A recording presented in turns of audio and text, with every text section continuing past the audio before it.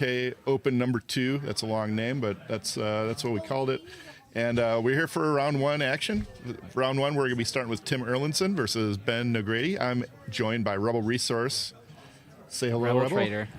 Rebel Trader. Everyone I'm always sorry. gets us confused. Okay, let me fix that. Why didn't you tell me before we started? Oh, I didn't see it. Your text was so small. Oh.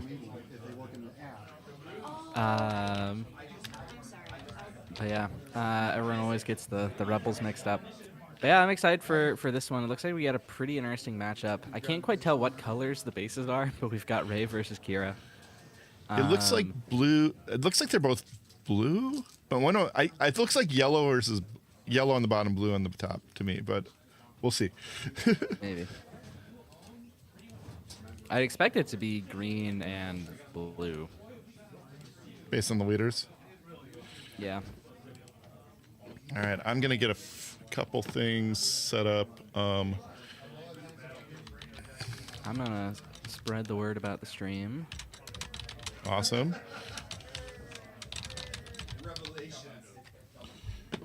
I cannot find the sheet.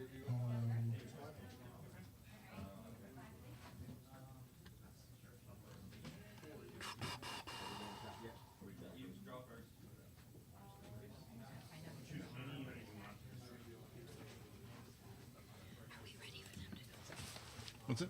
Are we ready for them to go? Yeah, yeah. We're keeping them Can on you their send own. me the sheet in the Discord? A link to the sheet? Because Okay. I don't know where it is. Okay. It should be Rebel. It should be the same sheet we used last time. If you have a link to that, but I don't know if we do. Maybe I could probably find it. Yeah, they should be sending it in the Discord pretty soon. All right. All right. So what's going on in the match? Have they done anything yet? All right. Looks we're just Kira starting now. Yeah, Kira's initiative, and they're gonna play an Inferno 4 to start off.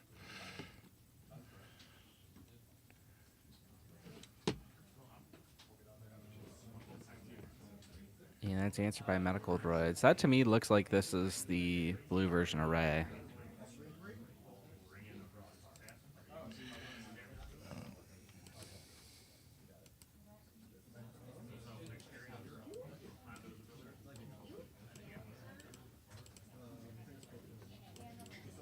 Make this window a little bigger so I can see the detail.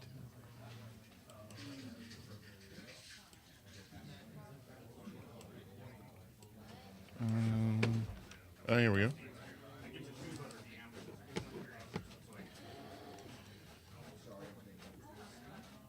All right, first damage of the game.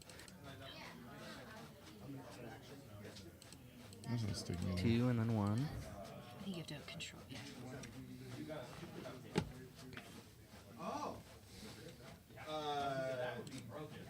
And okay, it looks like it's the yellow Kira. Interesting. I'm excited to see how this one ends up playing.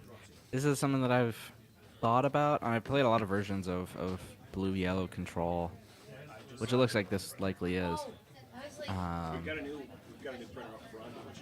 It's interesting. What's it trying to do that's different than regular Kira? My guess is it's probably trying to mill. Oh, neat.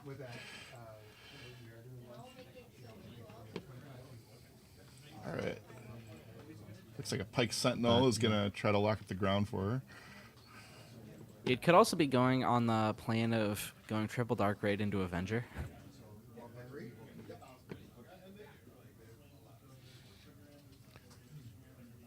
Let me get...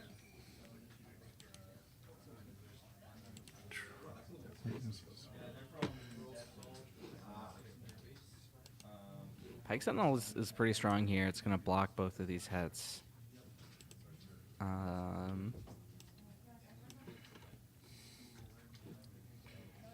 And it looks like Ben, I mean, despite playing what looks like a control deck, is getting off to a pretty aggressive start here with these space units.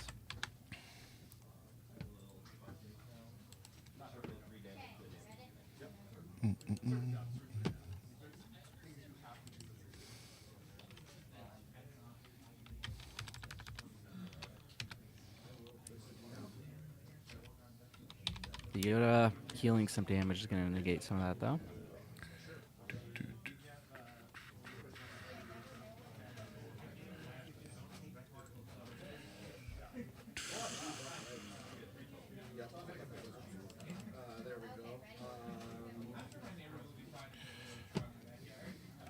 both go on the same one.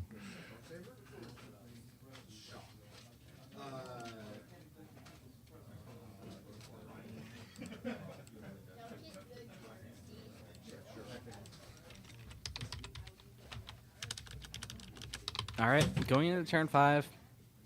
This is the turn that Kira could flip and start changing things up. It would be, I mean, it'd be pretty solid into this this board here. Should be able to take out the constables here pretty easily. And then Greedo can also start cleaning things up.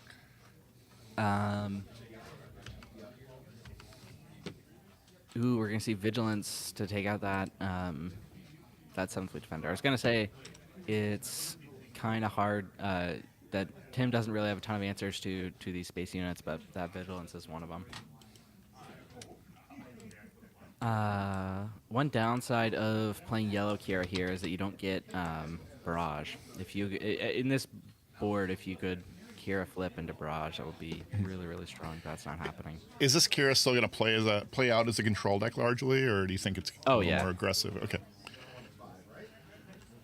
I totally expect that. Maybe it plays a bit more aggressive. Like, he's running Greedos. That's not typically something you would see in a control deck, but maybe he just thinks that's a good value card.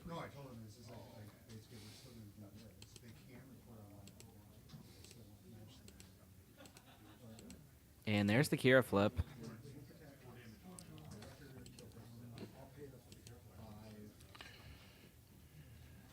That should be... It should be 2 damage on the medical droid, right? Because it's 4 health.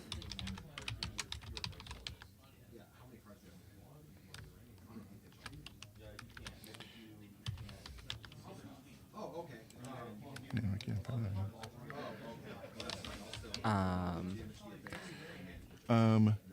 It has a experience token on it, though, right? Yeah. So it should take half of its health, which is 4. So it should take 2. And that has 1 damage on it? Yeah. So it should have 1 left, right? It should have 2 total damage on it.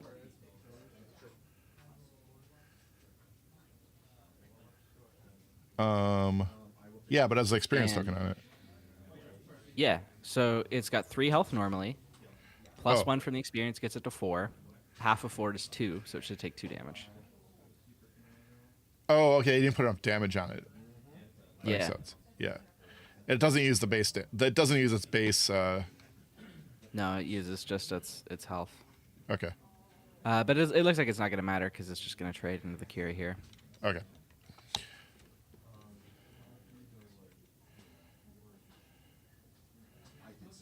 And there's another 7th Fleet Defender. But this Yoda's still around, and he can still heal a lot of damage here. Yep, that Restore 2 can add up to quite a bit of life gain. I need...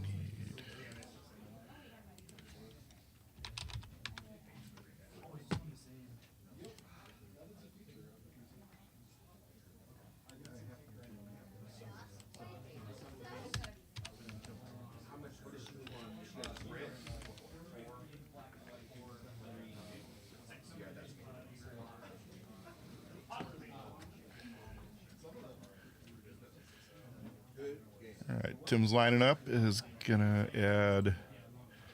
Looks like the Concord, right? Yeah. That's a pretty good one into these space units. Yeah, it's gonna be a 1/4 Sentinel, +2 when defending. And the Ray can easily buff it to be a 2/5 gear. And this is also the Ray flip turn. All right, so yeah, building towards a big swing for the Ray player here. We'll see how that works out.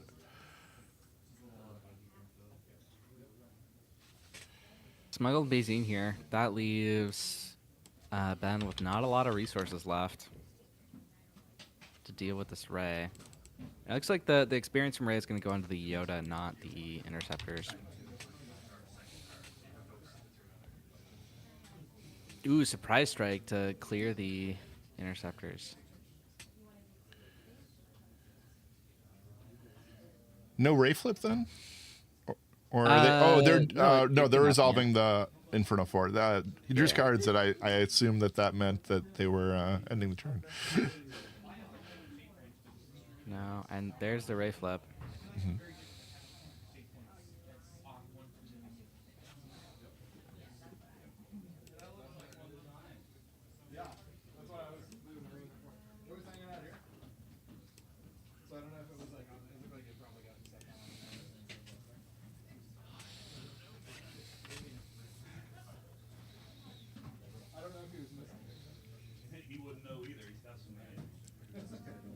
Looks like Ray just attacks base, puts a experience token on herself.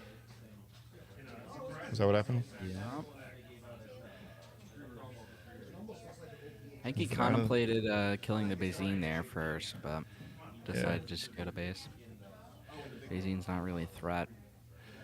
So we're at 7 resources, and this is the point where theoretically you could triple Dark Raid into Avenger if he's playing that. Not going to though. Just Rival Spawn the Ray.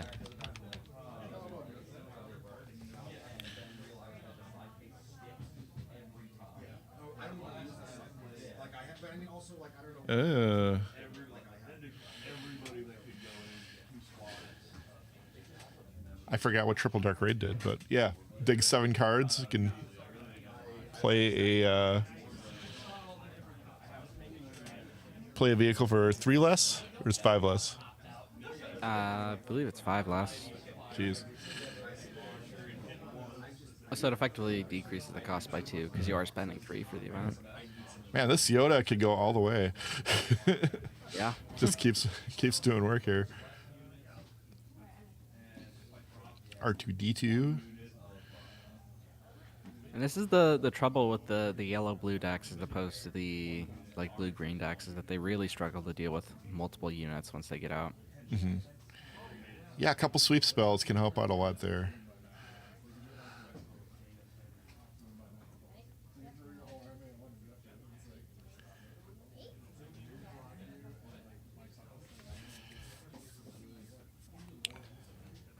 But being a control deck, we're probably going to see some pretty big ones start coming. Some pretty big cards start coming down. The Yoda finally goes away. Who is that? It looks like Forlom. That's a nice Let's ad. do a 4-alarm.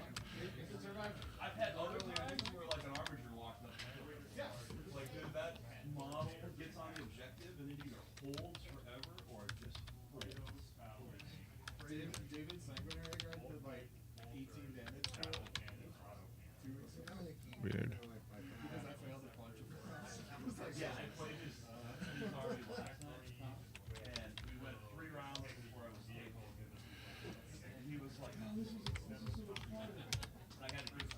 Ooh, Chewbacca.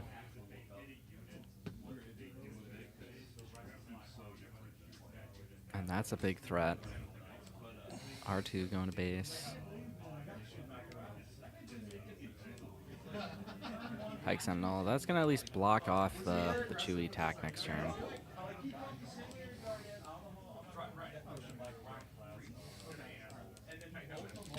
Adjust our card reader to a different site.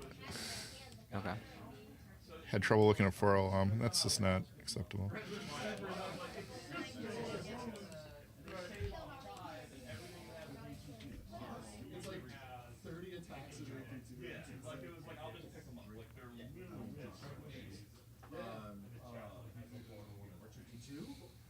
All right, well, now I believe we're at 8 or 9 resources for Kira. I think...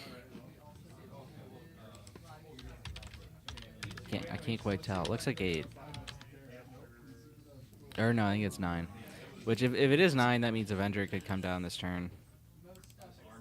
Okay. Vigilance, it looks like it's going to defeat that Pike Sentinel. And probably just mill? Yeah. It's got to be a pretty great avenue for the double blue Ray deck to be able to go to. Vigilance milling their control opponents, right? Yeah, it's definitely a thing that happens. And you're so good at healing that like you can pretty much always win that war. because it's just so hard for them to. A lot of times you can win the control matchups like that by getting out ahead of them early, and then even if you go into vigilance late game, you have more damage on them. But just because you heal so much, you're never gonna lose that way. Is that a Fennec? No. It looks like he had enough to just take out that Chewie. Oh no, she did die in response, but still big. Takes out the threat.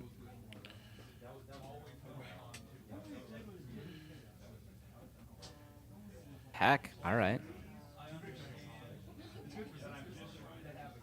And that was to finish off the air too.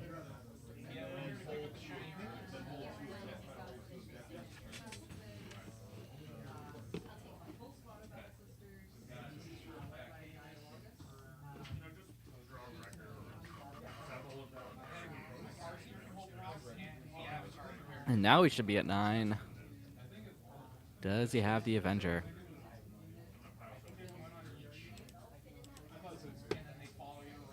No. Hylobot is not a great play at this point in the game. They don't have an Avenger in their list. I just looked at their list. Oh, really? They have First Light's their biggest space unit. So it kind of looks a little more mid-rangey, maybe. Okay. There's an Avenger in the board and a Snoke in the board, but none of those like really big cards you expect out of a Kira control deck seem to be in this list. Weird.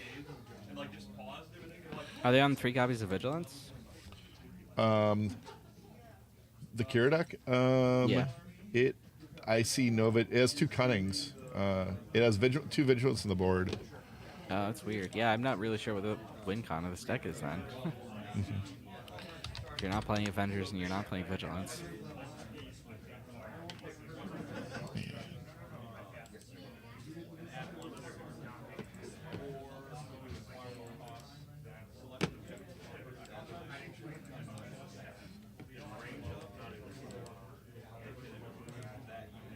Oh.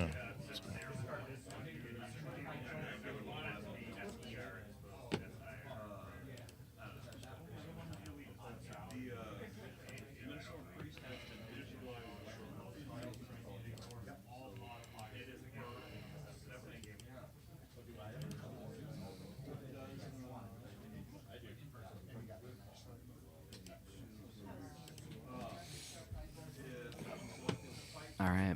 And Tim, I think, is in a really good spot here. But the Obi went out, the Tech out, Sugi out also. It's double Sentinels and the ability to just continuously generate advantage with Tech. Has those And already Vigilances decent amount of of damage on Ben's board, so... yeah.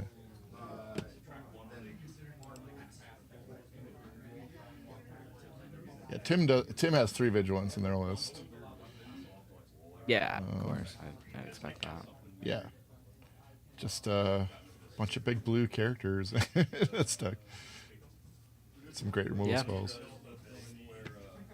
This raid deck has been... I've been playing with it a lot over the past couple of weeks. It's really fun. And it's super resilient. Sometimes there are things that sometimes you just lose to, but not a ton. You can heal a lot and you can generate a lot of card advantage. I was once at a point against Mono Boba where I was down like 17 damage to like 0, and I ended up healing everything off of my base and then winning.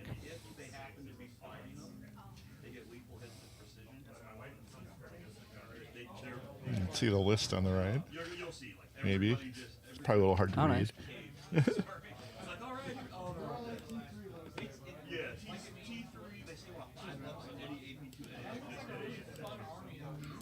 There's First Light.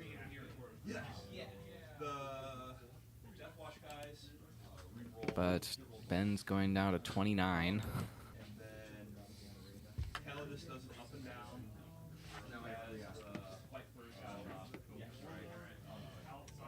I think. Let's see. I don't know if can he clear everything this turn. I don't. Okay, so if the Sugi goes down there. Which actually worked last night, but it's just where she had a 12-inch global. Going off the map. All right, and it looks like Tim's got a play here. It's going to be Kanan with the tech. And that, I think, is just one threat too many for Ben. So I think we're going to go to game 2 pretty quickly here.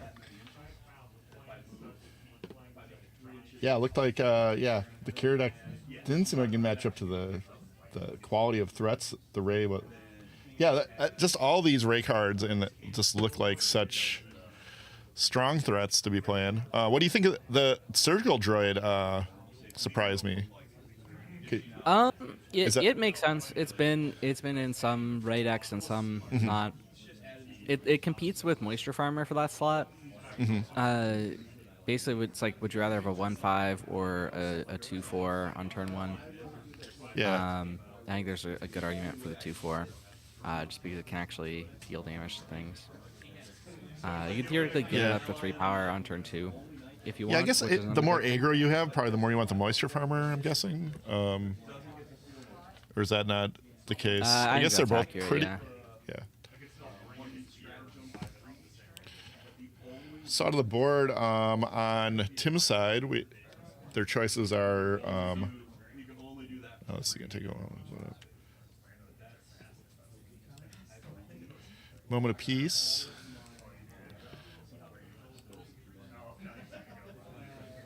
Restored Arc. Ooh, moment of peace. That's interesting. Jedi lightsaber. Make it opening. I imagine making opening is going to come in here for the lurking TIE Phantoms. Make an opening. Yeah. Cargo Juggernaut, probably. Just because the games are going to go longer, might see that Maybe. show up. Rivals Fall, I think, will definitely be here because I just assume playing against Kira, you're going to assume some bigger stuff is going to be dropping. Yeah. And if you're expecting that, you probably want Great Dragon also. Oh, yeah. If you think it's going to go long. Great Dragon is off aspect, but it is in here. I think that makes a lot of sense. Still worth it for 11. Yep. All right. On Tim's side.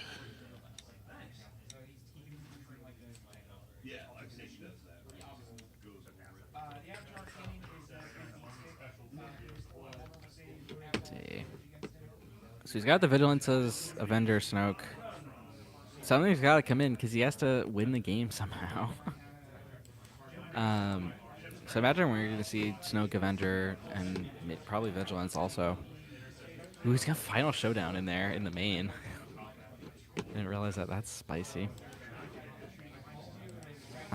Super Laser Blast maybe comes in just because the board states can't get out of hand. Change of Heart might come down, but I don't think so. Survivor's Final Gauntlet. Showdown. Oh, that's interesting. I don't think that needs to come here.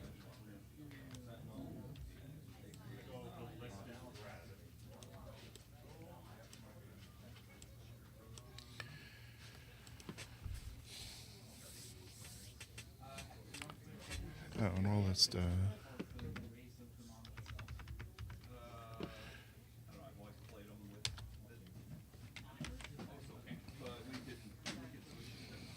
Give Tim that win. All right.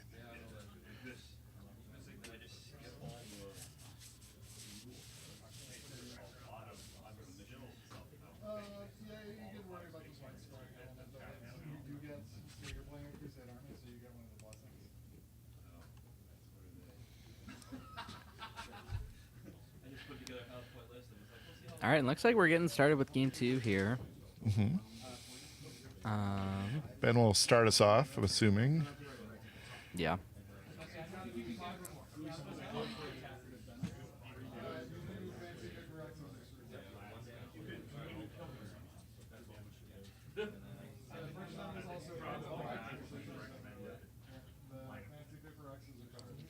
So Ray's kind of come out as like the more popular, like mid-rangey blue leader over Luke and Rebel now, right? Yeah, I think so. So does that mean +1/+1 counter has been determined better than a shield counter? I wonder. Yes, I mean, it's partly that. I think that's the other big thing is the restore. That's a major thing for Ray.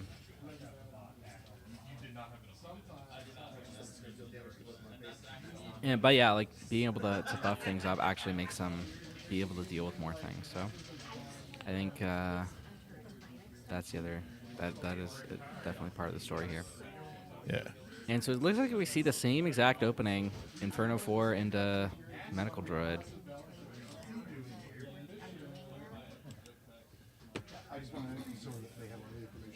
Pike Sentinel looks like a Queel coming down. So the Ray is just going to be able to buff this Medical Droid. The Medical Droid is going to be able to take out the Pike Sentinel and survive. Oh, or not. I guess he gives the experience to the Queel.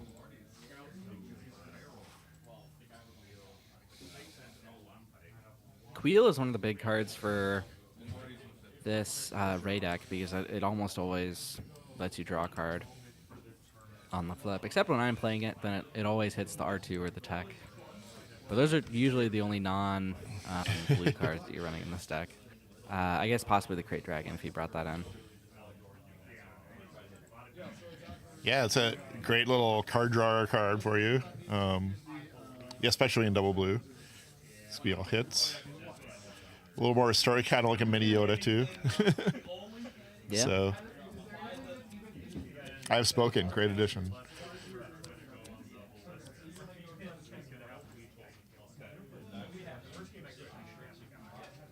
And yep, gonna shield the Pike here.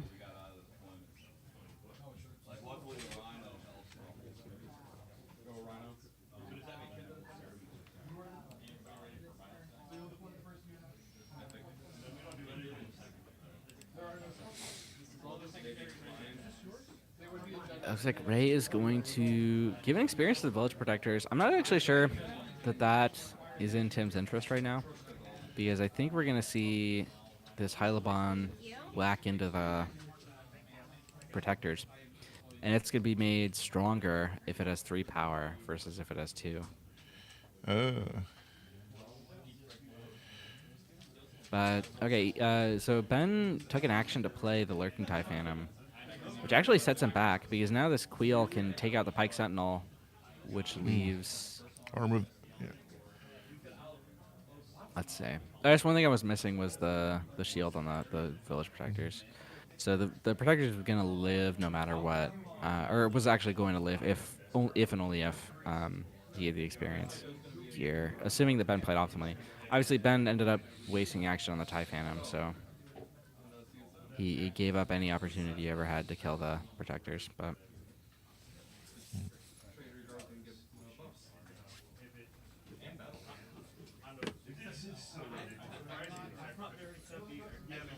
so Tim's in a pretty strong position here, I think. The Medical Droid can heal whatever damage is left on Queel. The Hyliban is going to trade into the Village Protectors here, but that's just going to give Tim another draw. Yeah, this medical droid just seems great in this deck. Yeah. It's like, especially with the experience. I think it's just synergizes so great with everything. Experience tokens with higher toughness guys, clearing damage with the droid. Seems good. Seems super good. All right, Cloud Rider is a pretty good move there. Takes out the Protectors. Vigilance. Looks like it's going to defeat and shield. Keep that Queel around for longer. Although this is the Kira flip turn, and Kira can just basically deal with Queel no matter what.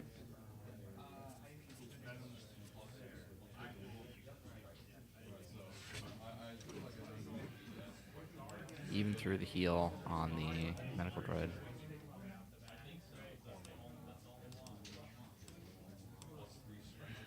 Picks up a Sugi here from the Queel.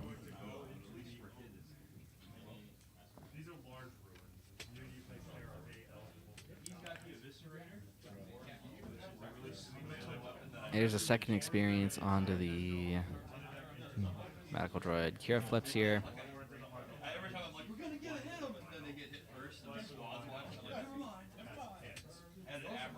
And same damage on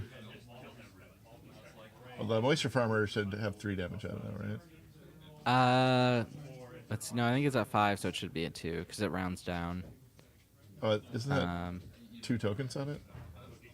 yeah, it's 2 tokens, but it's 3 normally.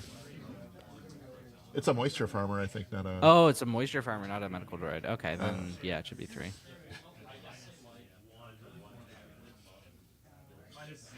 Okay, I was my commentary then has been.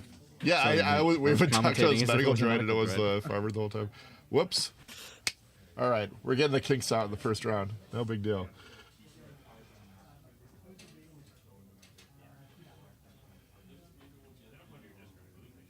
And the Kira's got Queel yuck. is going to die here.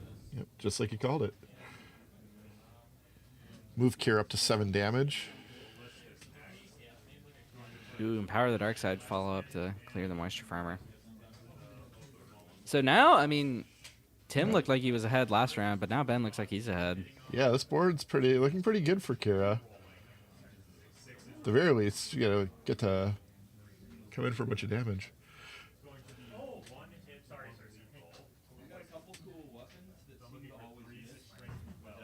This is the right flip turn, though, so things can pretty quickly swing back. And Tim getting to go first. Gonna remove the Kira. Is that takedown? Yep. There's a medical droid.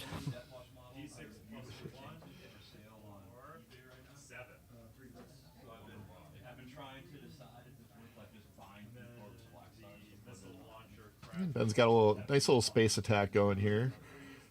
Yeah. Be able to hit him for 6 damage a turn. Tim's got to throw an experience token onto the medical droid. And that looks like a Long Pike. Mom Pike. Not bad. It deals with medical droid cleanly here. And we know that Ben's running surprise strikes, so one of those could actually take out the Ray here with Long Pike.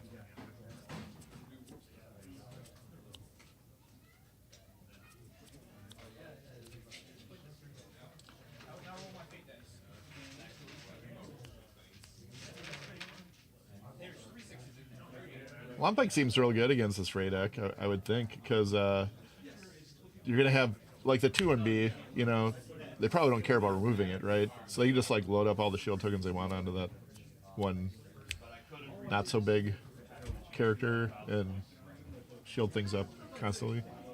Yeah. Is that how it usually plays out? Sometimes. So Cunning coming down here, looks like it's going to exhaust both of those units and then buff the Lurking TIE Phantom by 4. Mm-hmm.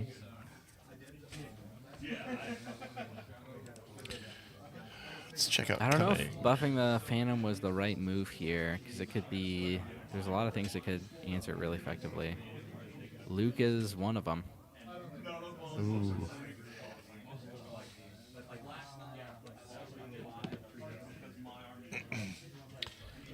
Yeah, that was rough. Yeah, if the Cunning had gone on to either of these other units, then you would have given Tim a real dilemma here. Yeah. Because Tim could either go Luke to kill the Phantom, which might be one of his only ways to kill the Phantom, or he could Luke to kill the Inferno 4 if it had it, which would block the extra damage. The Lompike seems like the best place to put it, right? Because then, like, Yeah, if 'cause at the worst, you might have to kill one of their guys. You know, if you really want to get the damage through, you can do that. It just gives you like a lot more versatility. With it. Yeah, because the Luke could not have killed the Long Pike. Although if it had gone on to Long Pike, it could have been answered by any number of ground sentinels, which Tim runs a lot of. Sure. If it had gone on to like Inferno 4, that would have played around the Conquerdon interceptors really well, because Inferno 4 could have taken out the interceptors, and then the Lurking TIE could have gone to base. Whereas, like, if it was on the Lurking TIE and the interceptors had come down, the only thing that could deal with interceptors is the buffed Phantom, so you weren't getting the benefit either way. Yeah, I guess. Yeah. I'm sure Ben was thinking, you know, the TIE is the hardest thing to kill, right?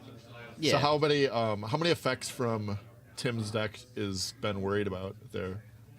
I think it's exactly Luke and Make an Opening, but like the other thing is like the Conquer Dawn Interceptors is a way to deal with it.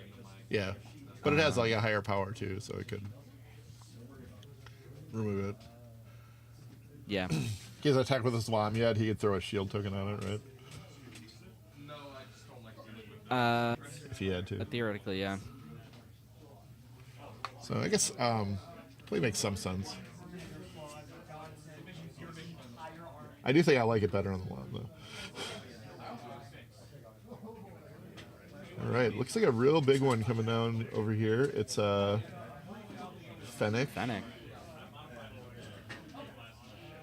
He's gonna ambush in and take care of that Ray.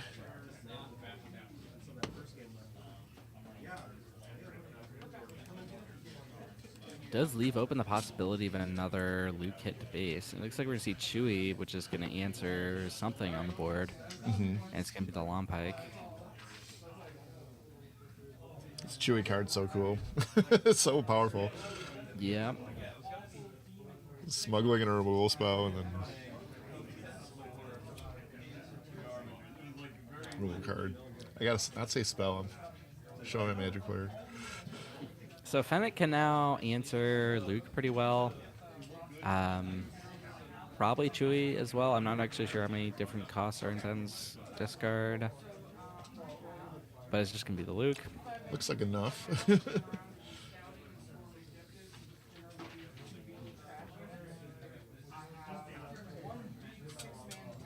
Which box gonna knock Ben down to 18, up to 18. Let's see a Rivals Fall to get rid of that Chewbacca. And 3 left over, just enough for a Power of the Dark Side and if there's another threat coming down here. It looks like it's Tech. Inferno 4, gonna chip in. And Tim will add a... I think that's Nema Outpost Constables, looks like. Oh. That's one that's not in every Ray deck, but it's it's a new one to me.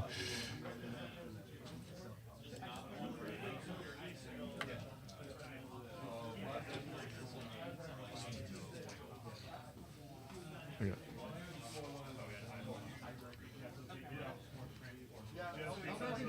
Just a big 2/6 Sentinel, and then also going to add that arc to the space. Area. All right, here's a Bosk. It's gonna get started on this Constables. Yeah. Won't be quite enough to get rid of it.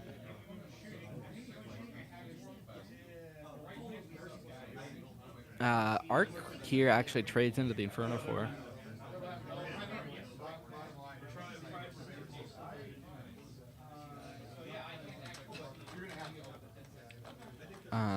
It looks like Ben is just gonna crash the Inferno 4 into the Arc. Yeah.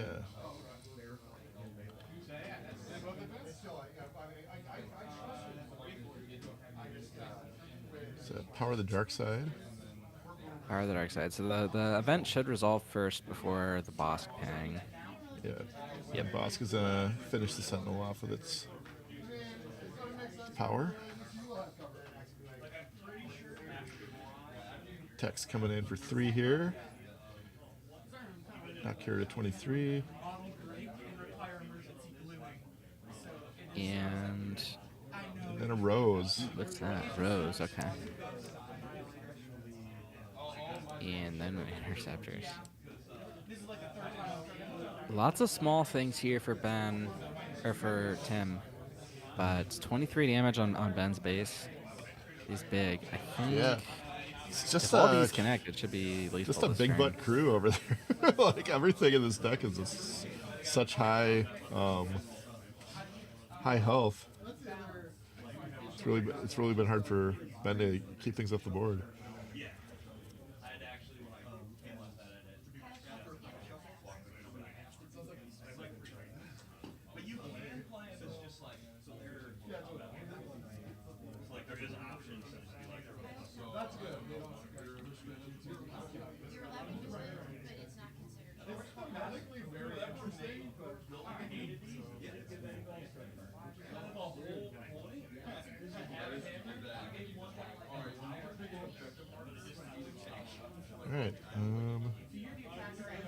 somebody's been really in the tank here Yeah.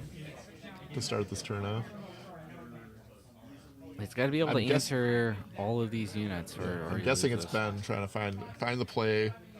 I think Ben just knows he's in a really tight spot here. Try to find the best way to survive.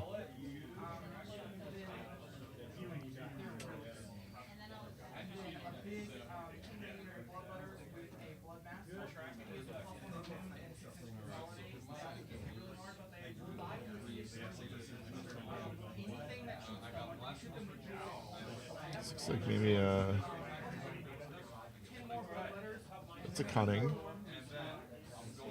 Okay. Explains why he was thinking a lot.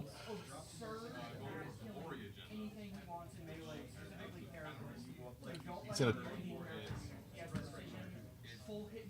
exhaust That does keep him alive. two guys. I think. Guessing shot with some combination to remove it with boss. He bounced the rose with the kind Oh, okay. Bounce the rose. Put 2 damage on the tech. Then he's going to add a there's the rose back. lurking tie phantom, and Tim's going to play the rose back out and pump it up with Ray. And now we're in the same position. Yeah, pretty much. I guess this time. Ben Except he has the a lurking tie on board. phantom instead of a bosk. But the phantom, not the best defensive unit here. Ooh, Super Laser Blast. Look like Super Laser Blast is going to bring new life to the Kira deck, though.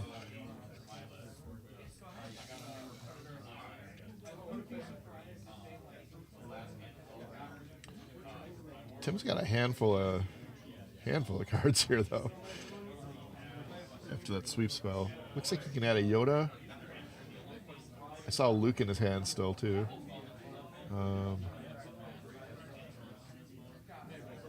There's the Yoda. Yeah. And Suki.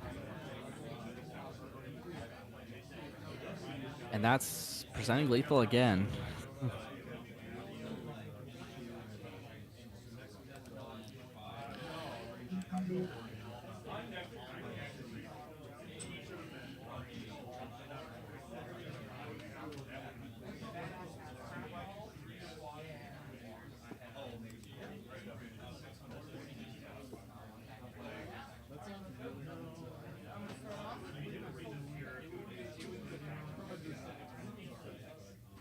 Ooh, and there's the Avenger, finally.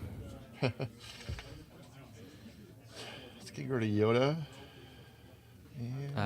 Looks like Tim missed his draw with Yoda. Yeah, I was waiting for that too. So now Ben has to take initiative here, or he loses. And Follow the Dragon gonna clear the Avenger.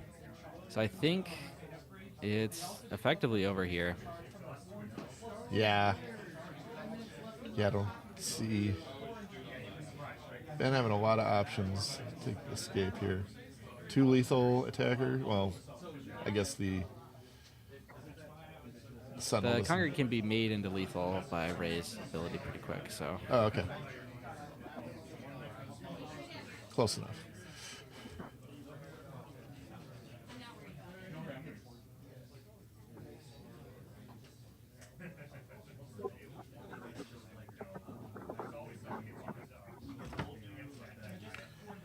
Alright. Gonna start off with the ambush. Get that threat off the board. Luke is gonna finish off Fennec.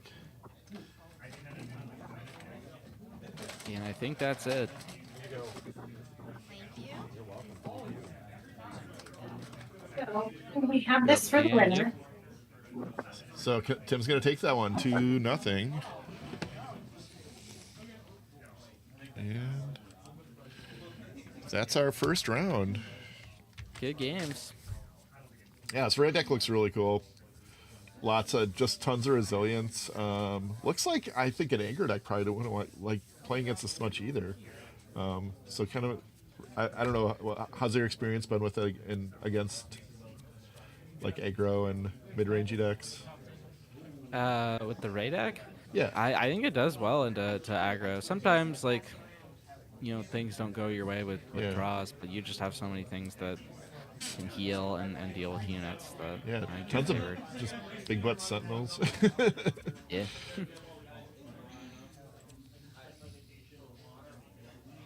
What do you think its drawbacks in the format are? um. None. Sometimes like control decks are a challenge. But oftentimes you can win by milling them out. Uh, Sometimes like there are a lot of cards that sometimes are dead draws into certain matchups, Okay. and that can hurt sometimes. But I think overall it's a really strong deck. So, well, let's take a quick break, and then that will Sounds good. we'll be back in a minute. It's with our second round.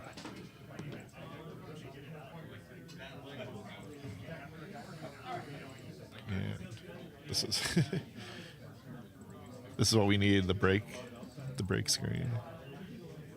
You just have to hit transition. And Yeah, I know. I'm just this doesn't say Star Wars, so but oh, try to get that fixed between rounds.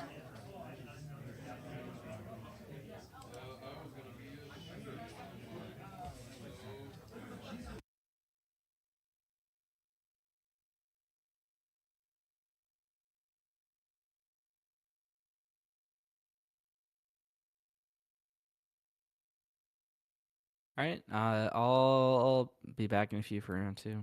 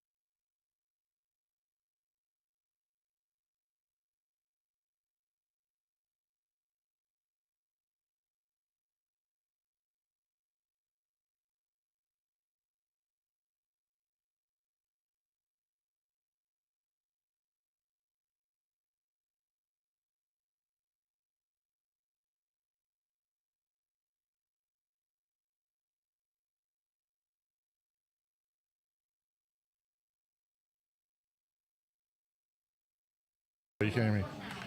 About 5 more minutes, Rebel, and folks at home. Okay, sounds good. Did you give us the matchup going? Yeah, we're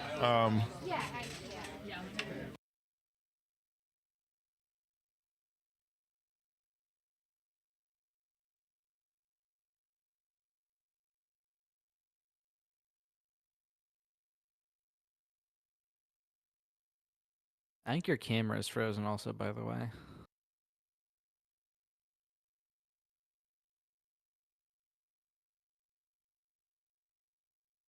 I don't know if you heard that.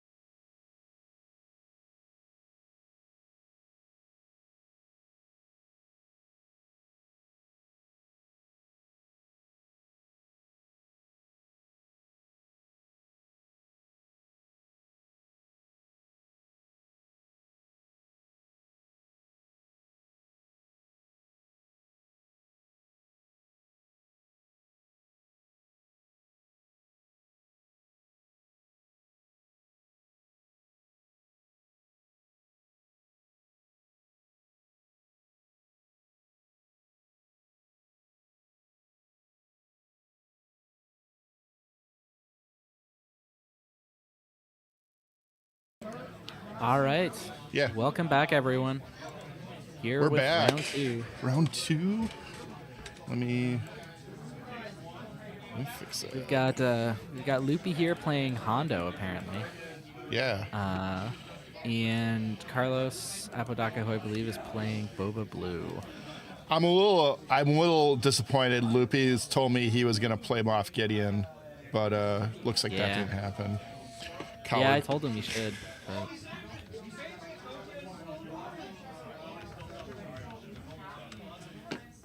Shout out to everyone watching this in the late night stream.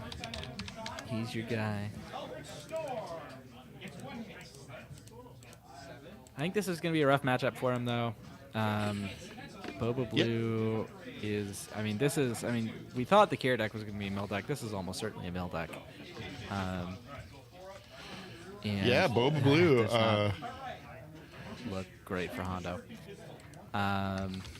Especially, I don't believe Loopy's build runs Relentless, which is one of the things that maybe could let him get through all the removal of the mill deck. It's gonna be rough. What is the Hondo deck trying to do in general in the format? You're basically trying to get a bunch of advantage with Smuggle, because Smuggle, effectively every card with Smuggle says draw a card on it. So you basically just play a bunch of valuable things, and then you have a couple different win conditions. You can make Hondo be, stacked with like experience from playing a bunch of cards. You can also play things like Avengers and Snokes. So. Then Boba Blue, been around for a while now. Kind of become a bit of a boogeyman of the format, right? I mean, it's been around, but it's not seen a ton of play. Okay. Carlos, I think it's always threatening to make an appearance.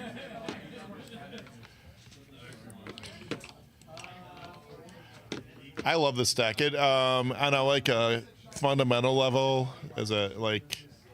I think if you're a control deck, the best thing you can do is make more resources to play stuff. So I think just the fact that Boba just generates free resources all game is huge. For it certainly can be in some scenarios. Sometimes it's not too relevant, but there are a lot of plays that it has that are definitely enabled by that Boba ability. Sure. Looks like Carlos has the initiative. He's gonna start it off with a Dr. Pershing. That's pretty much what you want to see And turn 1. it looks like Loopy just took the initiative, and we're off to turn 2. That's fine. Hondo often skips turn 1 because you want to play Lieutenant Childson and make him be a 6/6 if possible. Did Carlos not do damage to Pershing? He didn't have initiative. Oh, it's sorry. Yeah, forgot. He's exhausted. Derp. Ooh, Power of the Dark Side Okay. answers the first one, but there's a second Pershing in hand. Oh. If that Pershing really gets off to the races, that is going to be massive for Carlos. I was totally waiting for it to end, and then Katie.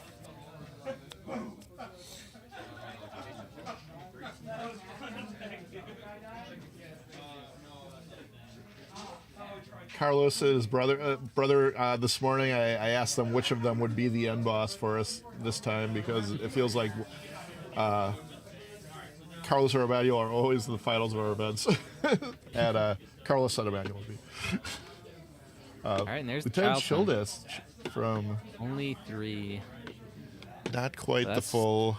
Ooh, and it gets answered right away by the Power of the Dark Side.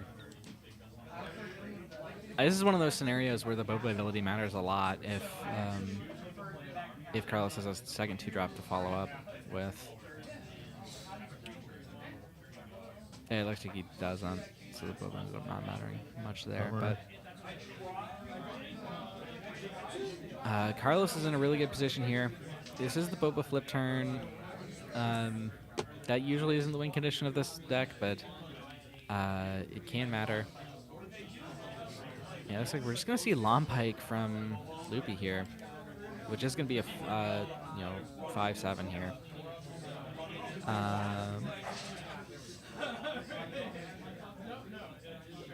And Vanquish, just going to make that irrelevant. So Carlos has so far been able to answer 2 major threats from Loopy, and now this is his second draw from Pershing.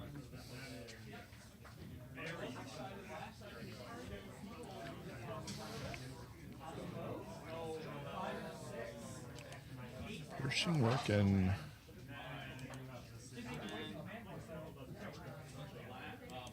And he is going to bring out the Boba and just start pressuring Loopy's base.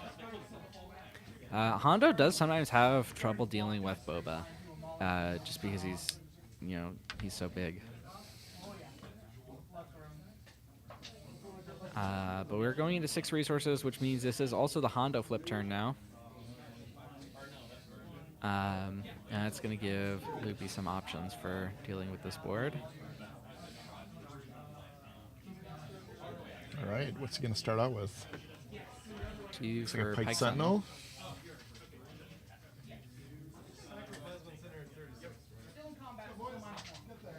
Boba's going to finish that off right away. Yeah.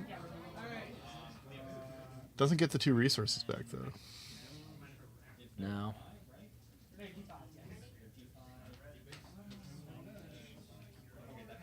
See what the follow-up play is. Looks like it's something out of the resource row. That looks like a collection star hopper.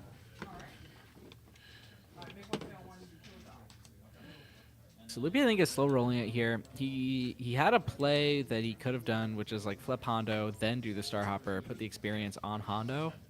So then Hondo could have taken out Boba. Although it's possibly also has like a covert strength in hand, which is going to let him take out anyway. Looks like a Vigilance coming down to deal with the Star Hopper and Mill. Ooh, hits an some Avenger big there threats going and a away. Maul. That's big. If Loopy has the covert strength here, he can deal with the Boba. He can deal with Pershing no matter what, which he might honestly prefer doing. Or he can just go to base, which is also a good option.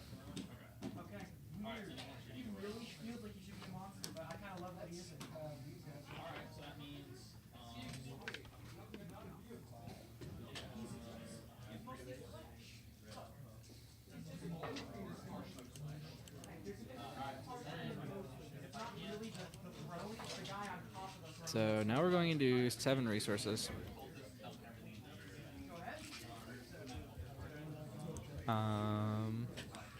This is Loopy stack. It's gonna be. He's on 3 copies Power of of the Dark Maul. Side. So if he has a second copy of Maul here, that would be big.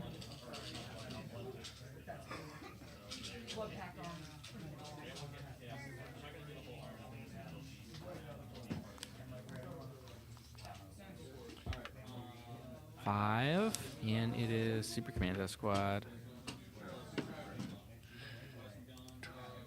That's a really interesting card for this deck.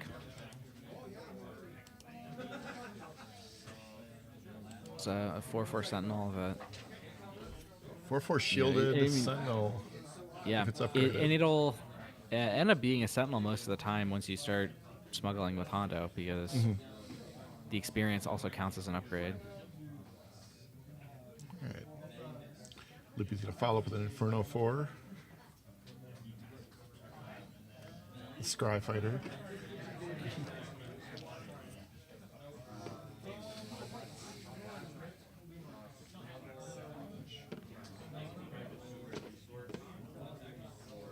And we're going into a new round. 8 resources, and I'm trying to see. Looks like, yeah, this could be Snoke here for Loopy. That'd be pretty good, pretty nice. It would just take out this Pershing right away. And the Boba, right? No, because it's non-leaders only. Oh. Well then.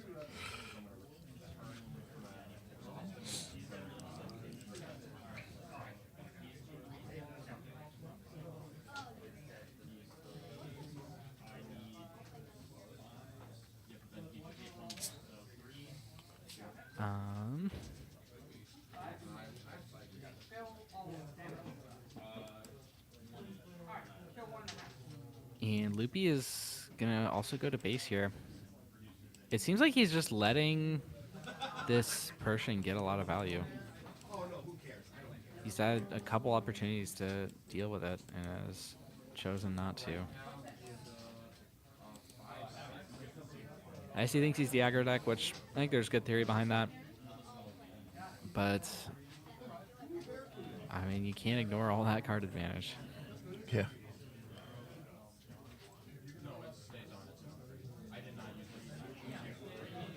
It's hard not to see the Boba blue deck as the control deck, though, too. Right? Yeah, and I think it's totally right. I think Boba's control here.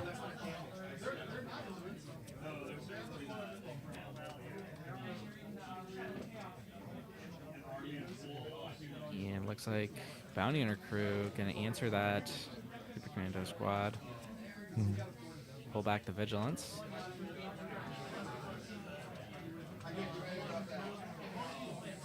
Seven for Maul. Hey, Maul. And the Maul is... Where's it gonna go? Goes into the Boba.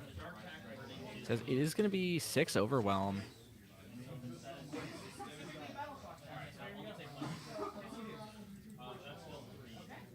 I don't know if I would have gone for Boba there. I probably would have gone for Pershing.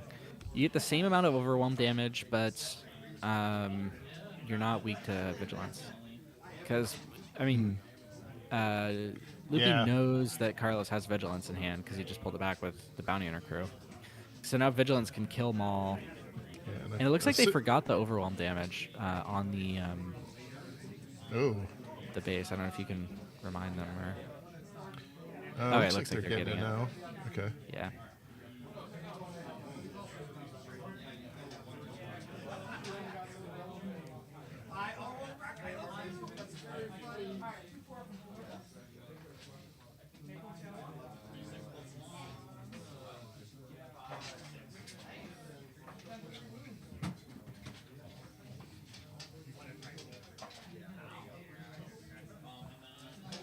Looks like he's looking at that super laser blast here.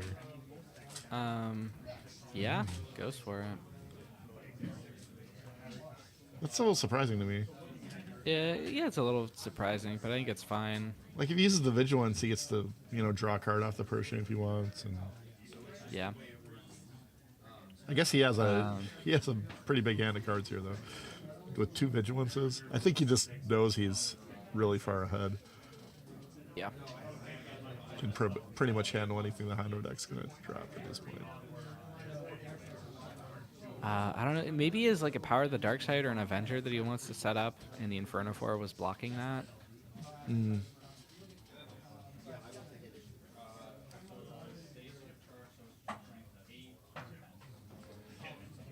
Childson. And again, only a 3 again. 3. He's showing a client, a Fell the Dragon. Fell the Dragon, and a Vigilance. So it's gonna be a 5/5 Childless.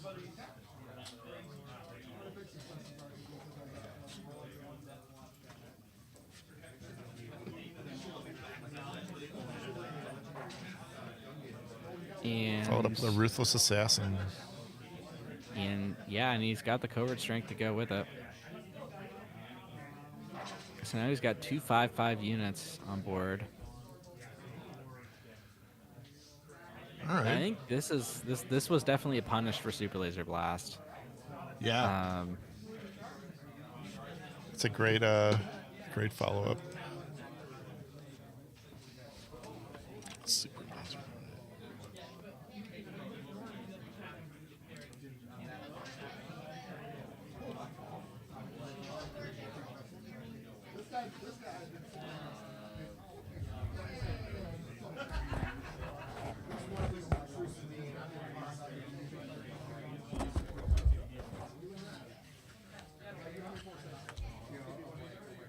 Suddenly, Carlos. Oh, and he had the second.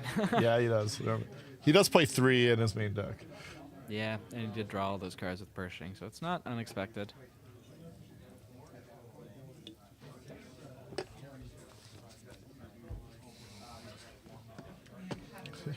Just realized how I mangled Jeremy's name. Oh. Jeremy.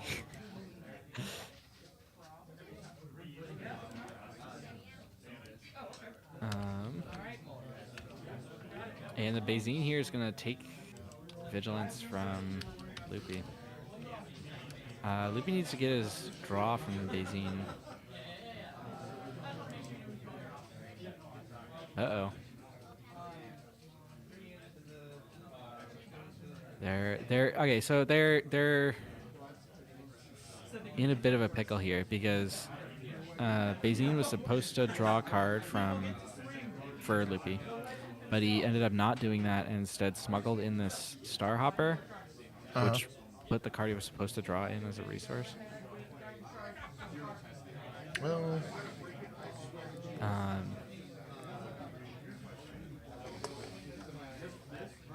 we can. I don't know what the store's policy is on us intervening, but I mean, I think they're all random cards, and in other games, I know they would just have them draw the next one. I'll let them know.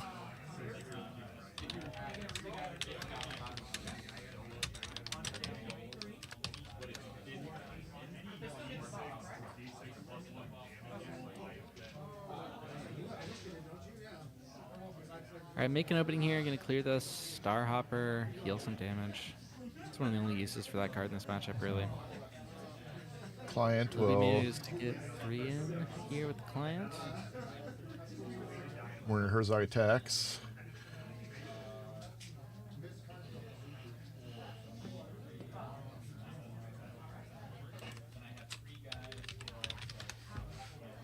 Client is actually pretty tough to out for. Well, that is an Avenger, though. Yeah. Okay. Yeah, that doesn't.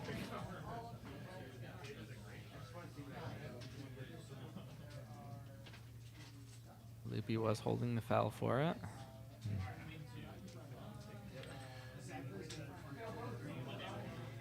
Do first light. Okay. First light.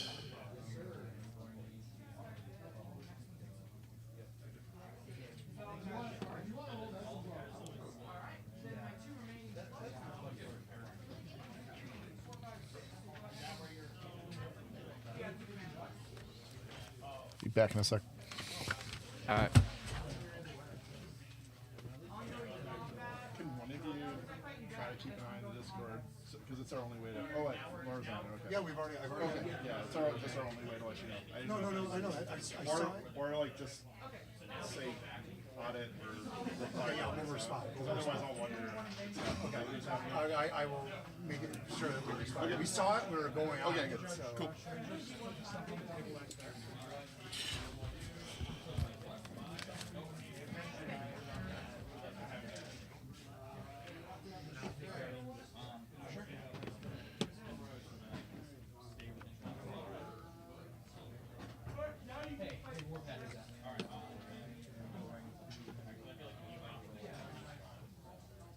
Looks like we're going into a new round.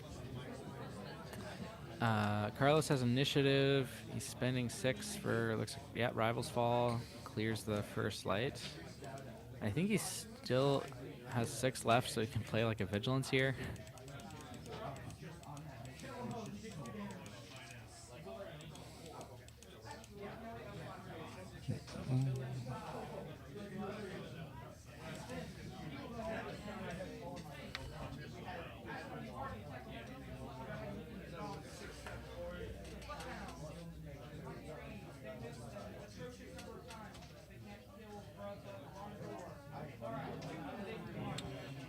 And this is, I mean, this is how the control mirror usually, this is where it usually starts to wind down. Loopy's at the point where he's basically just playing single threats, and Carlos has a ton of card advantage, so he can, you know, nullify all of them basically. So we got Timely for Snoke, which is just going to clear the Bazine. How strong of a Timely, I chance do you? guess- Oh, sorry. Go ahead. How strong of a chance do you think Jeremy has at this point? Do you think? Not a You very think good he one. should probably give up and go to the next game, or is it that bad, or do you think he plays it out anyway? I mean, You Does he know, have 3 he's got vigilance enough in here? damage on the base that maybe he plays it out. Yeah. He's seen 2 super laser blasts gone, so he does have a chance. All at this table in like, I don't know, 30 seconds when I get the pizza moves. He has all 3 vigilance in him. Childson. Revealing gonna one. be- Oh, just 1. What card was that? Fell? Takedown? Takedown? I only saw it for a second. And that's Bounty Hunter Crew. Yeah. One of the key cards to Boba Blue, in my opinion. Just like reuse all your great removal spells over and over again. Infinity Vigilances.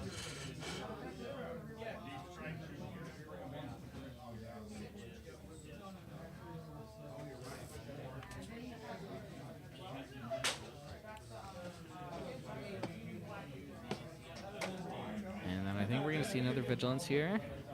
Boom. Probably kill the assassin and mill. Yep. Maul, power, Lom, Inferno, Snoke, Pike. It's pretty good. And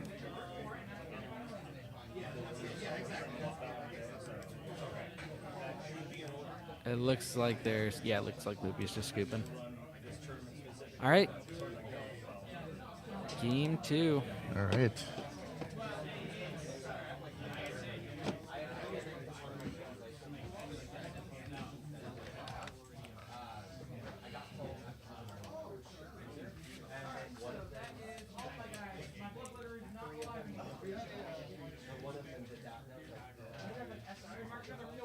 So it looks like in Loopy's, it looks like Loopy was only on 2 vigilance main. I think that's become pretty commonplace for a lot of control decks, even though I think it's wrong. But I imagine we're gonna see the 3rd one come in. This is He's got a Luffy's couple board other, like, in the corner right now. smaller units. You can bring in Phase 2 Dark Troopers.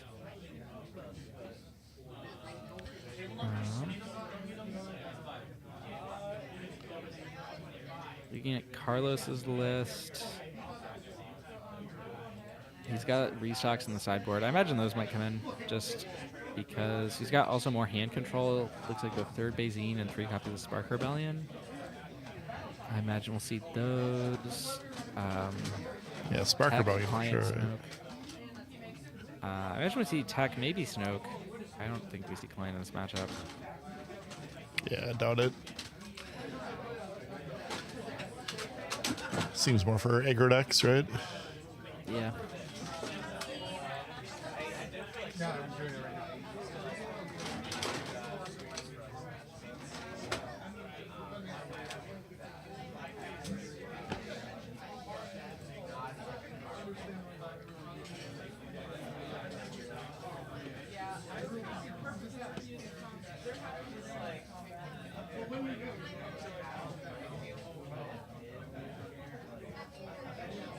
All right, going to game 2. Luffy will be on the initiative. Yep. It's giving him a little handicap of 9 health, looks like.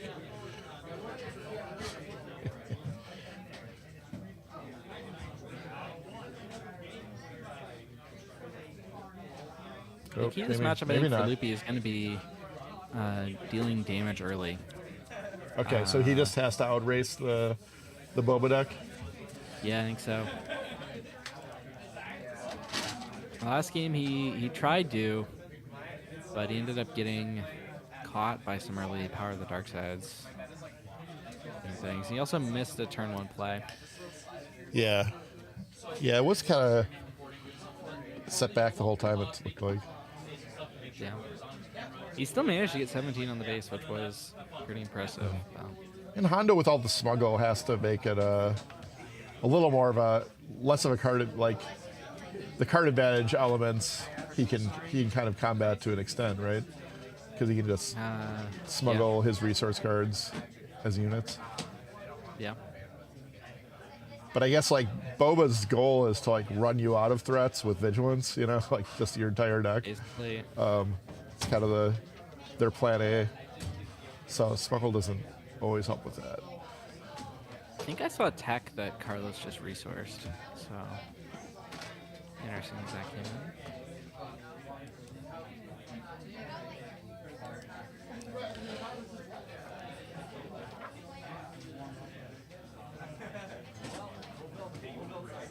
It's interesting how many Rebel cards are in Carlos's sideboard. It's 4 Spark Rebellion and Tech. Yeah. Or 3 Spark Rebellion.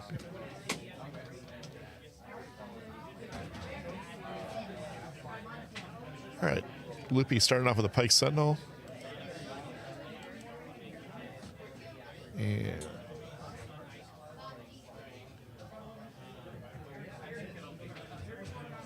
Bazine. All right. Carlos coming back with a Bazine, seeing Double 2 Mauls. Looks like another Pike Sentinel, and I think there's a Vigilant Pursuit card. Yeah. Before a liner. He might have. Takes one of the Mauls.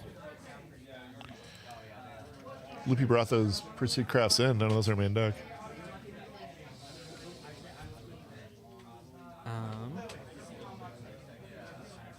Looks like he has. Yeah, he looks like he brought them in. Second Pike Sentinel. Not bad. Kind of the aggressive draw he wants, you know. Establish some aggro characters. Yep.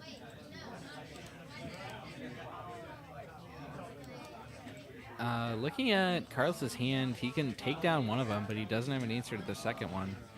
He said he dropped in the app. Oop.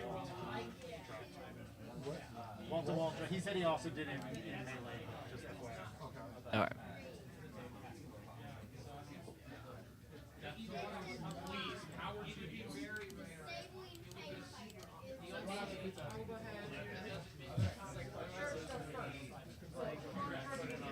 Oh, and Loopy got the child's in. Oh, I can't see it anymore.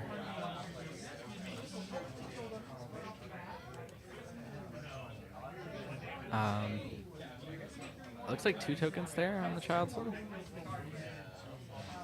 Yeah, didn't see what it revealed. Yeah. Obviously, you want more, but to an extent, like you're kind of happy with a 4/4 because it actually dodges Health Dragon.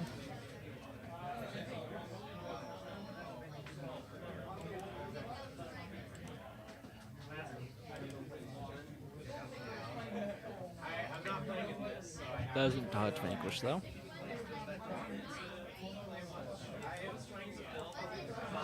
This Pike Sentinel, the little pike that could.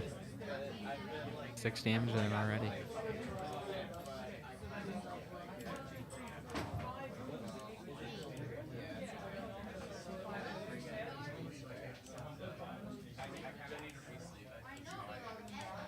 Here comes the Long Pike. Hondo's going to give an experience to the Long Pike.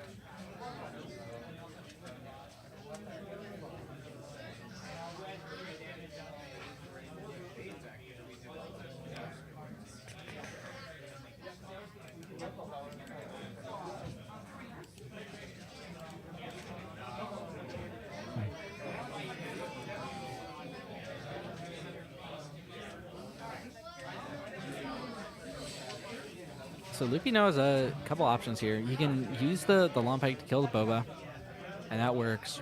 And you can also shield the Bazine to make sure he doesn't take any damage from it. Or he could just go 5 to base, which he might just want to hit base here. You could also try and play something else to block a Power of the Dark Side, but then he leaves himself open to getting hit by other removal. Looks like it's going to be Timely Intervention for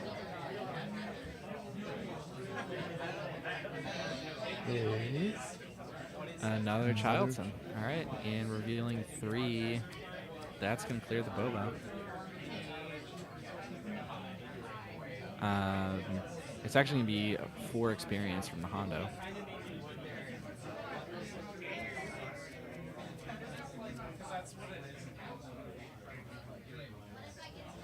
Does he can put the experience anywhere? Okay, no. And then Yeah, okay. he can. He puts the experience on the Lam. But I was thinking you might want to put it on the Childson, because if he ambushes the Boba... No, okay, no, he is going to do Childson. Because he's going to take 4 from the ambush. And if the Childson's at 6, then the Bayzine can't kill it. But if he had put the experience level on, the Bayzine could have killed him.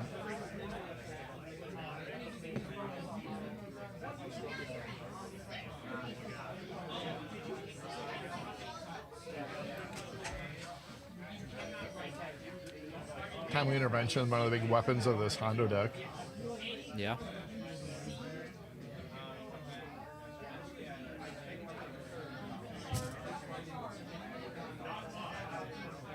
Fell the Dragon and Lompike.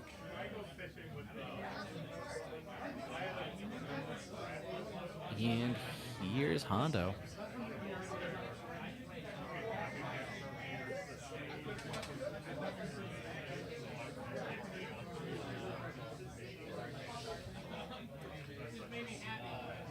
And Hondo going to base here instead of taking initiative. I feel like I probably would have taken initiative there just because you're getting sticks damage from the Childson next Oh, turn. yeah.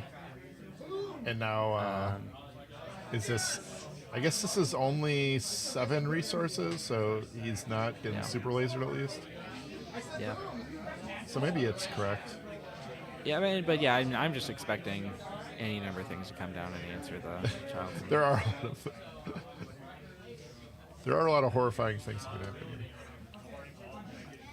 With 7 resources on a Boba.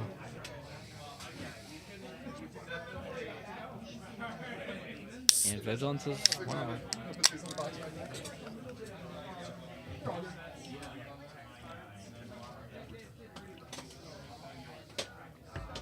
There's an Avenger and a Vigilance. Head off that Vigilance. It's going. New turn. Sometimes these control mirrors come down to who mills the other person's Vigilance with their Vigilance. It could be, yeah.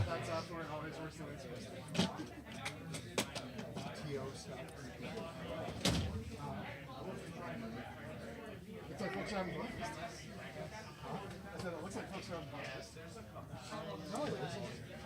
I've gotten feedback from other state players saying that we actually run the best divisions. The nature of milling this game weirdly works that way, because it's not hard to draw all the cards in your deck in a match in a game.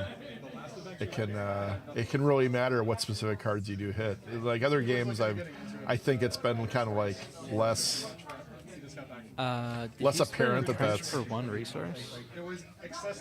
he untapped one with the Vigilance. Oh yeah. That And makes then was sense. able to play it. Yeah. All right, he's gonna smuggle. No, you just played that Fair straight enough. up. Just no smuggle. Louis, we know, does run confiscates, so there's a chance he can get rid of this entrench later. Seriously before you did like his full look at it, evaluate and stuff. It was that floor for the first. Yeah, 2 confiscate, man. Yeah. I'm kind of surprised he didn't just attack with Hondo there to play around entrenched. All right, He's blasting though. Like most of the cards you would need are in stuff. I beg to differ. I think the other way around. The decks I think are more so sexy. And Louis discards his Hondo. Yep, playing leaderless for the rest of the game.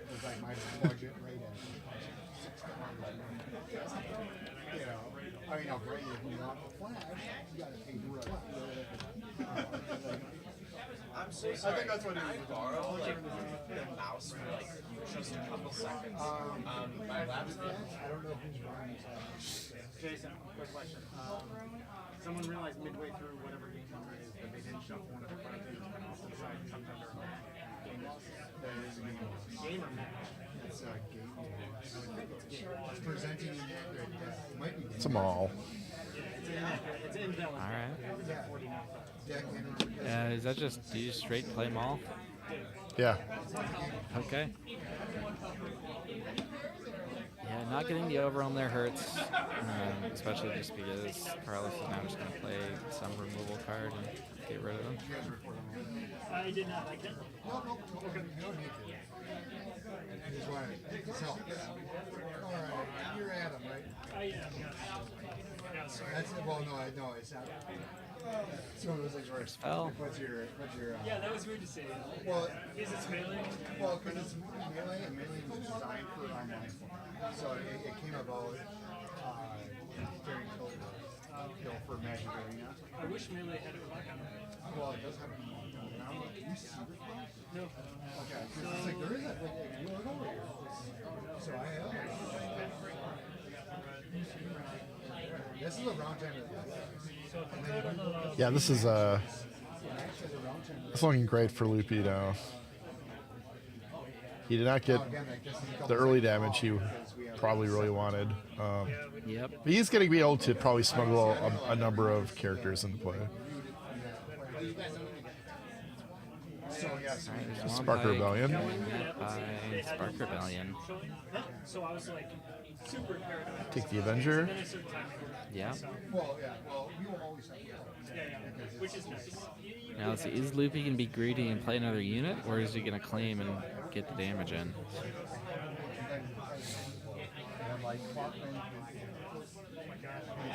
And he's greedy. Greedy. I think there's a Super Laser Blast in Carlos's hand, so he's going to get punished here. Yeah, I think I like just grabbing initiative attacking every time. Yeah.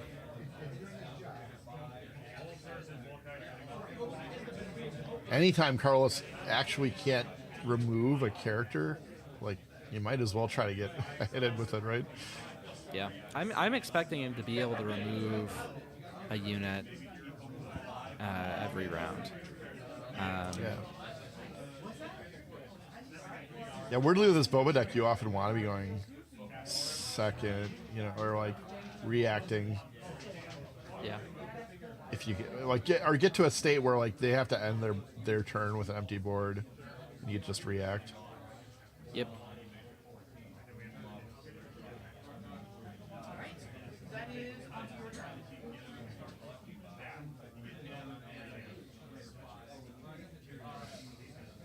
Smuggle the freighter in again. All right. Freezing Carbonate. Carlos is down to one card left in hand, so Oh. Loopy does have an opportunity to start pushing. So it looks like he may have weathered the waves of removal. Looks like 2 removal spells got picked up for Carlos there, though. It looks like he's got 3 in hand. He's got Power, Takedown, and Rifles Fall. Power, unfortunately, is not good here because of the Frozen Carbonate. Yeah, I think he resourced it right away.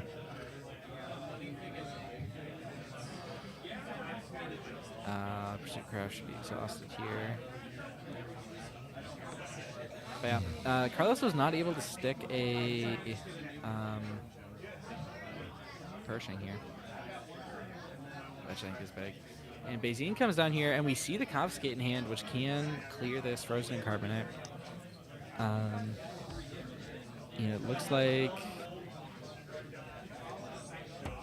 Snoke is going to be the target from Bazine anyway. Again, Loopy gets the draw this time.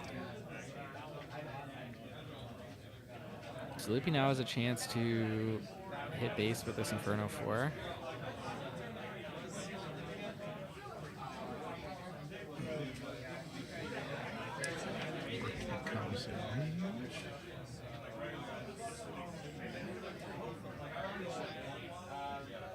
It's going to smuggle in another unit Yeah. and looks put like a token he's on this Inferno 4. Be a bit greedy here. And he's going to get punished by this takedown.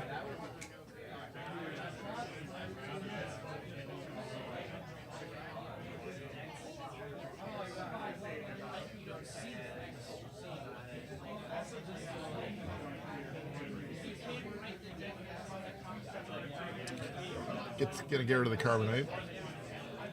Yep. And Carlos will take initiative. Let's see if we can get to another Super Laser Blast. Loopy's And gonna go for first light here. yeah, he's going for it. And if there's no Super Laser Blast on Carlos's top deck, then this is gonna be big.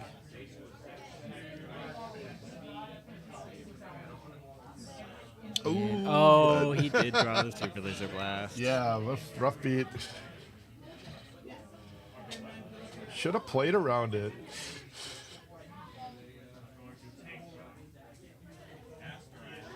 I mean, I don't know. I think it's No, I I like going for it. But that's just like the kind of rough situation you could end up with against this Boba deck. Yep.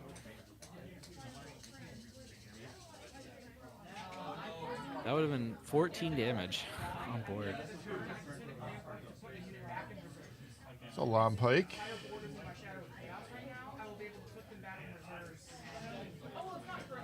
Okay. And now you could probably, if you can throw a second unit down, it seems worthwhile. Yeah. Looks like he might be out of smuggleable units for I 6. saw Star Hopper when he was looking at him. He's going for covert strength here, it looks like.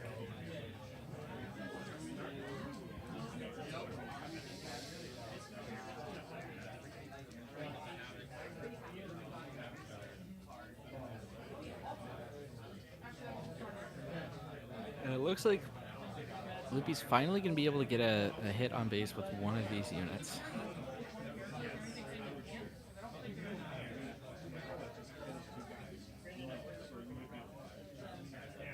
The Hondo has been used already, right? Yep. Okay. Oh yeah, I remember now. He discarded it. All right, Loopy, don't be greedy. Yes. Here comes the client.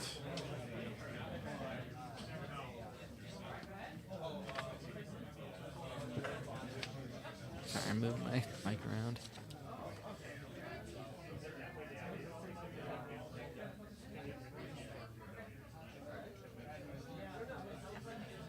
I guess if he does do one throw at a time, I guess Carlos just gets to like draw even more removal spells, right?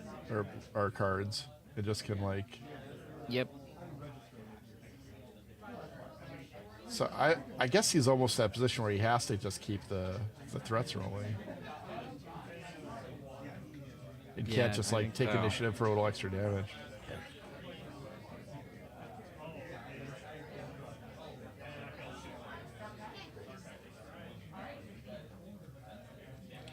For no 4. Man, not many cards left in Loopy's deck, it looks like.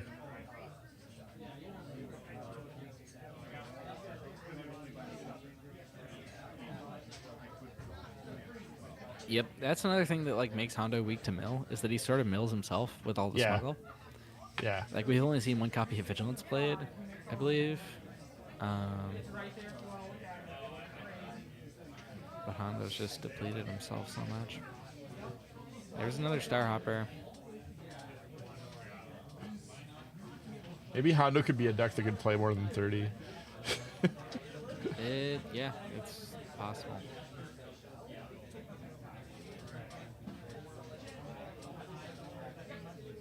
All right, Super Laser Blast is going to clear tech there. Over on the garage, yeah. Carlos has the Vigilance in hand. He can never take battle scars, but he also can't get battle honors.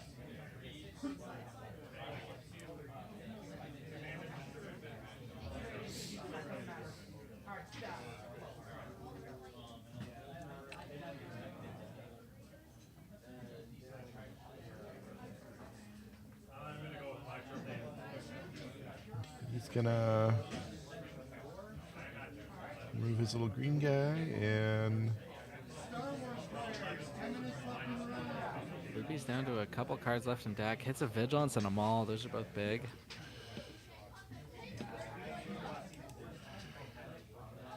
Loopy is going to get at least 3 in here. If he hits with this Inferno 4, he's beat his record from last round. Or last game.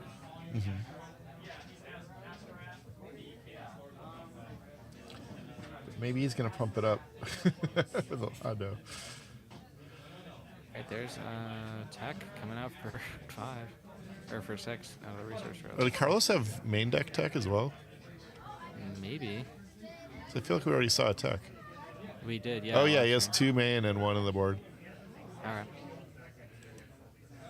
Alright. Another Star Hopper comes out. Hondo gives the experience to Inferno 4. Inferno 4 is going to hit for 3. Brings us up to 19. Loopy only got 17 last turn. Power the dark side of the tech.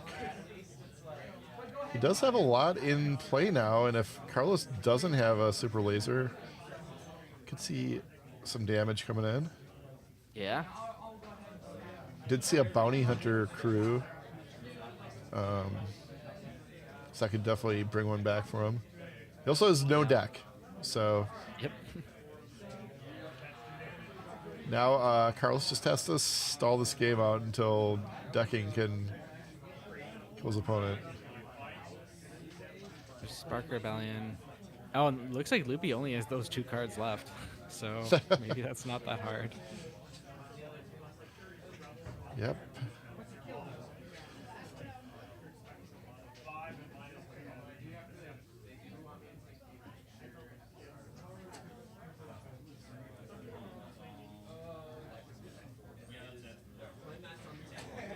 We're gonna freeze the client. Freeze the Carbonite client. here.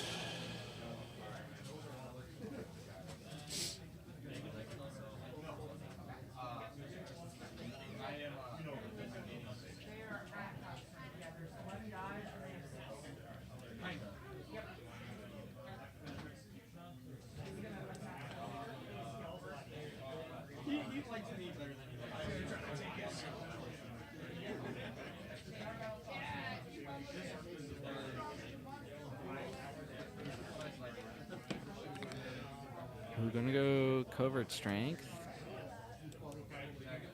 Give 2 experience to this. Star Hopper, which is gonna get met by Entrenched.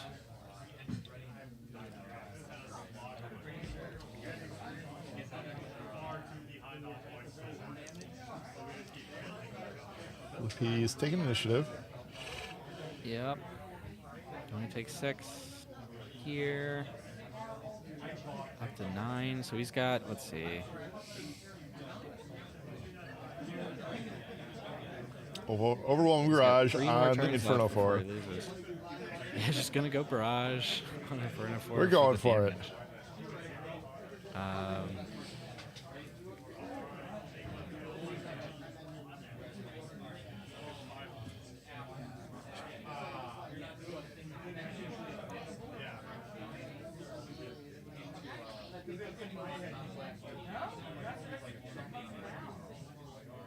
I think Carlos is gonna. Okay, Carlos is bounty hunter crew. Nothing immediately for this Inferno 4. Yeah, it looks like the Inferno 4 is going to be able to get an attack in. Yeah, There's a but Vanquish I- going back to Carlos's hand. Vanquish is So just that's gonna here take that comes out, 5 damage. 27, just 3 more. It's going to vanquish the Inferno. Vanquish.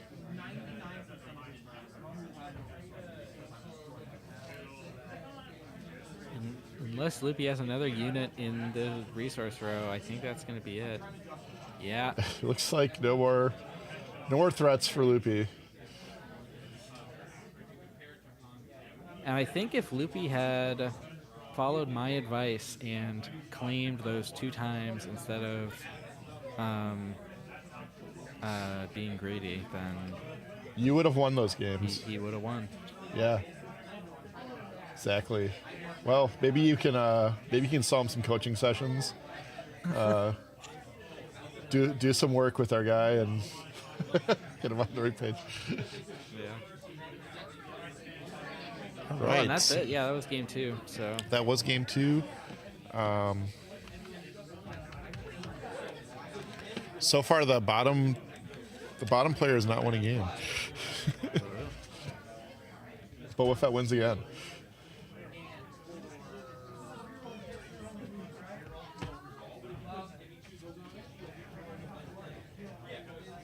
Hondo deck's pretty cool though. I dig what's going on there. A lot of smuggling. More of a would you classify as a controller or mid range deck in general? Hondo? I Yeah. would say Hondo's control deck. Okay.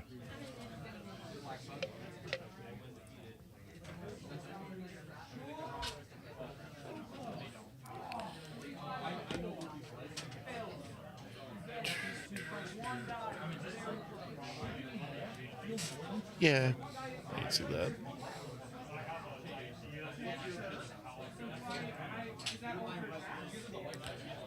Do, do, do, do.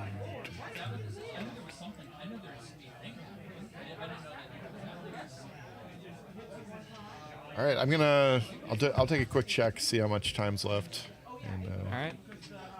see if we can estimate on when.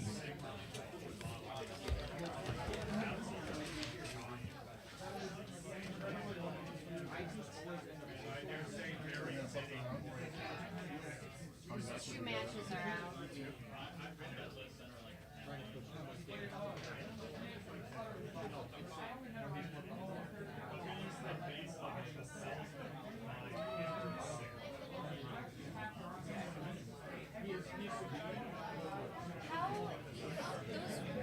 How is seeing the base damage?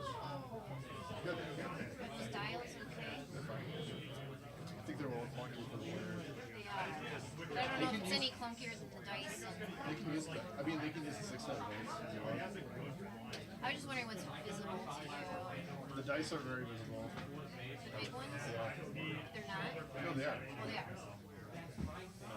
Or the damage counters. Those work good too. I don't like the damage counters because I feel like we spend more time figuring it out. The 1s and the 3s and the 5s and the 10s. Let's try using the dice. I feel like the spinny thingy is less error prone. Because even with the dice, they're kind of huh? No, I just mean like with the dice and the 6 and the, you know. I think the ones with the numbers are better. Yeah, I was thinking about getting like one of those like Riley Hills and Tree, like the 210 sides, where you just use the actual numbers and the dice.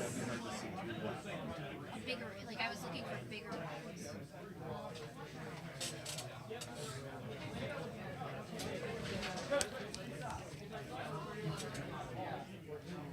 Okay, 2 more minutes left in the round. There's like a couple matches still out. Okay. So we'll take a very short break. Should be back in about, I would say, 5 or 6 minutes, hopefully. Okay, sounds good.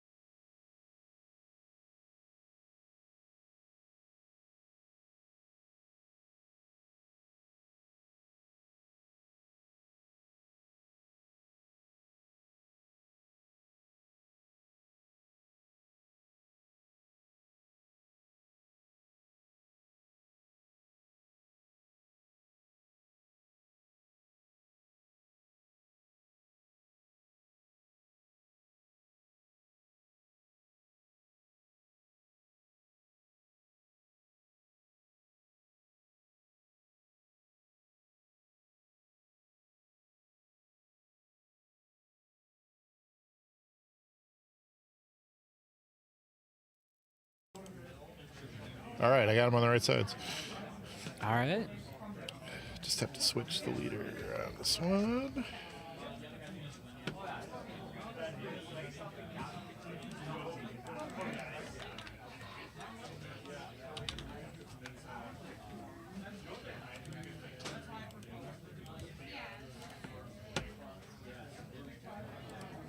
People are saying that I'm muted.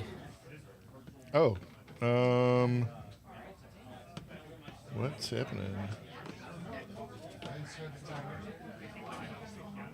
I know I'm unmuted on Discord, but am I unmuted in? Is it the desktop audio unmuted in OBS? I don't see you muted.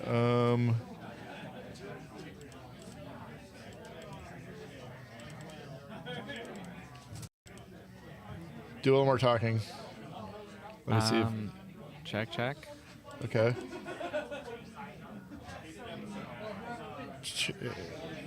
Are they still saying they can hear you?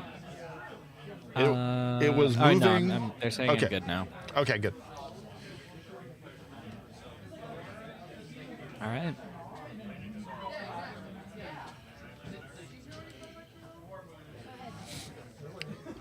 So, looks like pretty standard Sabine here. Yeah. Not seeing a lot. He's Nothing on that 2 we- Timely's main, 2 Metal Ceremonies main. Those are interesting, but I think pretty standard at this point. Only 2 Fighters for Freedom. Fighters is one of the better cards against Control and maybe against this mid-range deck also. But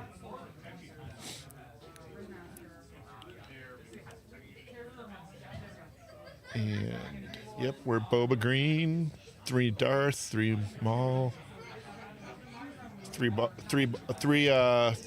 Misty Mountain favorite Bosk Deadly Stalkers. all right. Yeah. Reinforce marker. Ooh, he's on a copy of Choose Sides in the sideboard. That'll be exciting to see.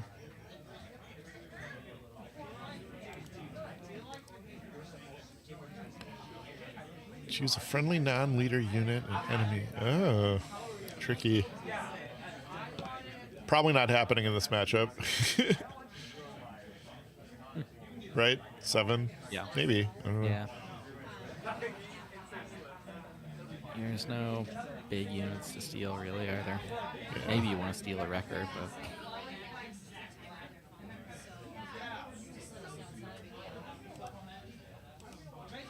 Classically, this has been a pretty bad matchup for Sabine, right? I think so, yeah. But some of the new tools might be able to help her. Yeah, I guess I haven't. Yeah, like Wrecker and Poe. Do those swing the matchup a little bit more, or is adding the fact they just get to add Maul as well? I don't wash think that Maul out. does a ton here. Yeah. I mean, yeah, I think Poe and Wrecker definitely could swing it. In basically any matchup, if Wrecker gets a head off, it's Yeah. big.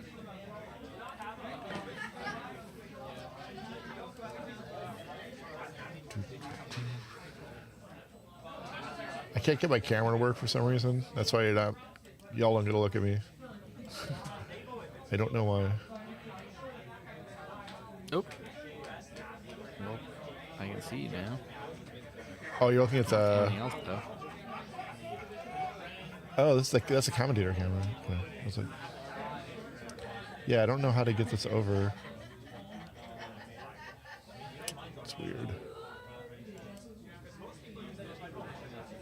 Well, can you bring the table back up? Because I'm only seeing you right Oh, now. you can't. Okay. All right. Okay. Thank you. Let's see if we can do this.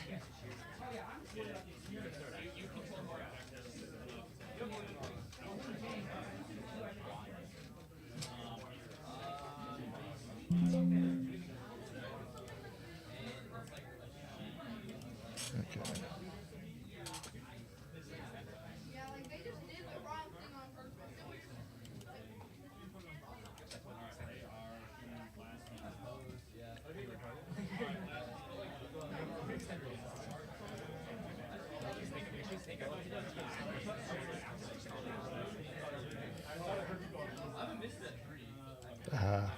You found me.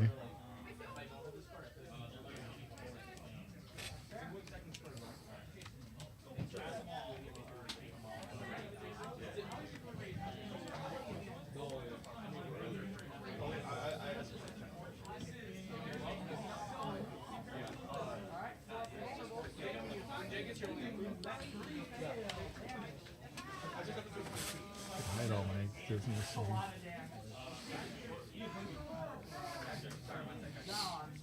Oh, well, quick start while I was gone. A couple of one drops from Boba, a Greedo, and a Salacious Crumb.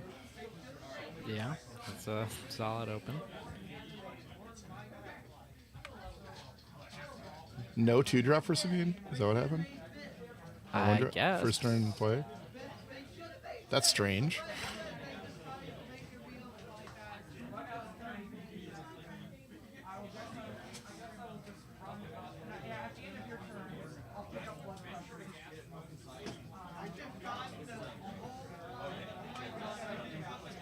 All right. Yep. Goes for casting here. That's a pretty solid move here. Yeah, I'm actually pretty good against the 3-1 and the Crumb. Yeah. And Greedo is going to go to base here. All right.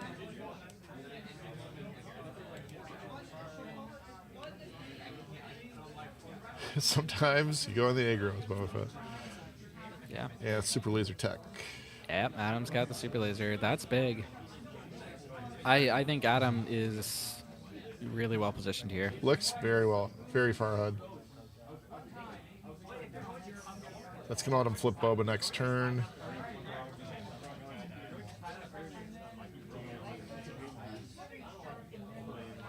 Pretty much all the things you want to happen as the Boba deck. Yep, he's taking no damage. Cast in here is going to be pretty easy to deal with. Although looking at his hand, it doesn't look incredible. He's got resupply, I think 7th Fleet Defender. Looks like he resources 7th Fleet. He's got a Reinforcement Walker. Can't quite tell what the other card is, but nothing like, oh, Maul it looks like. So nothing super impactful going to get played this turn. It looks like he's just going to go double ramp this turn and be able to play them all next turn. God, my camera frozen again.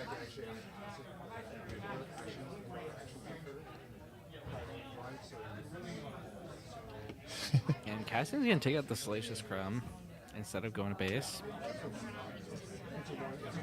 That Crumb can get annoying, so it kind of makes sense here. Yeah. Sabine playing on defense. You'll love to see it. Yeah. If Scott has the Darksaber here, that could actually shift the game quite a lot.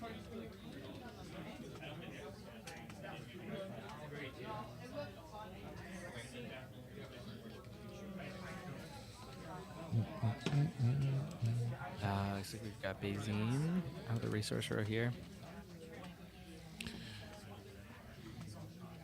No Darksaber, but Wing Leader could be big. Wing Leader, K2, or Wrecker are all big here. Nothing. Yeah. We've already played 2 medal ceremonies. Yeah. and we stopped it right. I'm probably taking either Wrecker or Wing Leader here. That's why we're standing there. Maybe there's an argument to take K2. I mean, like, ECL K2 to clear Greedo is a pretty strong play right now. Especially with 2 Metal Ceremonies on the board. Follow up. Yeah.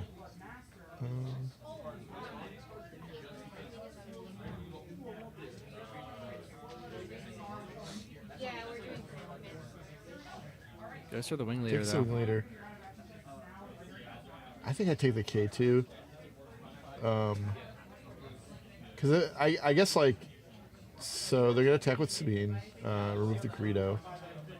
Oh, okay. Sabine clears the And Greedo now, here. That makes sense. Could just ambush the K2, right? I mean, he can. He's not going to get much Or out of it metal, at this or point. metals. I guess if I were a metal ceremony here, maybe that went too much. Yeah, he's gonna metal ceremony. Metal ceremony. He's gonna remove Sabine. Sabine. Okay.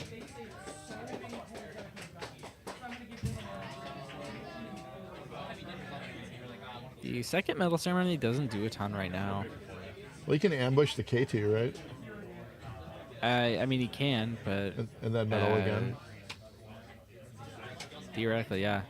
So yeah, if he did it to take out the Bayzine, but then he's sort of wasting his ECL. Like, he's gonna do it to take out Boba, which makes a bit more sense.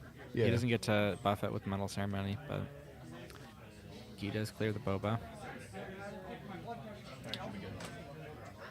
I almost like. Well, what happened with the K2SO's leaf play ability? I think he's still thinking about it. I think I almost like that. Maybe not. I guess if you could see his hand. He might have gone for discard instead of damage, and now Oh. Adam's thinking about what to discard. Yeah, it looks like he needs to Interesting. discard the reinforcement walker. So here's resupply.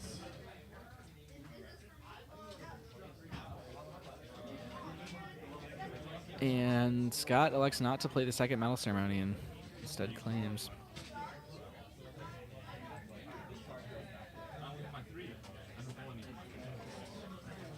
So despite the really strong open for Adam, Scott sort of managed to negate some of the advantage that he lost.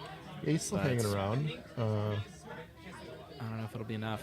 He's already used his ECL, so he doesn't have the comeback play with Wrecker. He's not going to be facing down either a Maul or a Fire Spray this turn. Yeah, you know he had them all in hand. Yeah. Did he have Yeah, a? he still has it. He had. He has a fire spray. Okay. Yep.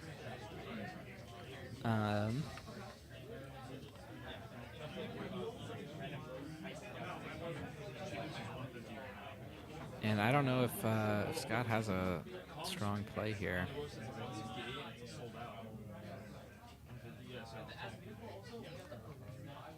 And Cassie's gonna take out Bayzine there. Interesting. So we do see Fire Spray and it's out of Maul.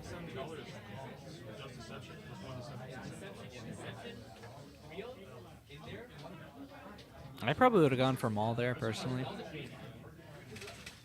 Yeah, keep the board clear. Seems Yeah. good. You're getting the same Then again, amount I of guess damage too.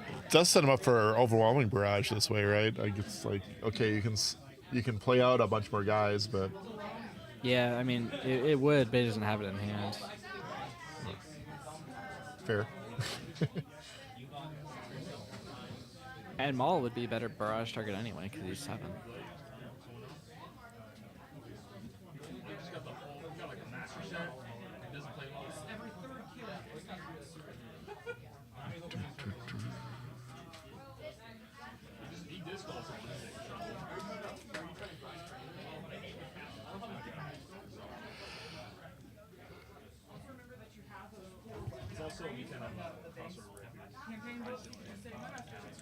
Maybe he was trying to play around Wrecker. Didn't want to get the Maul killed by Wrecker.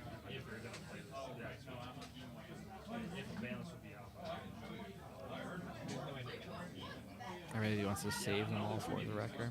Something like that. Yeah, I don't know. Looks like I think we're gonna see the Maul here.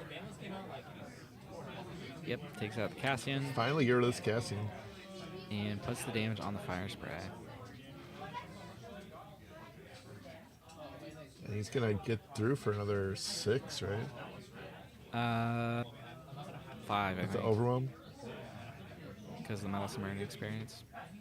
Oh, okay. Or you can spot case, like me. Maybe he was trying to wait to use that the maul ability to put the damage on the fire spray. Just because he Oh, that's doesn't true. wanna- Yeah, the fire spray, that no space units, so it doesn't hurt him much to throw the damage over there. It's Yeah. pretty good call on his part. Boom. And so now he survives the wrecker here.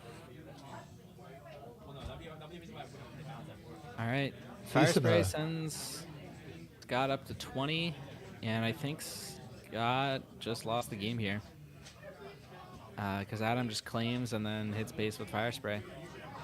Yeah, not a lot of options though. Like there were 2 lethal attackers in play. He had to remove one of them. Yeah. Yeah. So We have a better shot having a win. all right. We're playing it out. Scott says, "Show me."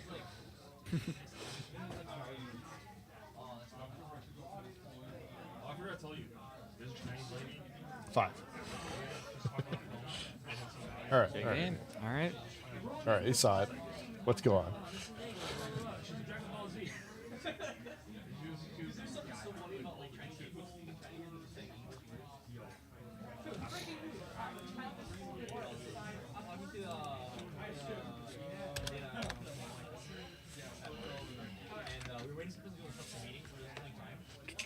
All right. Top player continues their undefeated streak. And Yeah. coming from the Boba deck, looks like he's got a No Good to Be Dead, 2 Lurking TIE Phantoms, 3 Waylays, 3 Palp Returns, and 1 Choose Sides. I'm guessing Waylay maybe to mitigate like some expensive cards in their deck, but I don't know if there's much the Boba Yeah, changes maybe here. that. Or, No Good or to Be Wing Dead. Leader, We'll s- potentially. Maybe No Good to Be Dead. I don't think you want the rest of those. For Scott, I think. Let's see. I don't. Couple Confiscate. He doesn't know the list, so Yeah. Confiscate We- might come in if he's worried about armor, but he didn't Yeah. see any armors in that first game, so maybe he's not worried about it. Heroic Sacrifice. I think you probably want that in this matchup. Yeah, the only upgrades in the Boba deck are Hotshot Blaster and Boba Fett's armor.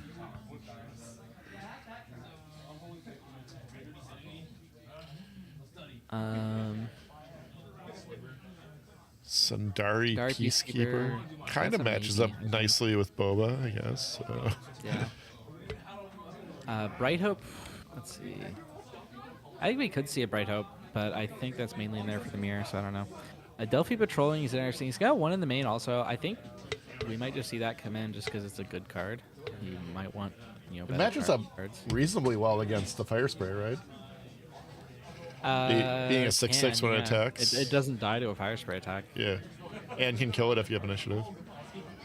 Um, Oh, wait. No, never it- mind. it That's was not how entirely this card different works. than I reread it. He could ambush it in. No. I don't think that works either. With ECL, he could. No. it doesn't No, work with no. these attacks, yeah.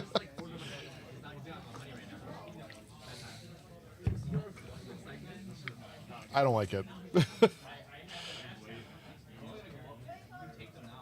they've been going down. Well, they like stable. 5. You got these 2, you got a shifter.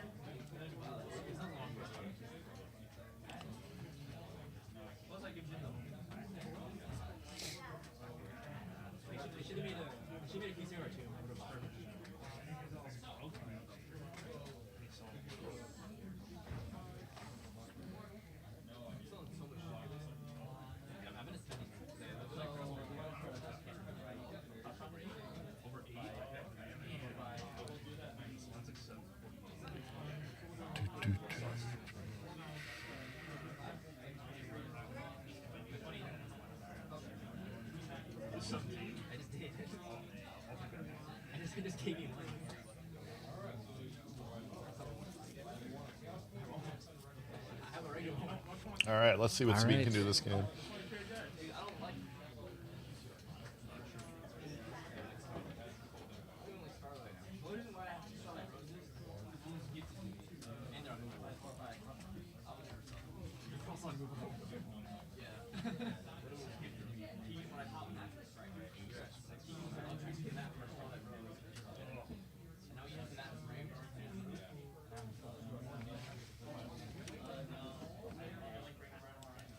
All right, it looks like Adam drew the super laser tech again. So that's big. Looks like he also got a mercenary gunship, which is a great way to counter some of Sabine's space openings. But it looks like she's going to the ground this time with the Rebel Pathfinder. Pathfinder is a card that was out of Sabine decks for a while, I think, but has made its way back in to deal with the Sentinels from control decks. Yeah.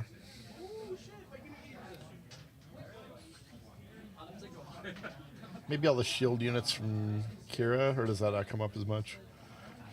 Yeah, I mean, Shield sometimes counters. does, but oftentimes they're shielding Sentinels, so you Yeah. just bypass that. True.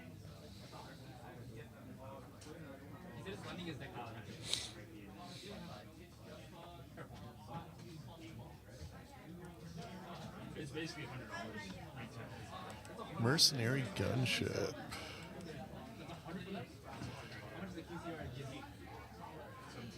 This is the expansion.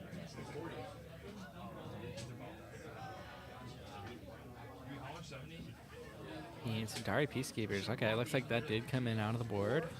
I think they have one main as well, so Oh, maybe. All right, McClunky going to come down, deal with that. Pathfinder, and because of the Boba, he still gets to play Super Laser Tech. cool.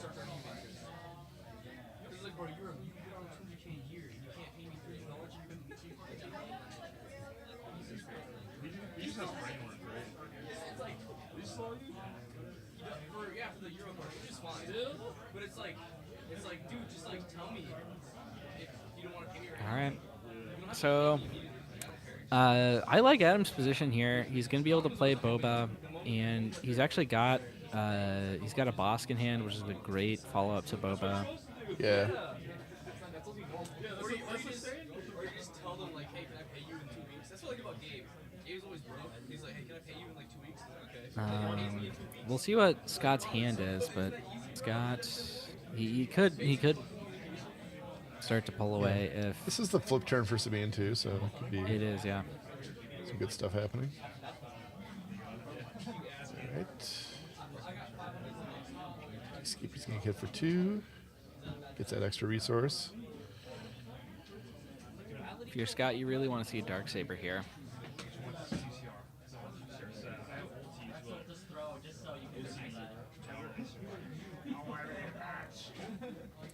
It's gonna hit both for 2 for 1. Yeah, just did the spin ping. Yep.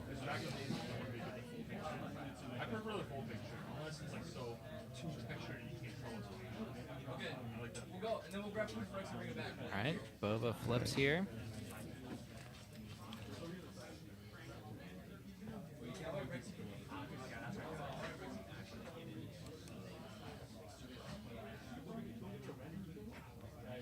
Darksaber would be big here for Scott, but he's just not showing us his hand. And ooh, did Scott just claim without playing anything? No, that can't be, right? Maybe he just passed. Maybe. But Adam's gonna use the opportunity to play his boss, remove that Peacekeeper.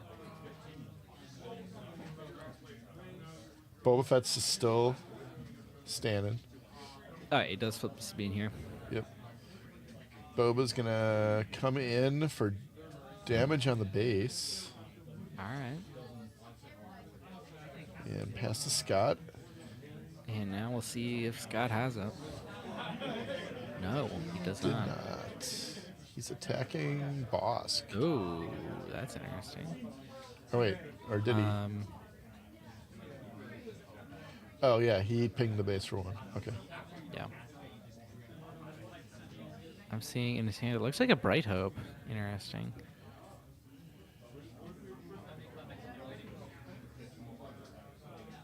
Yep.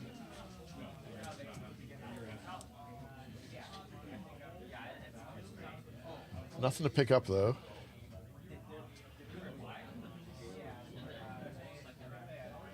Yeah, the Darksaber is just not showing up for Scott.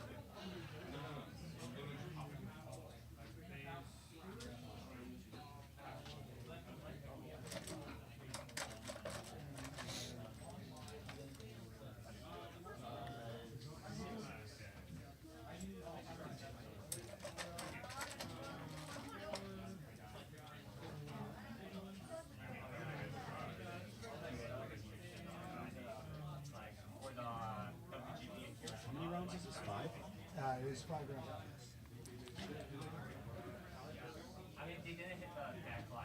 All right. And I'm not sure what's going on here. I don't know either. I think they're resourcing. All right, looks like we've got a play being made.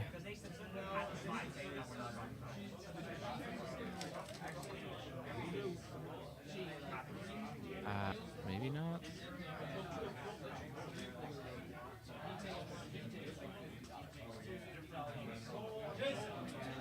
There's 7 resources in play. I think that's the issue.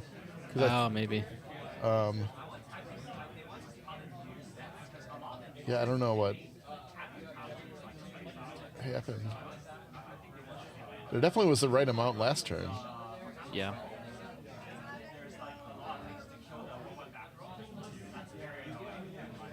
And it looks like one of the contested resources might be a smuggle card. Yeah, there's a holdout blaster. Yeah, there's no way he should have 7 resources in play. Yeah. I don't know if they've called a judge yet.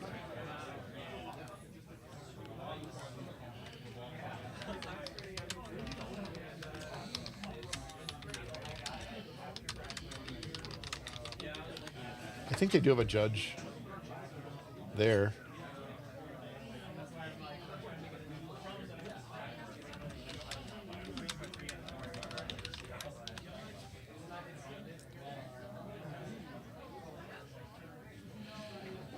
So strange. He has 12 cards, it looks like, if he has 7 resources down. I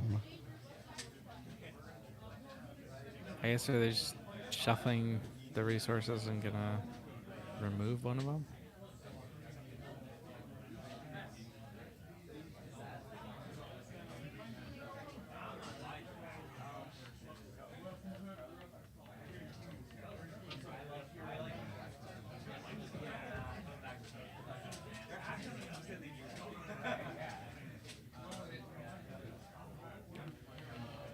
Yeah, I think they're just... But how does this... Okay, so that goes to his hand? Guess. Okay. It's a little strange, but I guess I'm guessing that's how the judge decided to fix it. It's probably correct. Our judges know their stuff, so I would expect that's the correct fix. Kind of makes sense because you don't know when that extra resource came down, and but yeah, as far as we can tell, I mean they definitely had 5 at the end of the last turn, or before drawing.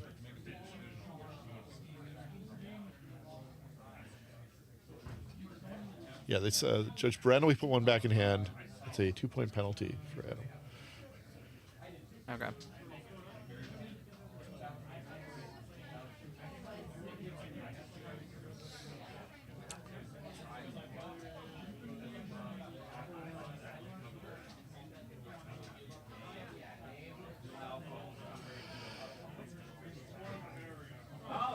So now Adam's Looking hand at looks us. like his Maul, No Good Me Dead, and Super Laser Attack. Yeah. looking at his hand, I mean, I don't think this helped him much, you know, because he was. I mean, I guess if he could have played a 7, that would have helped a lot. All right. Yeah, I it guess would've I guess it led would to have been very good.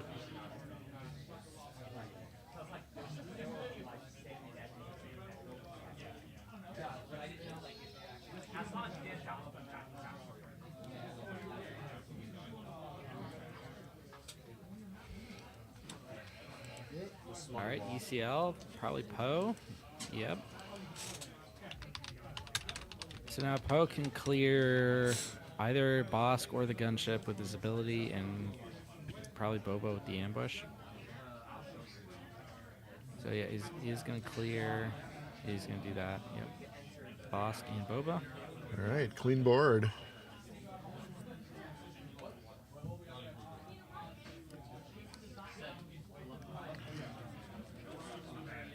Does Sabine deck ever pay for this mercenary? Probably not. No. Yeah, You're probably also always not. gonna be better off playing one of your own cards. Yeah.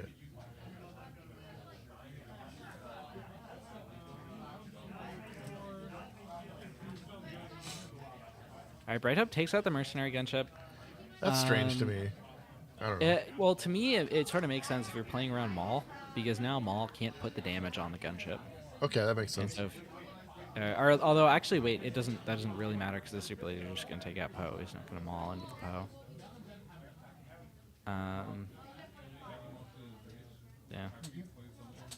Yeah. It does take McClunky offline also. So Oh there yeah, are being reasons an to do that. underworld. Yeah.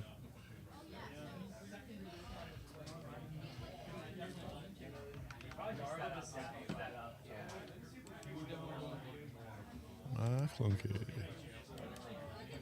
He does play 3 of those.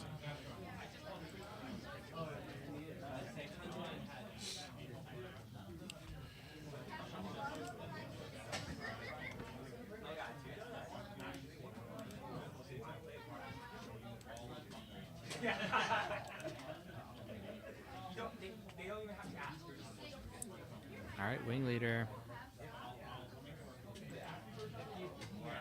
2 experience on the Bright Hope. It's an okay space setup here. Looks The like we're mall, just gonna see nothing a to straight ambush Maul. onto. So I guess I like going to space if you deal with the mall. And Yeah. a little dodging of arenas. Mall, you're okay down there. We'll just do our thing here.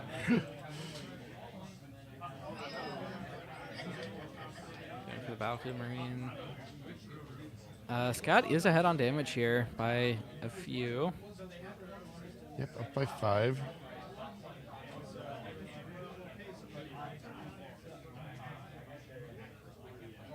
He has already used his ECL, so he can't do record shenanigans. But he is on timely interventions, so that sort of counteracts a bit of that.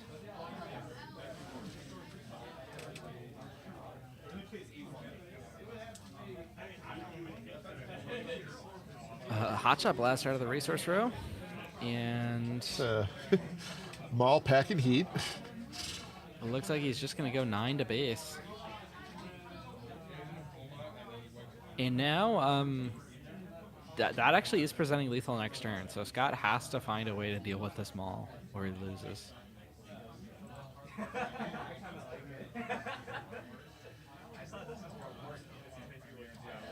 Yeah, Rebel Assault would only get him. Wouldn't get him close to killing him. No.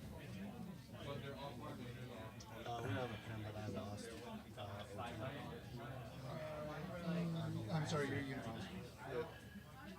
Is that yet? Yep. Does he have a way to win this turn? He's got to do 14. He's got 5 on board. Yeah, I don't think he's anywhere close to winning. It's like no good to be If dead he has on double the... Forakas and he hits all 4, he can get there. Okay. Not through that no good to be dead, though.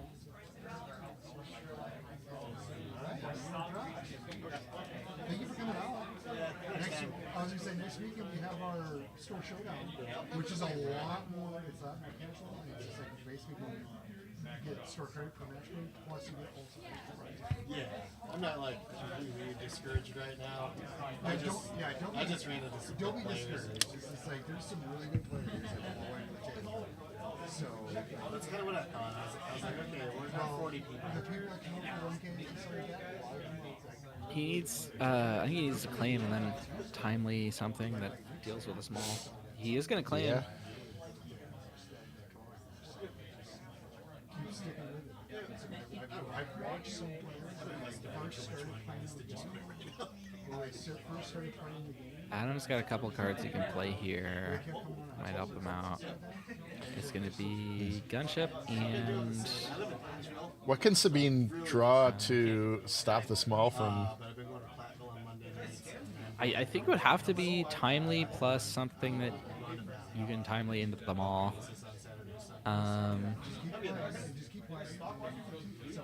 Which would be like Poe, Wrecker, pretty much exactly. Maybe Confiscate if you brought that in out of the sideboard.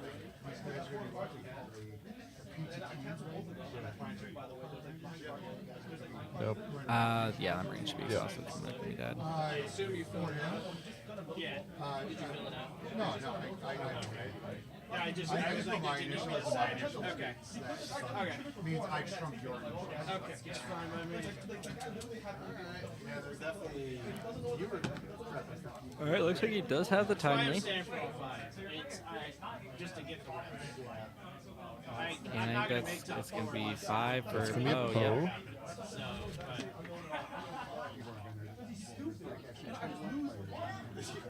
So, I wish it were a top 8, but just because. Well, it is paid up to top 1. So, I mean, top 5 for 8 is good. You're getting Maybe I'll get my. Then here's the Poe trigger, which he could do. I mean, you could do 2 to base with it. I think that's probably the best use of the ability if he does use it at all. Discard is kind of pointless here. Maybe you want to kill the. He has to kill the upgrade, right? Or he's dead. Well, no, he just ambushes into Maul. Oh, he hasn't. He's ambushing. Yeah, with the I timely. guess I thought he'd used that already. He's used the ECL, but he hasn't. He just did the timely intervention.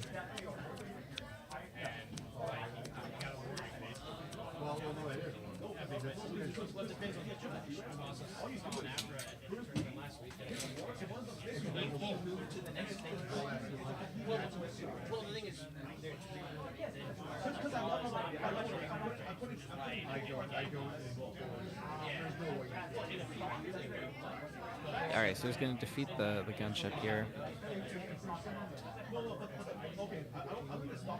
And I'm not sure what the other discards were for. He made him discard a card, but he Yeah, but discarded a wrecker for that. Yeah, I really do not think that's. Yeah, that's. It's a waylay. Yeah, I was just gonna. It's gonna untap one. So he's setting up a fire spray. I don't think he has a. That would be a big play here if he did. All right. Sabine's still a little on the back foot here, especially with this Boba Fett added. Looks like he didn't attack with the ringleader there. I'm not sure why. I think he wanted to make sure he claimed. Maybe.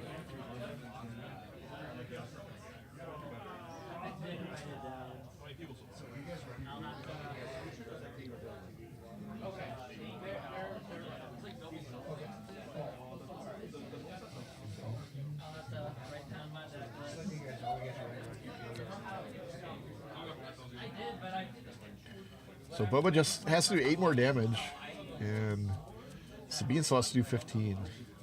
Yeah. All right, there's a wrecker. Drop a wrecker. Blow up the Boba.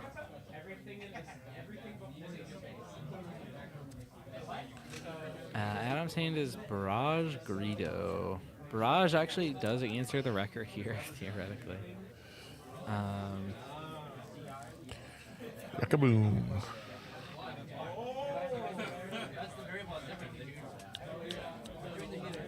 What's he got?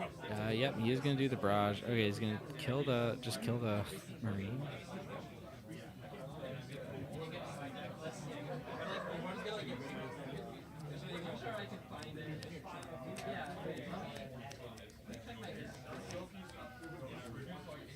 So, I mean, he better have something in that resource row that deals with Wrecker.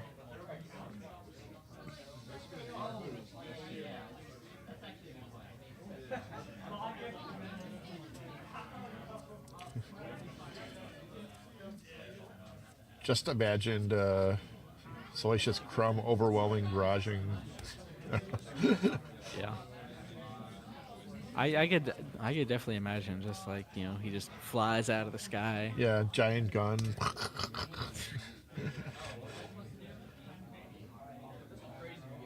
It is only for 3, so. Yeah. Ooh, Adam has the fire spray in hand and another barrage. So, God can do 7 to base, which would bring Adam up to 24. Plus 2 more from the wing leaders, 26, plus 1 from Sabine is 27. So, I mean, if he's got like 4 cause here. He's going to attack Rito. And decides to go into Greedo, so he only is doing 6 to the base here.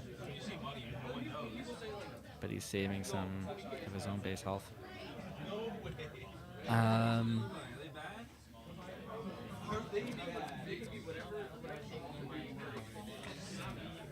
Adams, I feel like Adams is thinking about, okay, how do I get this?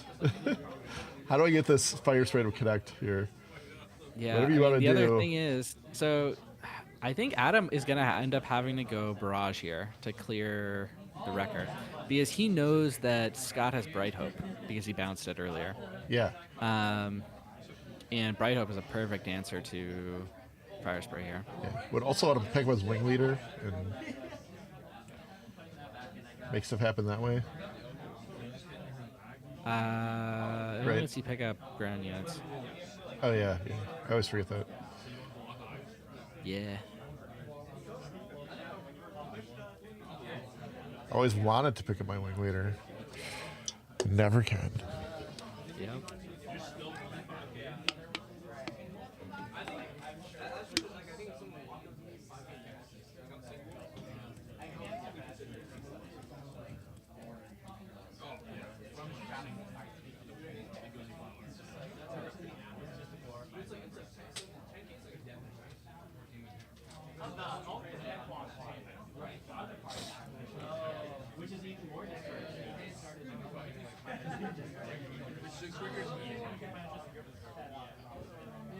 Scott said take initiative. It is, but it means different.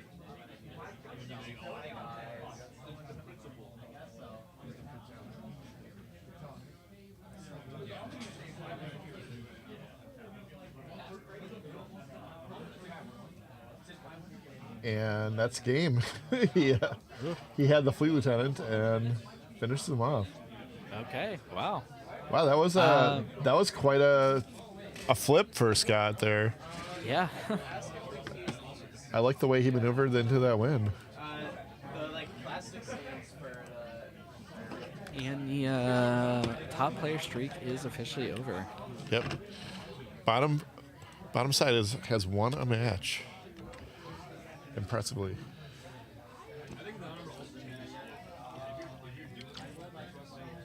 Still 1 game left to go.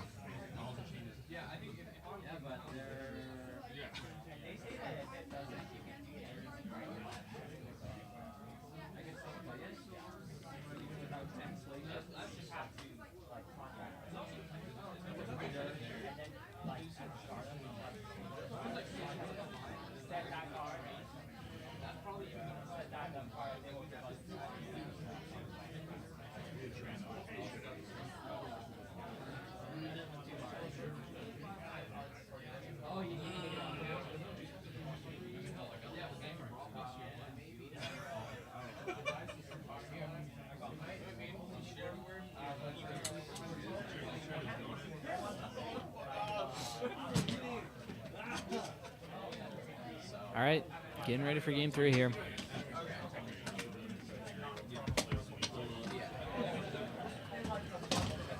Do you know how many Swiss rounds we're doing?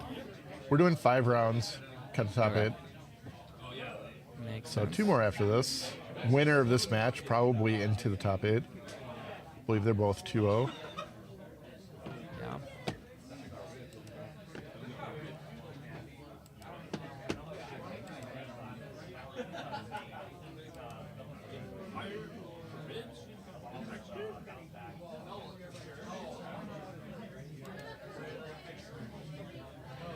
Yeah, we had six undefeated players left, and both of them are.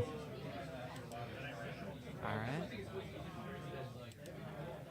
Only one can remain after this, though. Yeah. None of our undefeated matches have finished yet.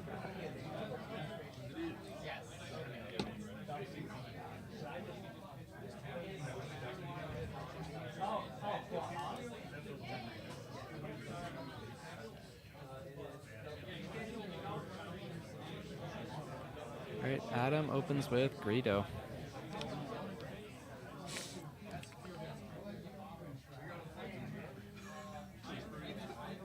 And R2. Great answer for Greedo. The natural counter. Just like in the movies when R2-D2 hosts Greedo.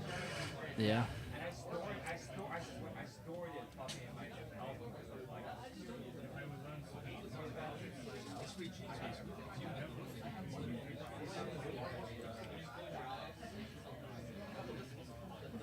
Guy keeps putting all his cards upside down.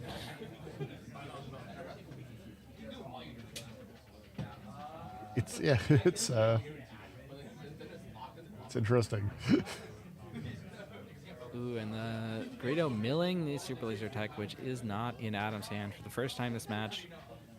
He's not going to ramp. That's what you get for the blind mill. Punished.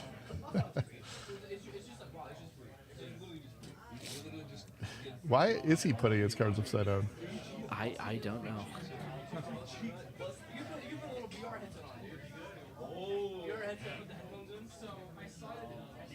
All right, okay. He did pick up a resupply here, so he could go to 5 this turn if he wanted. Thank you much. Thank you. You guys report on that? I did, yeah.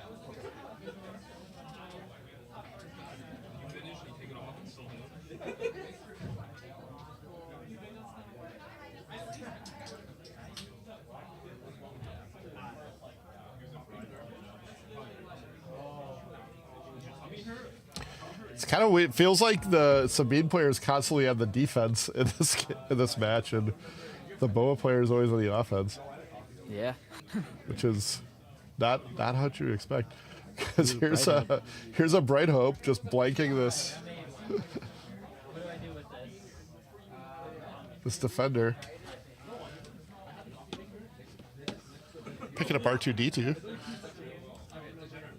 Nice little value play.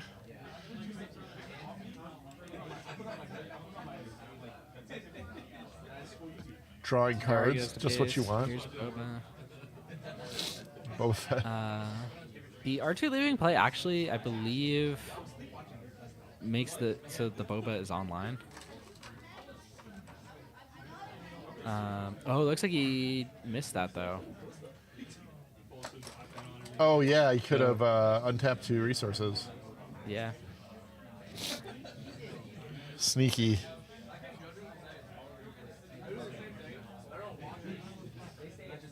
It is an optional ability, so I believe.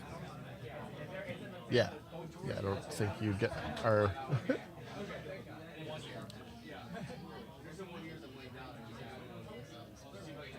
All right, this 1/5 Sentinel will leave play finally. Thanks to a Bosk.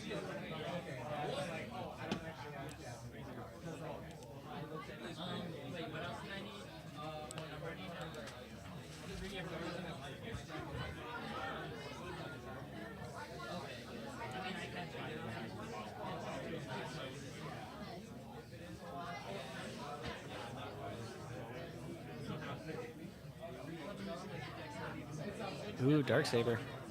Dark Saber on Sabine. And because he played that boss, I believe he has a No Good to Me Dead in hand, but he can't play it.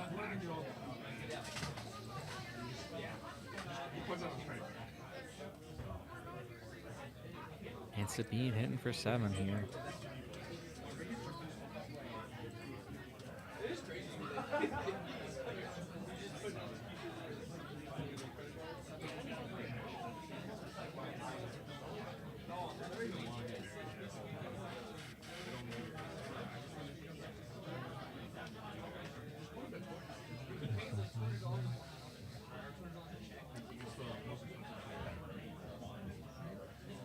And yep, 7 fleet's gonna trade right seven up there. Stop the damage. Finally get rid of that.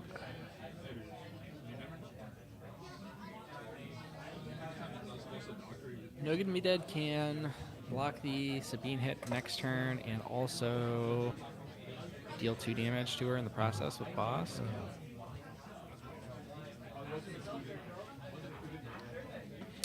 Put a couple boss damage on Sabine.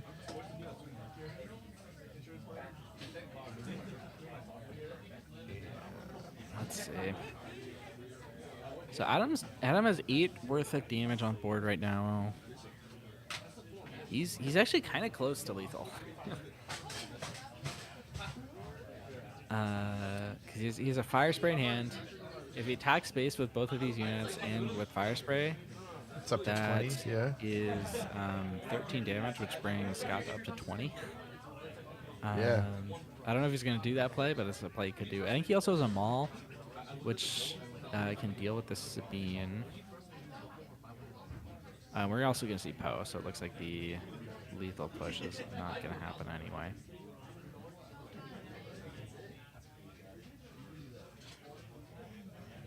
Jen, one thrust is $500. So one thrust,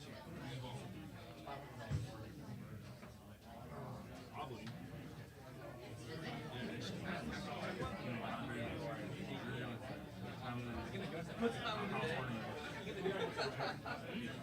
Looks like he's going to pitch to deal 2 to the base.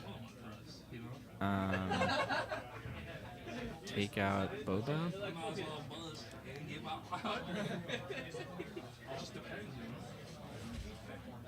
And I think force a discard as well, which is going to be that waylay.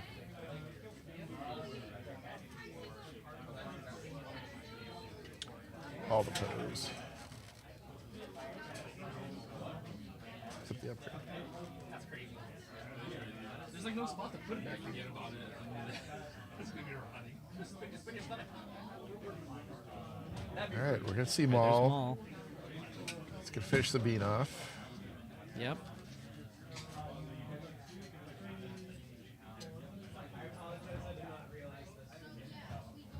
And boss, he's going to trade in Poe.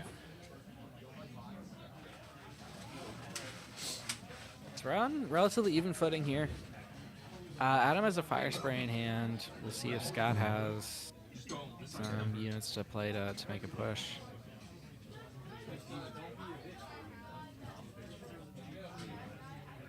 Pretty far behind on damage though. Yeah. All right, there's a fire spray. Step 1 and getting back in this game. So wing leader. Wing leader. Unfortunately, Sindari Peacekeeper, I don't believe is a rebel. All right, so he's going to how about a do red red suit? 3 instead.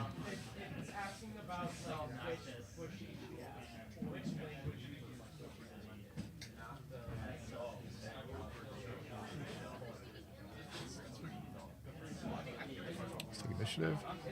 No Good to Me Dead on the Peacekeeper.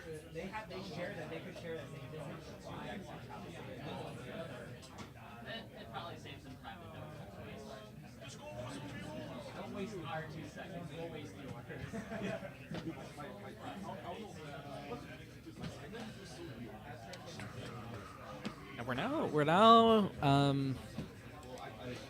Adam's actually ahead in terms of remaining health because of the ECL difference.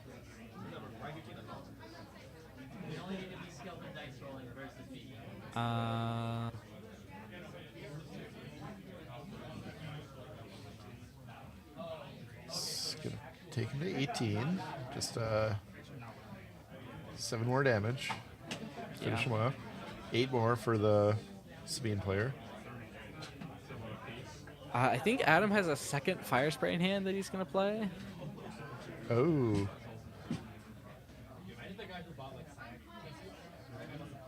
Classic. Yeah. They take initiative. So he's going to go up to 23.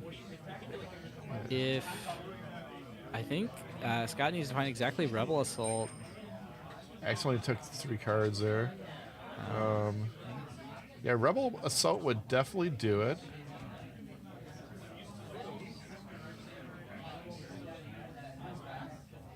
Or let's see, is it Delphi? Heroic Sacrifice on the Adelphi would do it. Yeah. Is it Adelphi's not a rebel, is it? No, it is don't not. know. It's not. It's I New think it's Republic. Resistance, right? Yeah, it's New Republic.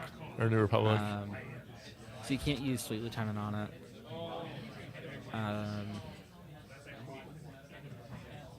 If he has a Bright Hope, that would save him from dying. Yeah, Bright Hope would be great. His collection of defensive Sabine cards could help him. Yeah.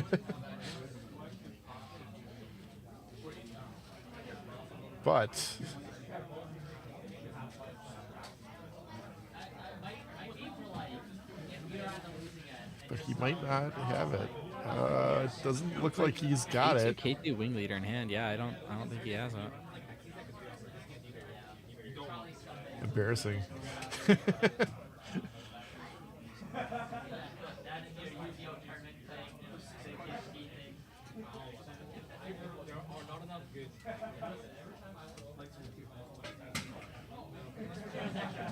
This is awkward.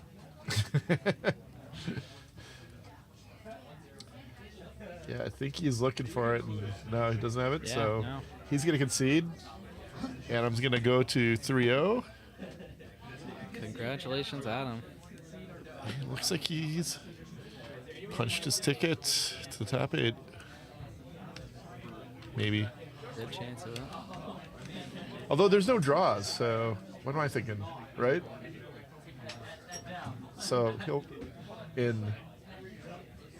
out by Bragic Brand again. Yeah, I mean, there's still a possibility he won't make it, but Yeah. I think most of the 3-2s will. I haven't looked at the triangles or anything, but 3-2 probably with best tie breaks probably does all right. Look it up.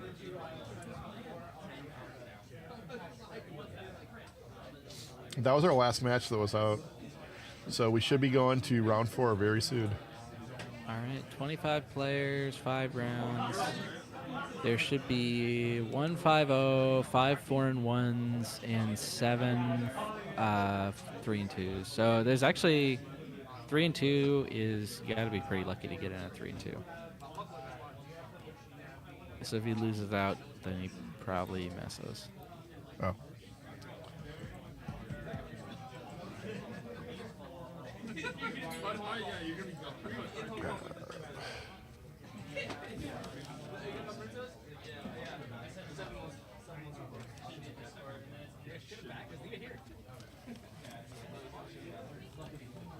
Round timer ended.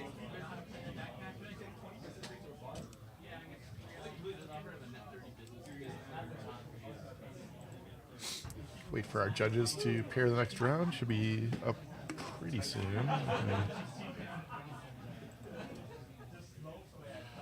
Pick our next feature match. Is it paired? Oh.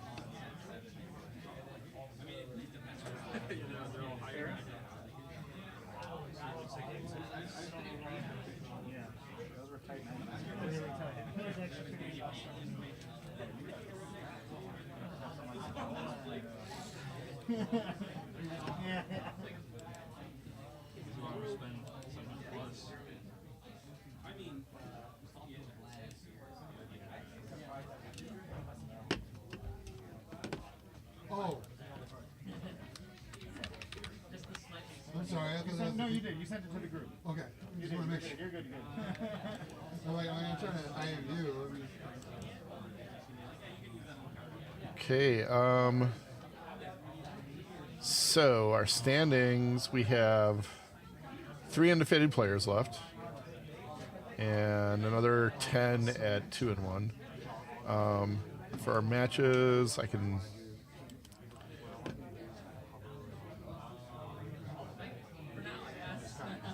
We've seen a bunch of them already.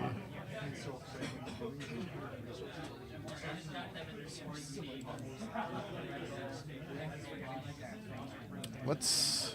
Yeah, I was trying to do that last time. Well, yeah. So just kind of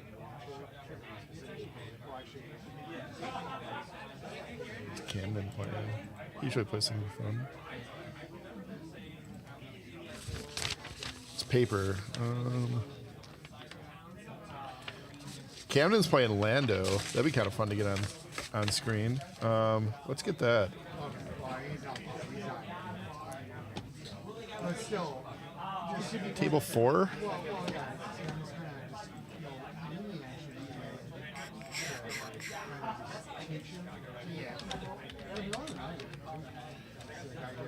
I was watching him play against Tim, and I'm like,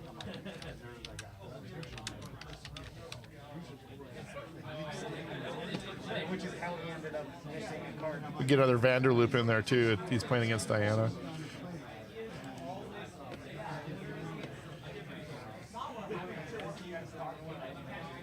Actually, no, I went to Misty spec. Well, I went with but with it, it's not necessarily committed because my rule is logic or table for animation. Alright, so publish it. Star Wars players, round 4 is now published. You can go ahead and make your way.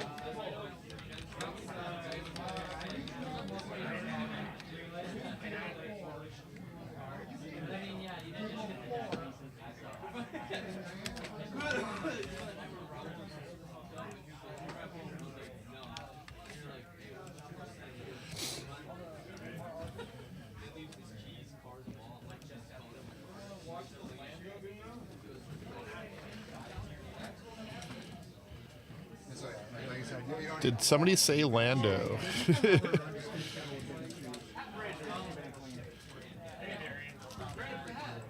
Is that what we have?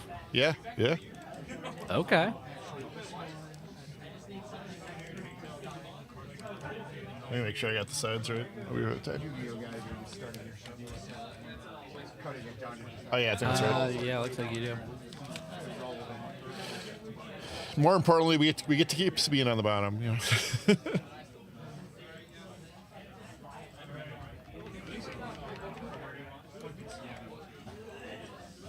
But we do have to change it to showcase.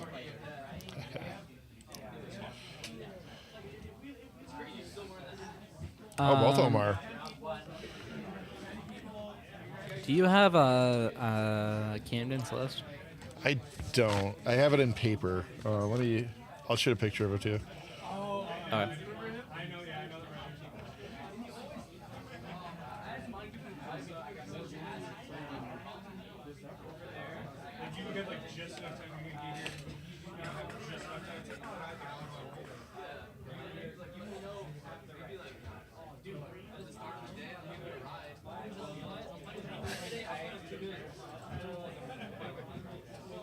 All right, well, I'm excited to see this Lando deck. These players are both 2-1, I believe. Yeah, Lando red. Not undefeated. Have you seen Lando played a lot in this form? In no, Swoop? almost none. Okay. Yeah, Camden is a regular at the store. Always plays some different stuff. Looks like Diana's got to get a read on Lando. Yeah. Yeah, I just went and read him online. Play a card using Smuggle. It costs 2 less. Defeat a resource you own and control. Use this ability only once each round. And then the front, he is... Basically the same thing, action, doing the same thing. And he flips on 4.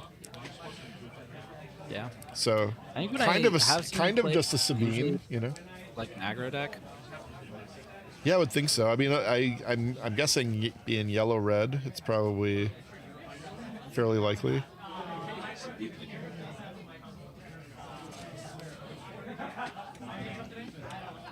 We might have a race on our hands.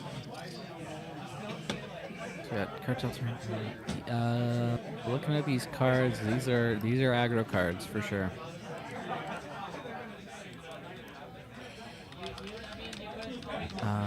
Smuggle is in there. Looks like there's actually not a ton of smuggle in there. A couple upgrades, L3, Falcon. I'm actually, well, it just says Millennium Falcon. I'm not sure which version of the Falcon that is. Let's, I don't know. I mean, I guess with There it is. smuggle. In context, it looks like it's the 3-cost one, so not the smuggle one. Because it's right before Yeah, all the... according to, if you look at the curve of the deck. Also might be, I guess the new Falcon might be a little out of their price range as far as like number of resources to get into play to play it. I mean, they're on wreckers, so... That's true.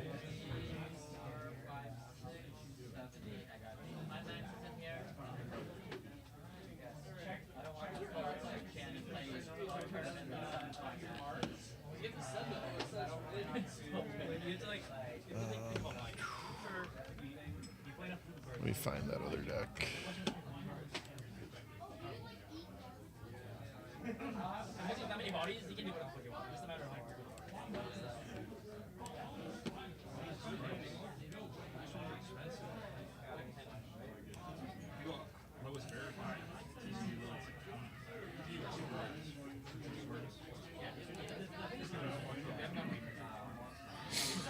Yeah, his deck is Cartel Turncoat, Hotshot Blaster, Heroic Resolve, Sabine Wren, Bamboozle, Alliance X-Wing, Armed to the Teeth, Surprise Strike, Green Squadron A-Wing, L337, Leia Organa, Millennium Falcon for a Cause I Believe in, Fleet Lieutenant, Cassian Andor, Red 3,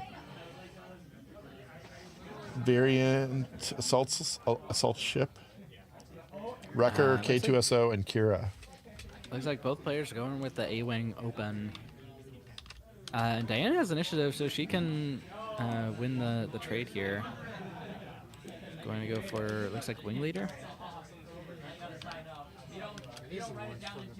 So maybe not trying to win the trade, but just go to base here.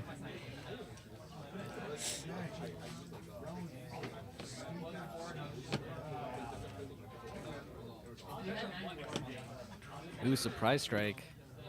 Going to just trade A-Wings fully.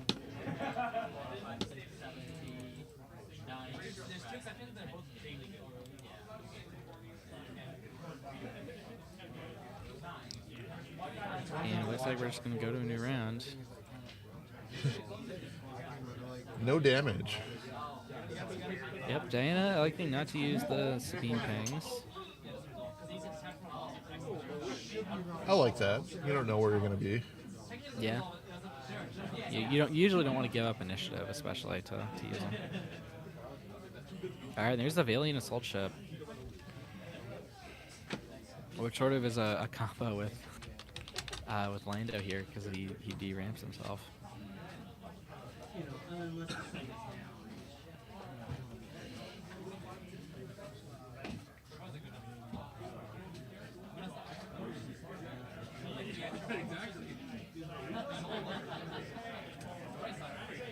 And Lando one of the few leaders that matches Sabine's ability to deploy early. Yeah. There's only 3 leaders of flip on 4, I think. Yeah. The other one being Kylo.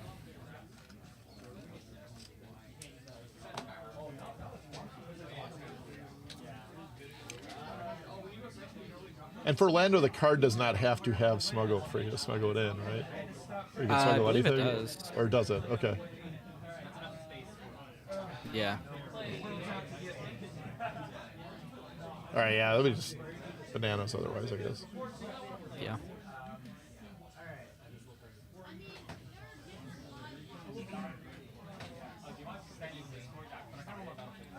Looks like Fleet Lieutenant.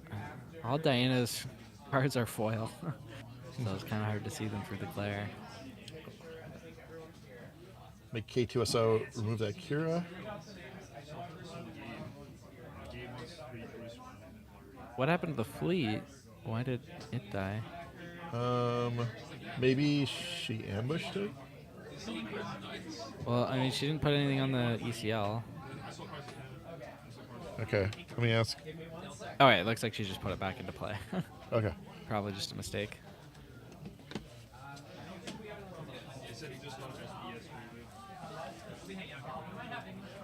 And Cartel Turncoat coming out for Camden.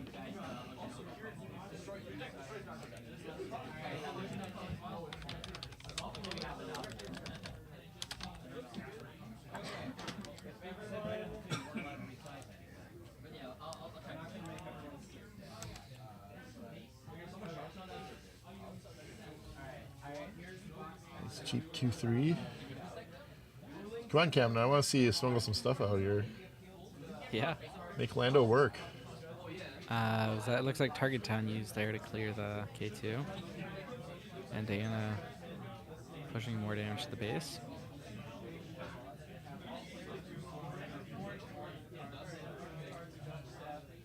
Orlando's a 2-5. He's not really doing much here.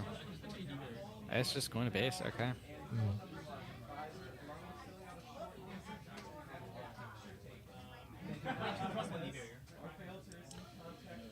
Head on the head in space, little behind on the ground, way behind on life total. Yeah.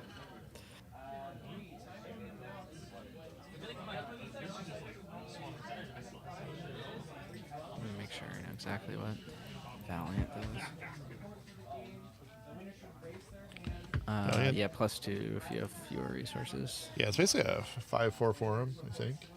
Oh, not yet. Once he decides to actually play something with Lando.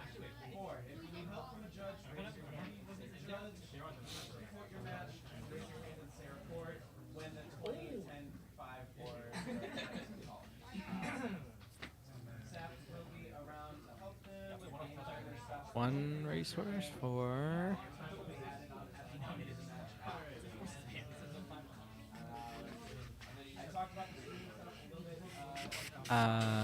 broke resolve, it looks like.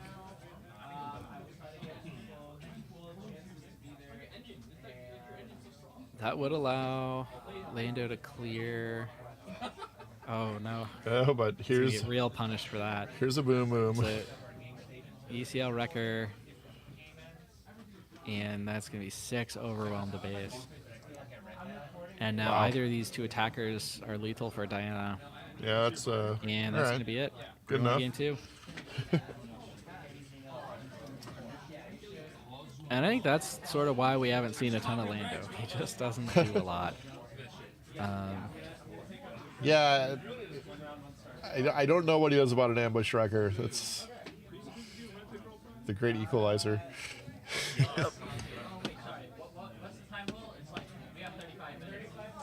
Look at this guy. Defeat a friendly resource. If you do, deal 5 damage to a ground unit. He has overwhelm.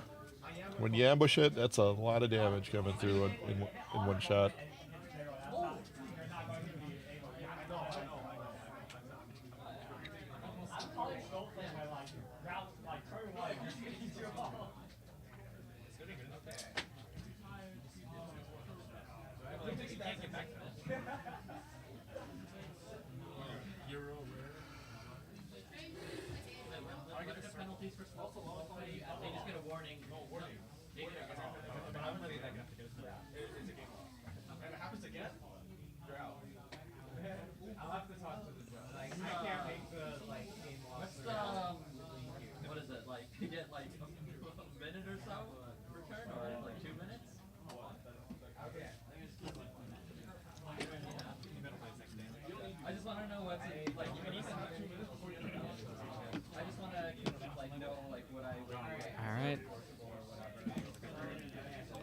Game 2, shuffling up. I'm not sure what these players have in their sideboards. Looks like Diana has Staring Raid, Fang Fighter, Fighters for Freedom, Bright Hope. You might. I think you probably bring in Bright Hope here. Just because you saw all those space units. I don't know if you bring in anything else. Looking at Camden's. Ooh, Sneak Attack, Pirate Starfighter, Heroic Sacrifice, Shoot First, Swoop Down. Swoop down. I'm not sure which of those is going to come in.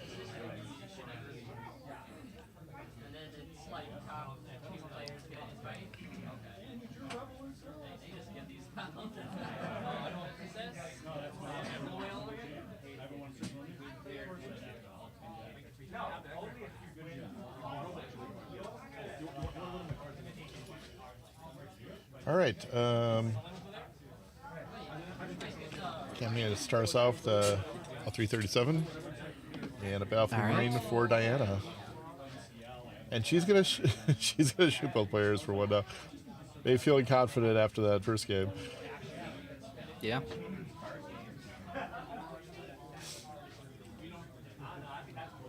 Well, when you're on the initiative anyway, you might as well.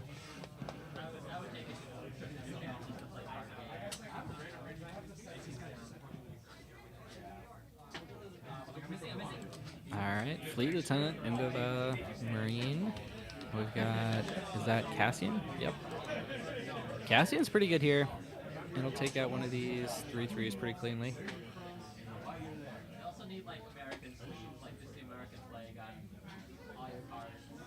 You smuggle into play? No, just regular? Oh. straight up played. And now we're on 4 resources. Both leaders can flip here. It's a heroic. Rebel Assault, it looks like. Rebel Assault. Just gonna do 8 space. And Diana's already done 14 damage. Yeah, it's a pretty fast start. Yep. Before Cassian can even control the board for Camden. Thank you, Judge.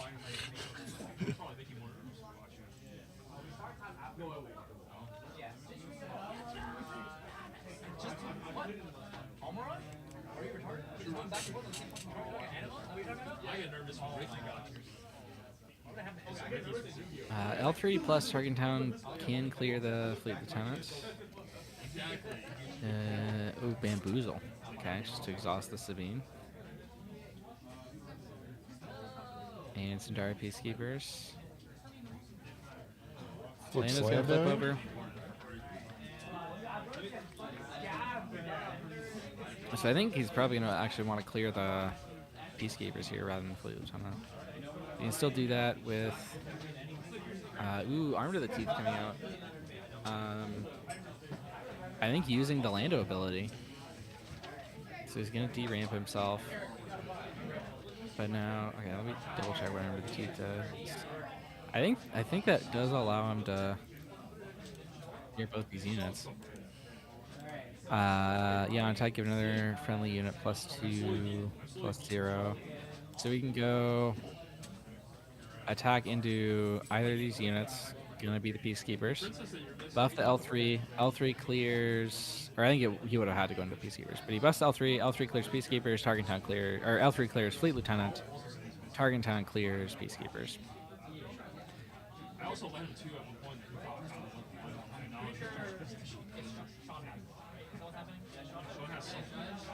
You got a wrong name on the paper.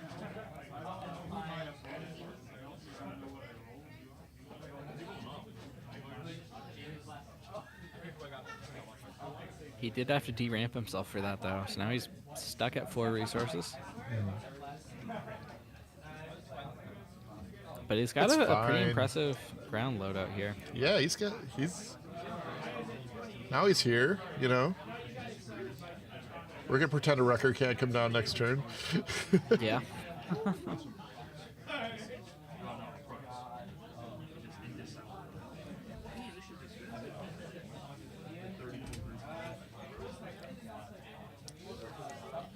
Yeah, he really just has to get to a clear board state, though. Otherwise, there's just so many cards in Diana's deck that can push through a bunch of extra damage. If anything is in play at the beginning. Yeah. Camden can do 11 this turn. With what he has. He's going to do Heroic Resolve. Make that 12.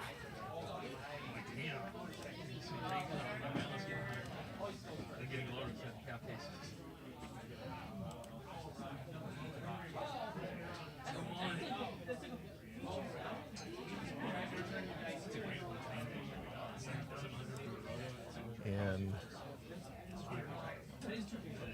is that an arm to the teeth? It was Heroic Resolve that he just played. He's got Arm to the Teeth on there from last round. Oh.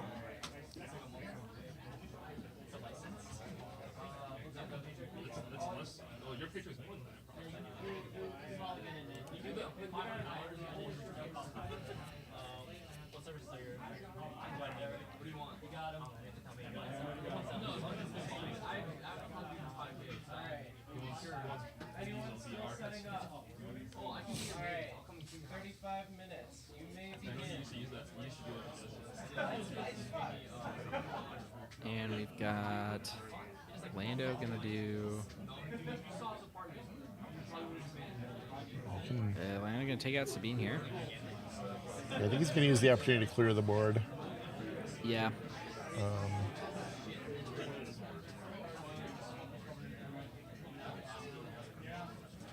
Ooh, not fully clear. Just gonna use the rest of these. Shouldn't the Arm to the Teeth have made it so?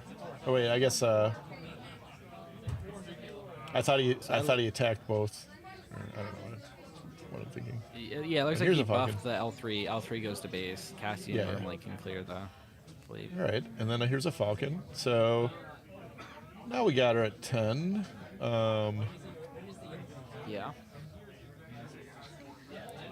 In range for something dumb to happen. Yep. But let's not forget, Wrecker can wreck. Yep. Let's see, is Wrecker. I think Wrecker plus the Sabine ping might just be lethal. Yeah, because it's that's gonna do 5, and now he's at 24. Yeah. So, boom. Again.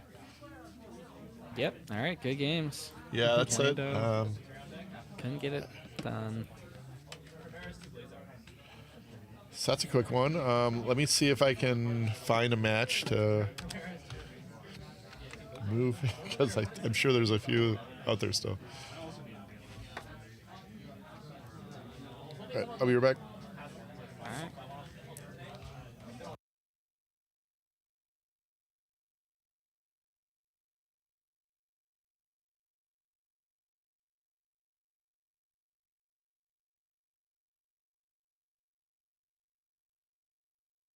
All right. All right, chat. How's it going? We've had some fun decks today. We had Lando on stream. We had Hondo earlier. Apparently there's an Afra at the event. Haven't seen that one. Oh, we had Kira yellow. There's, I believe, a Kira red that we haven't seen yet. Who's that? I think it is this player. No, it's not that player. It's this player. Nope, it's not that player.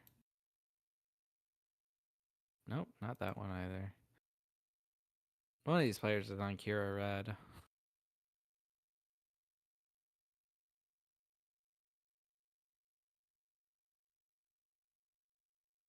All right, I'm pretty sure it's Kira red.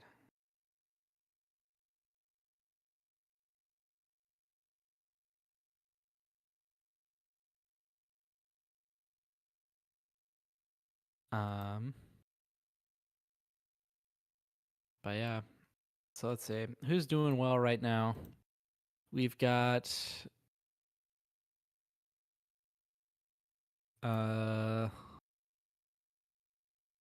3 players at 3-0. One of them is Boba Blue. One of them is who we had on stream earlier. One of them is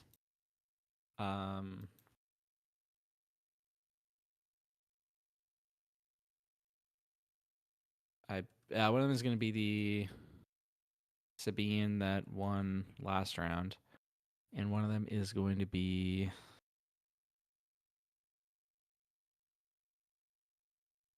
or sorry, no, the Boba that won last round.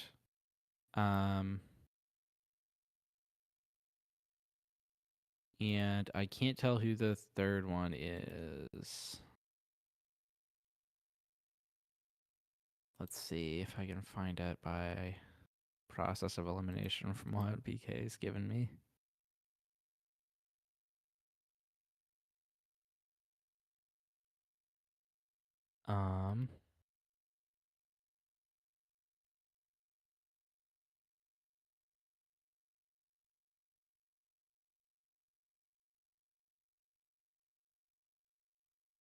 Oh, it's a player that had a bye round 1. And round 2 was against a player with that name. Is that...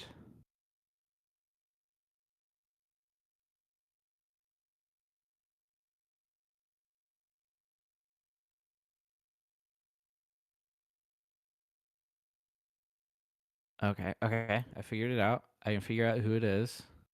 I just need to... Oh, and their deck list isn't linked. So I figured out who it was. They just didn't have a deck list. So there's a mystery deck at 3-0, and there is a Boba, and there is a different kind of Boba. Green and blue. All right, we're working on finding a match, but looks like everybody was in the middle of one still. Probably still in their game 1 after that. Yeah, that was a pretty quick one.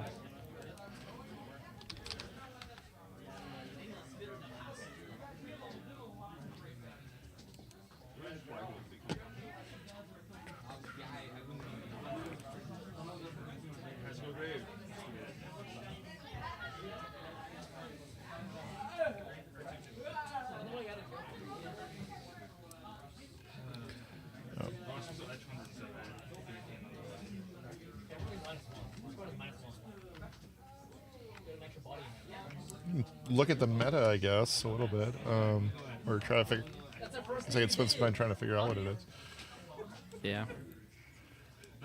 I was talking about the undefeateds. It looks like we have the Boba player that won last round, the Boba player that won a couple rounds ago, the one blue, one green, and then a mystery third one that I figured out was Ryan Leonard, but his deck list isn't linked on the sheet, so I don't know what he's playing. I think he's oh, okay. Yeah, I guess let's try to fill that in. Okay, so the Camden's playing Land. Weirdly, almost everybody who didn't is playing something kind of spicy. Nick is playing Bosk, Remote Village. Ryan is playing Dr. Afra. And okay, Tim is, he's 3-0. All right. Tim is playing Palpatine. Okay. If we can get Ryan on stream. Yeah, we should. Great. I didn't realize.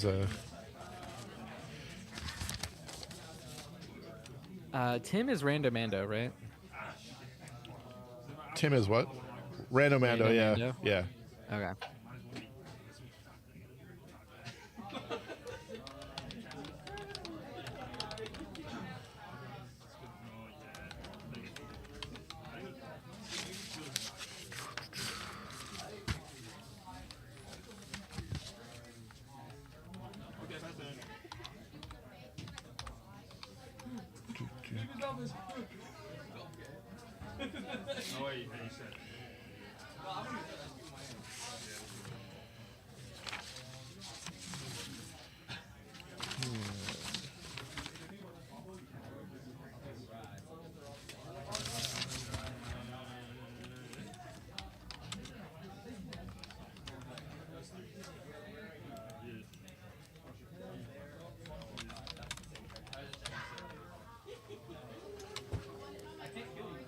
Okay, you're doing the same thing. Yeah, I just put it in there.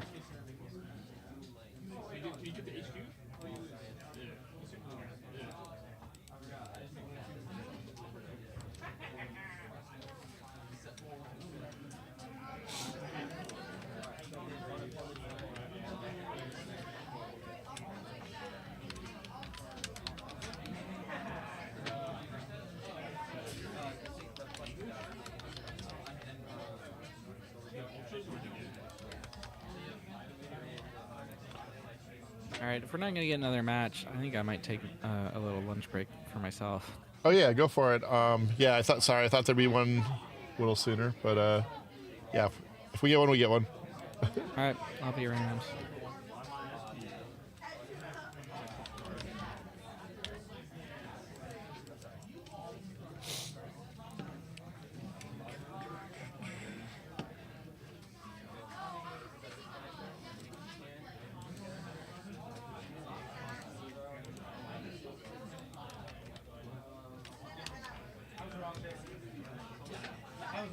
Okay, I'll just say, does he have it?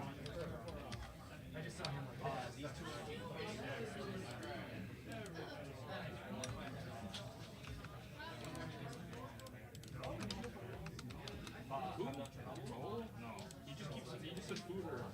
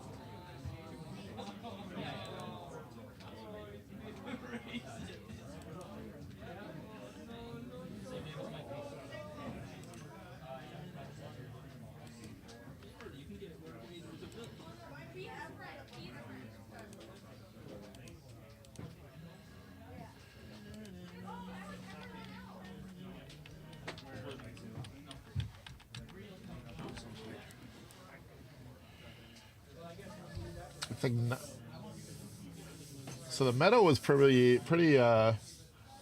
almost all there were like only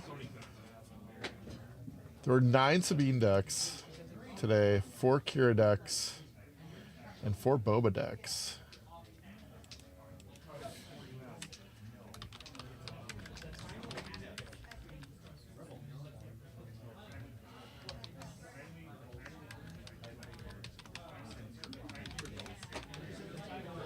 then everything else we have we have one Bosk, one Afra, one Grand Inquisitor, one Little Han, one Hondo, one Lando, one Palpatine, one Rey.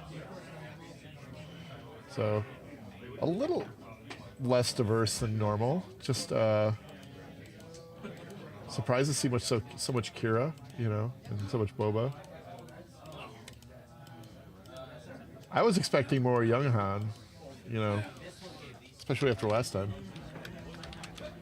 Maybe that one's fallen out of the meta.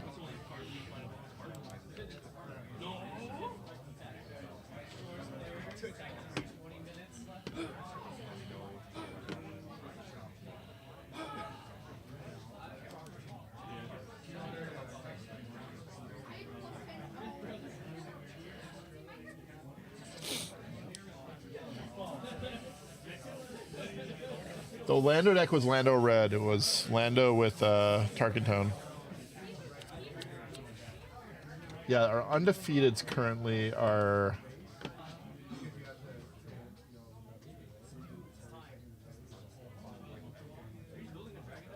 Actually, we have some results, too, from the last round. Oh, no, we don't.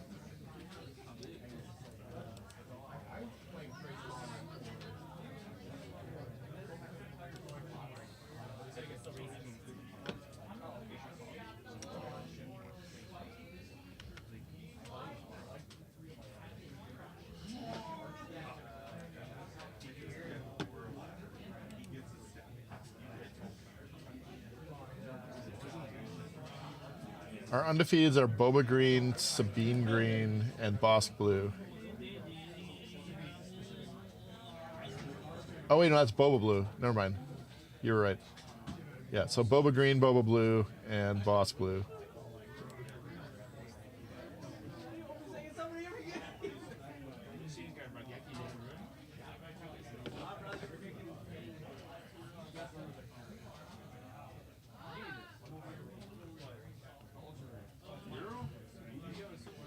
Alright, so probably just spins. I guess we'll, I haven't seen a match show up yet, so I'm just gonna go to the BRB and we'll be back when we're back. Probably, I think we got about 20 minutes left in this round, so take a break. I'll see if I can get a match back up on the screen, but otherwise, yeah, we'll be back in a little bit.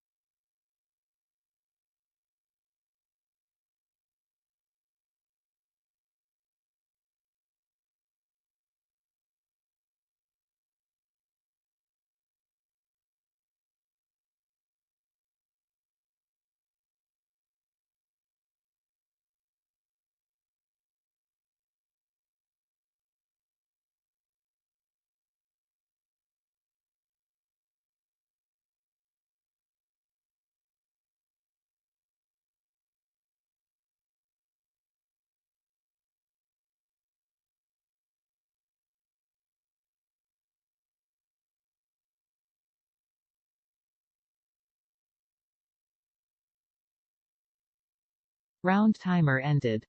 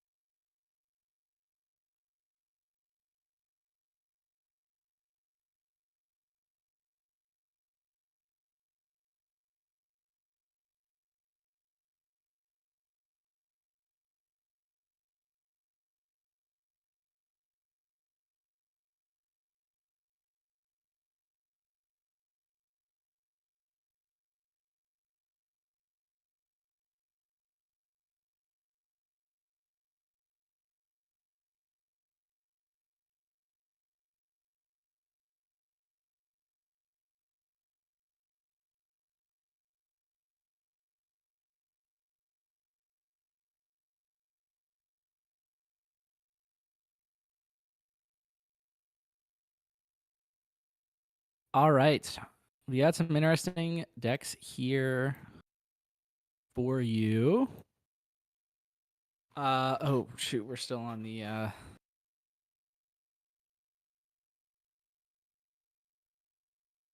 waiting screen, are we?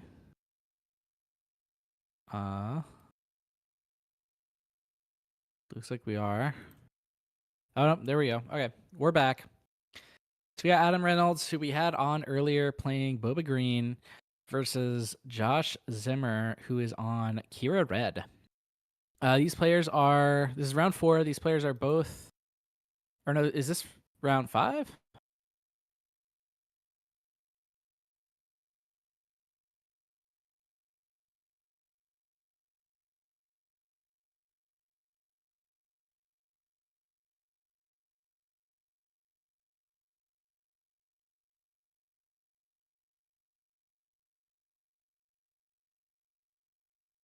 I think this is round 5.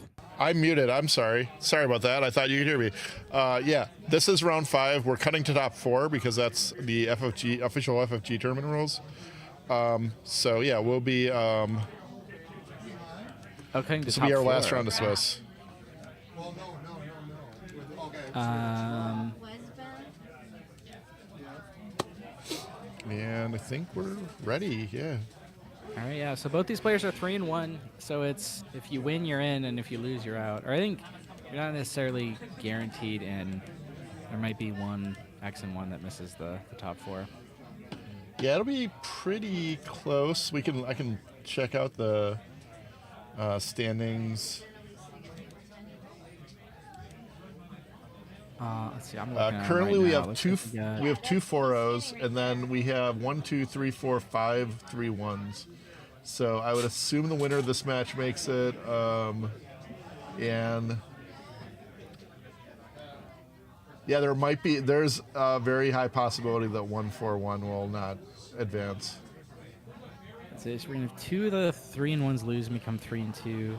So yeah, there's gonna be 5 people at 3-1 or better. Which I'll say feels really bad. FFG, you should cut to top 8 at this player amount.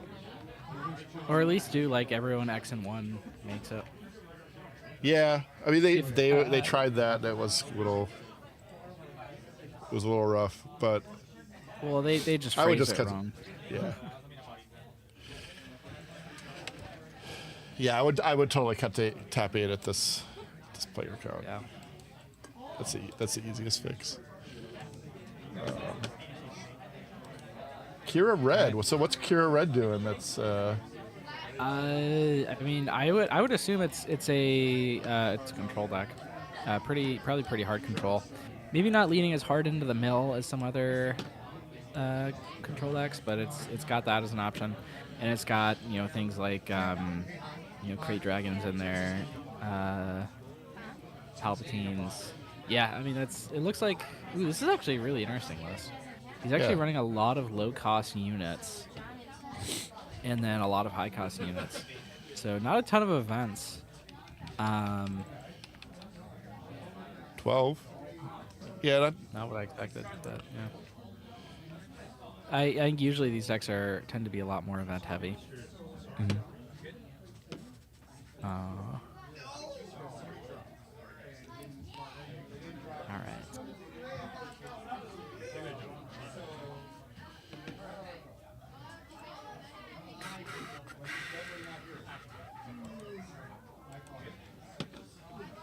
So yeah, Josh he's got like Del Miko, Fifth Brother, Deathwatch Loyalist in there. I guess like Fifth Brother and Deathwatch Loyalist have Grit, which sort of makes them combo with Kira. Okay, so it's a Grit Matters deck. Yeah. It's kind of like in a sense, little bit? yeah. There's not. I mean, yeah, he's got First Light. He's not running all of the Grit stuff, but there's a decent amount of it in there. Del Miko. I haven't seen this guy in a while. Yeah. Taxing.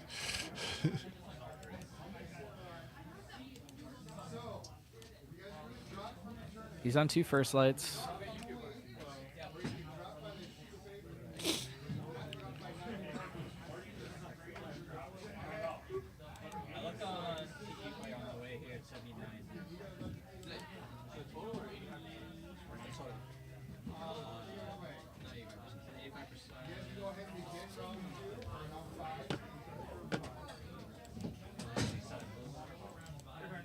All right, and we're getting started.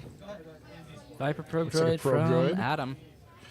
It's gonna see a Death Trooper, a Ruthless Raider, Inferno 4, and a Hyloborn. Hylobon Enforcer. Hylobon's pretty good into Viper. Yeah. Yep.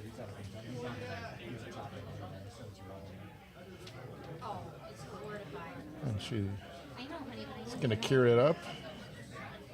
can't just be like, Make it into effectively a 3/2 with a shield. Yeah. The self. Well, I know. One of those things where it's. however, if we didn't have the match, So even though we were saying Josh's deck is a bit more aggressive than we might expect, I still think he's the control in this matchup. Just because he has things like Krayt Dragons, Snokes, Palpatines that go pretty far into the game. So we'll see if he decides to play it like that or if he decides to be more aggressive.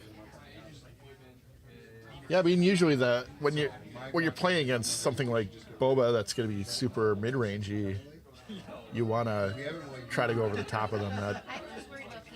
Just try to scoot under where like a lot of much more aggressive decks would have trouble with that.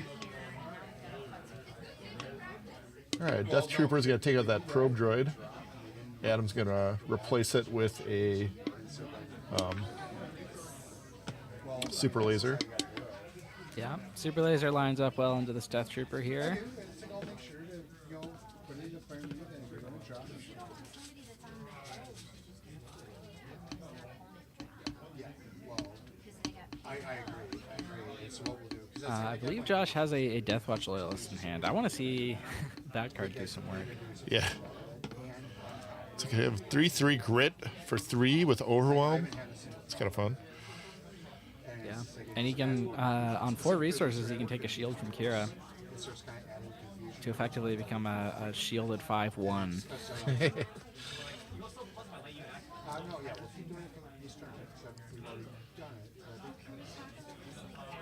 Getting some real Grand Inquisitor vibes from this now. Yeah.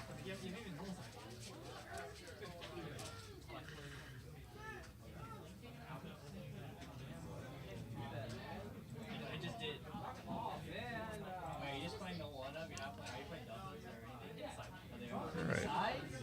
Here's a Boba unit. I'm here for start. Yeah, looks like not going for the Loyalist Force Choke. Force choke on the Boba. Yeah. And yep, make sure to get that card draw. I think Adam has a Boba Fett's armor in hand. Yep, he does. So that's going to be Oh. But or maybe looks not. like- Yeah, no, that's the armor. I'm looking at that right. Yeah, it is. I'm just surprised he's playing the probe droid instead. Yeah. Did he kill? Yeah, he killed the Death Trooper this round, so the Boba ability is still online. So he can flip and then play armor on the back end. Okay. Which, you know. Not as good as Maybe- playing the probe droid maybe- after, I would imagine. Yeah, I think so. But maybe he just wants to verify that his play is going to be safe.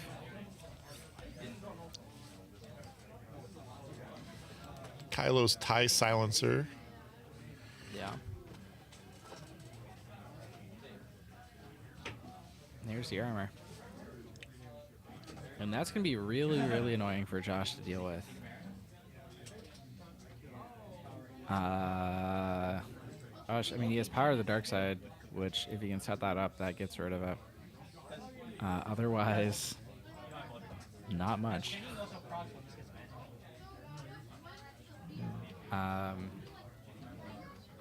Let's see. Kira flipping would do. She's at 9, so it would do 4 to him. So effectively just 2 from the Kira flip. Yeah. So I don't know. He could, you know, stack up some pings on the Boba and get him that way.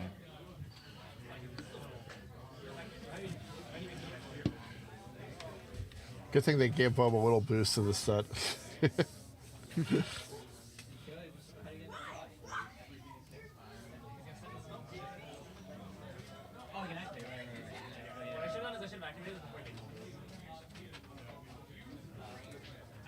All right, we're gonna see Bazine. And okay, he is holding the power.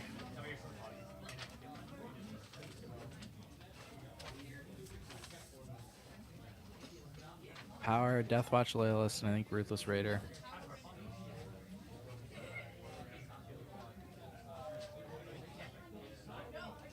He couldn't have powered last turn. Adam has Greedo in hand as another power blocker if he needs it.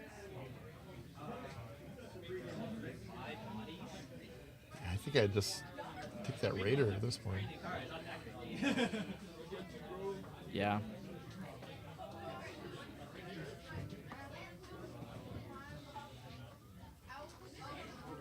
Oh, this We'll is see if Bazine, he this has- is not Viper. he still might have the He actually just fear. Discard one of these.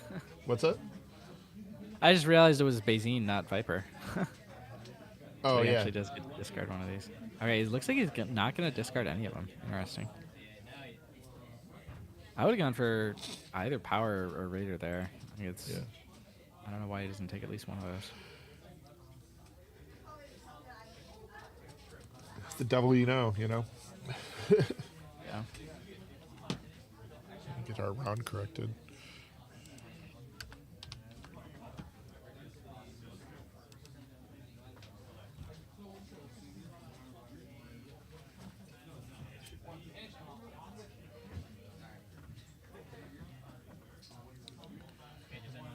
So Adam now going to 15 damage.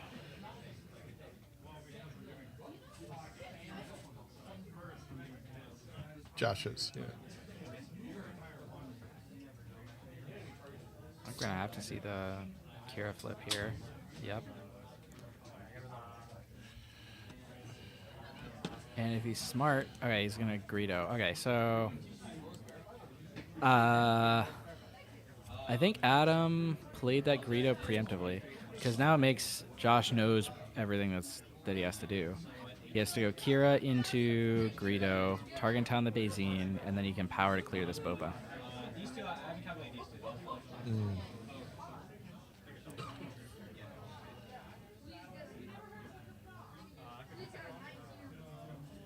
And okay, the Greedo hits and kills Kira. Okay, so that's not ideal, but you're still getting to power this Boba here. And I don't know why Adam didn't just clear it with the Bazine when he had the chance. Yeah. That seems strange. But now, I mean, Josh is in a really good position here. He's got 2 units out. He's got Ruthless Raider in hand. This Maul is going to cause him some trouble, though.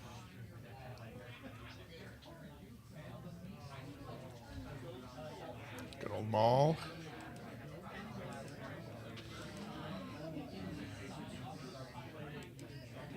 He better have picked up something to deal with it.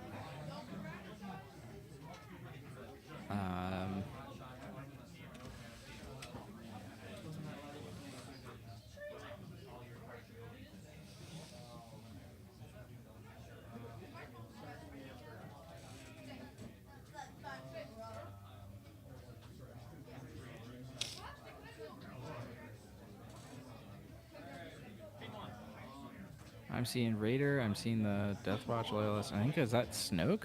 I don't think he has anything to deal with this small, which means he has to claim to hopefully find something. He's got things in his deck that do it.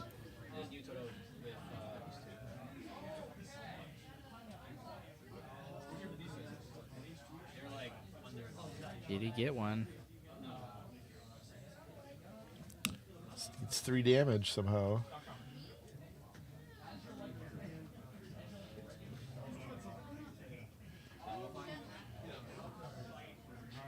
Tarkentown's been used. Okay, he drew Academy Defense Walker, and that's a Sentinel set. I mean, technically does it.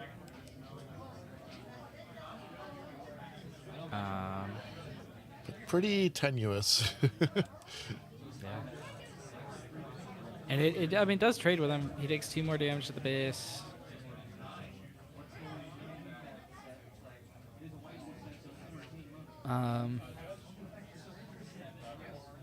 He managed to get a hit in with the silencer here.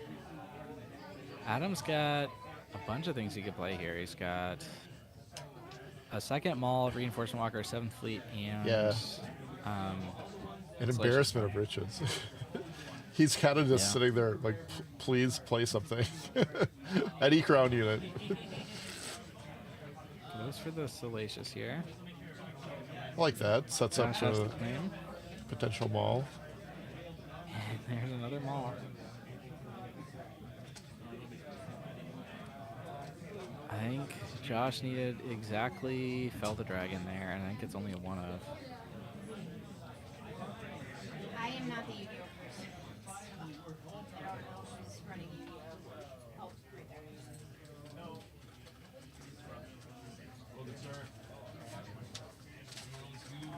there. Oh, Super Commander Squad. That.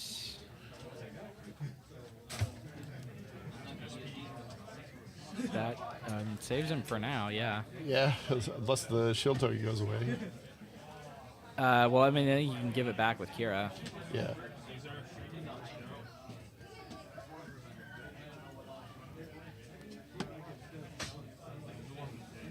Five, we got Bosk. We're just going to deal with the shield. Oh, okay. All right. Kira. Put it back. Puts it back on from Yep, that's Loxodon. Is there something? Nope. All right. Nope. All right, That's game me. 2. Game 1.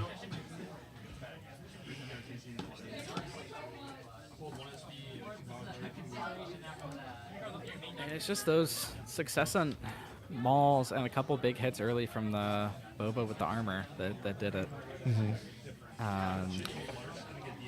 They'll get you with card Josh quality. has They been can, able to keep this going for a couple more rounds. I think he could have turned the corner. But He just took too much damage.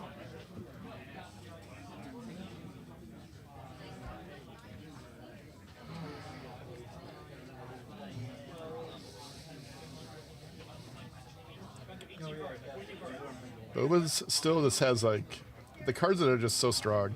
Like just he saw no Vaders that game either. Like that's all. There's 3 of those in his deck too. Like I don't know. It's like or like Fire Spray. Like just like such a powerful set of cards in this deck that could just blow games open sometimes. Yeah.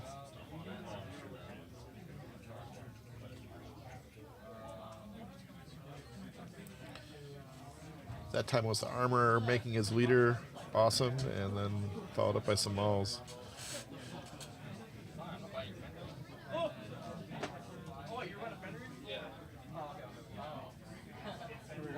Forgive me, Mr. Sofer. I forgot about your lesson patronage. Without you, let me get this.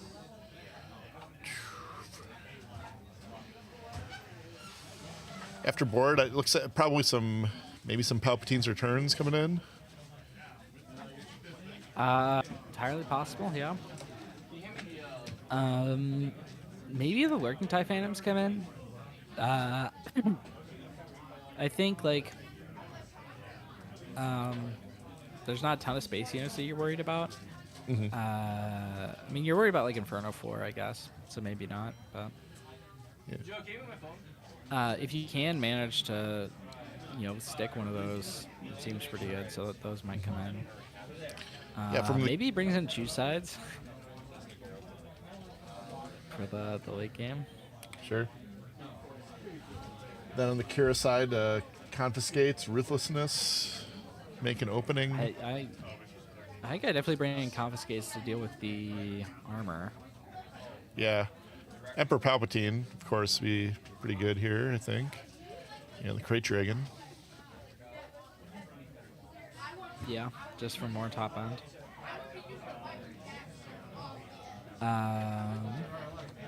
Probably System Patrol Craft as a way to counter Fire Spray. Maybe make an opening if you just Does it do that? Lurking Tires. Well, it blocks an attack. Yeah.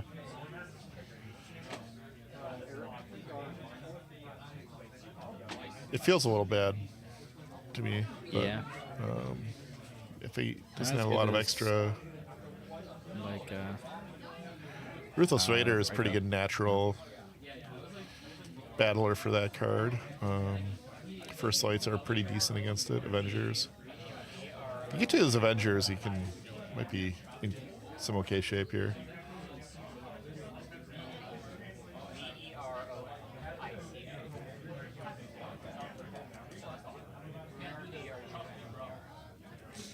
I'm a little surprised by the Tarkin Towns, but I guess Kira's ability just naturally combos with it, right? Yeah. Definitely did some work for him in the last game, taking out that Bazine to set up the power onto the Boba.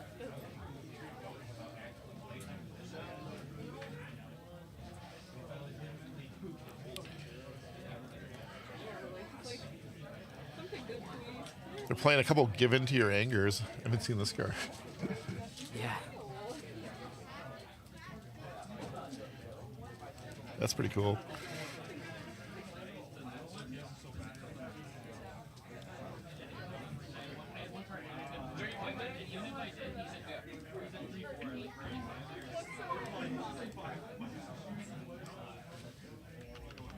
It puts a damage on it on something for a Target Town if nothing else. Yeah.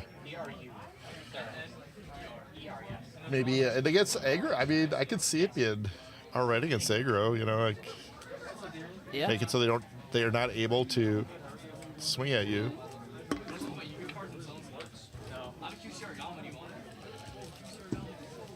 I was like thinking about the thrones, but then I have to buy the phantoms.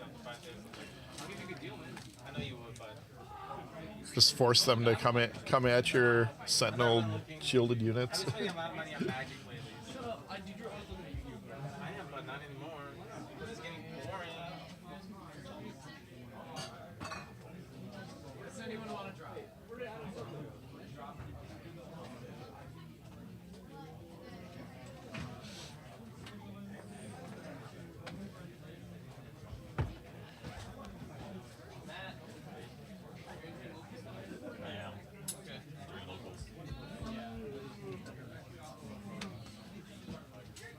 Swap with you.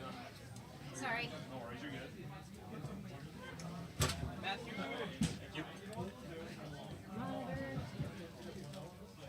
All right, we're getting started with game 2. Josh is resourced up. Looks like Adam took a mulligan.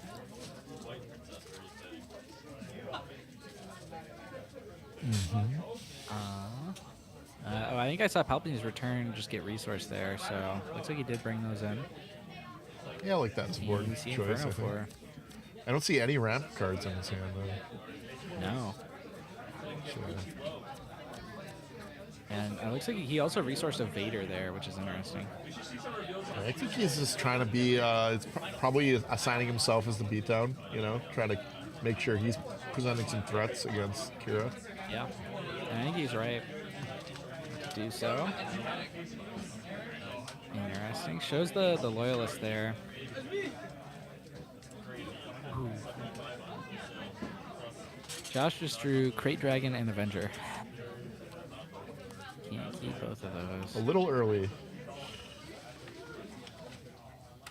And he resources the Avenger.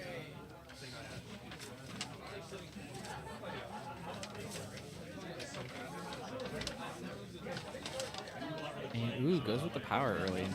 I guess Not a lot of other not plays in wanting his to hand. This looks play like. the loyalist Maybe. into a 3-drop, which just kill it.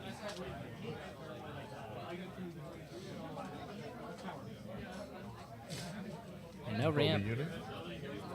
Adam picked up a DL44 Hotshot Blaster, which is just resourced, so keep in mind that he's got that in there for the future.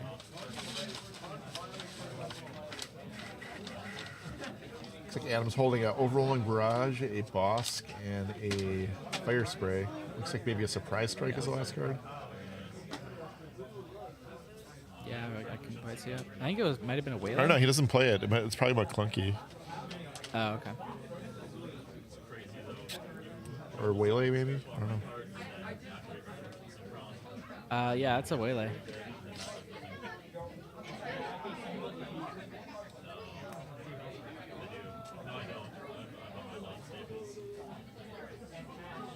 Alright, and he's just going to play the blaster. Hit for 5.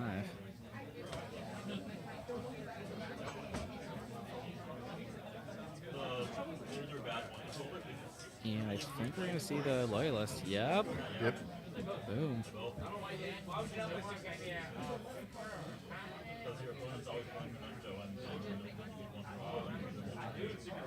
He's going to set the loyalist up. Is there a 5-1 And shielded? now that loyalist is big enough to just kill the Boba. Lines up really nice with this Boba. Yeah. I like it. But he doesn't have the initiative, so we'll see if it's still around. The waylay is probably going to mess things up a little, right? He's thinking about playing it. Yep, just goes for it.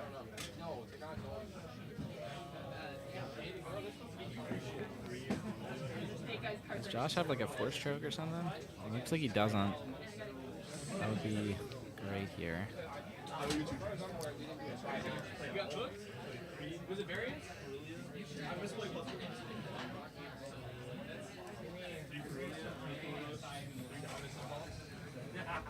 He's just gonna play the loyalist again. He's comfortable doing that in this situation, I think, because he has target town. Like if the Boba goes into it, then he just target towns it.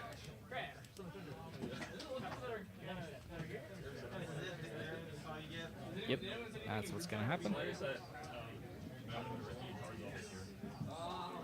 And Boba flip, I expect, is gonna get answered by the Kira flip. Maybe not immediately. He's got this Scout Bike Pursuer that he might want to get down first. Okay, decides not to.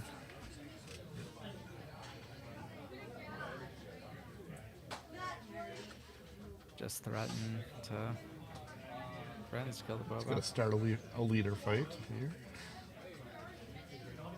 He's going to get his damage.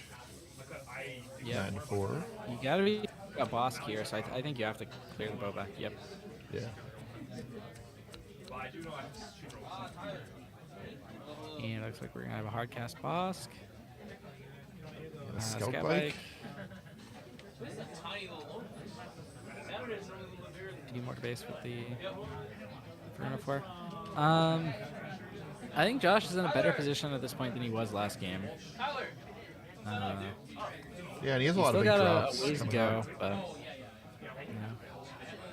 Adam didn't get a ramp, which is big. Ooh, and there's the force choke.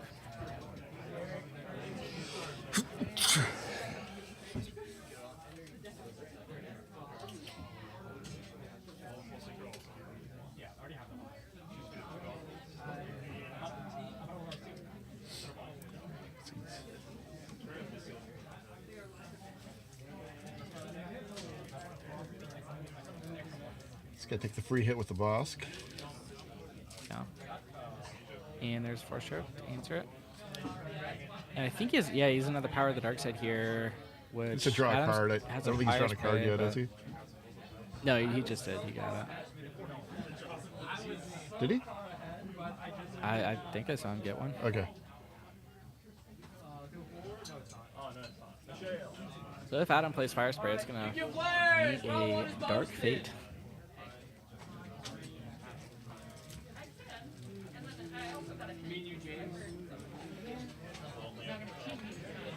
Adam seems to be doing a really good job of anticipating what Josh can do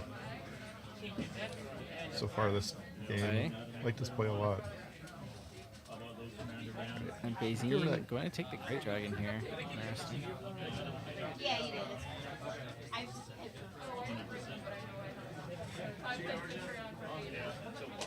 Inferno goes to base.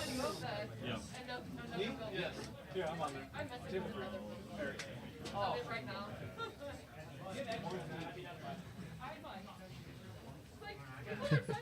Takes it right away.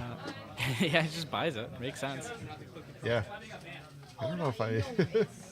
I've done it before too. Just because we're using the same one as you. Extra people. I don't know why Adam didn't anticipate that. He knew the hand. Yeah. It's because I complimented about anticipating plays before that. Yeah, table 5. Or I guess we could just say.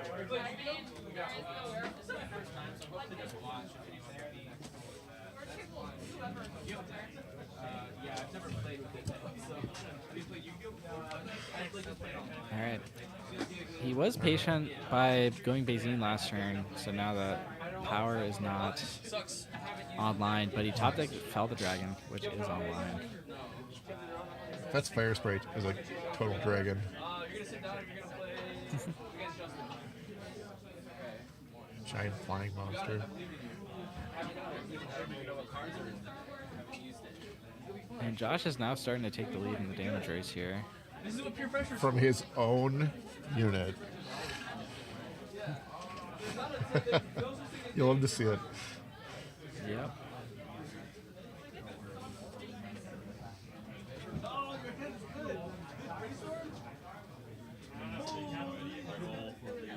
Are we just gonna go daring raid, I guess, to punch the base?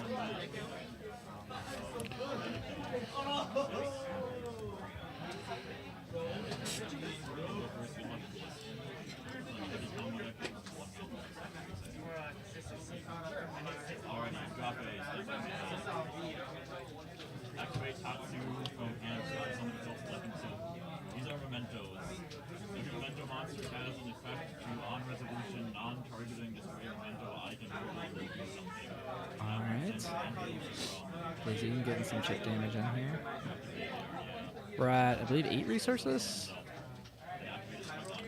Yes. Alright. Although I feel like the Cure deck only has like 5. So, no. It's hard to see with their suits. No, they got more. They got like 7 or 8. I'm pretty sure they're at 8. So I'm going to add a reinforcement walker.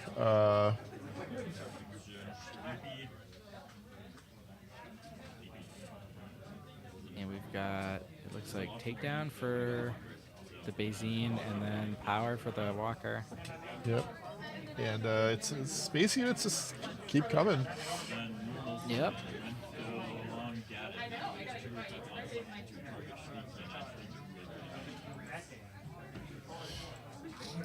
Adam's Boba deck, I feel like it didn't have a ton of space. I guess he has 2 7th Fleet, 3 mercenary gunships, which we saw what happens to those, and then the Futz Fire Sprays, and that's like, and 1 Black Sun Starfighter. That's all of his space units. Yeah. So maybe Josh seeing this as. Did he just Darth Vader went into play? Yep. Well, you think Josh just takes it? It's Black Sun mercenary gunship. Oh, okay. I'm sorry. I thought it was another gunship.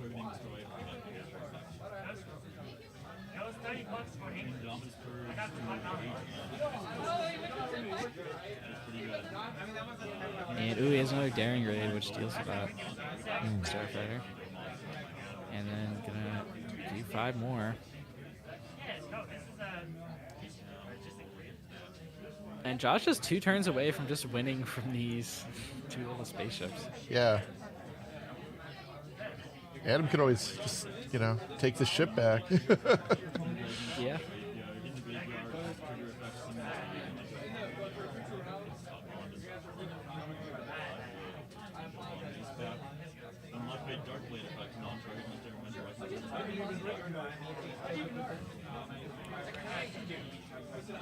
Adam also has a barrage here, and that's going to come out. It's going to be 7, and he clears his own gunship there. Okay. Walker.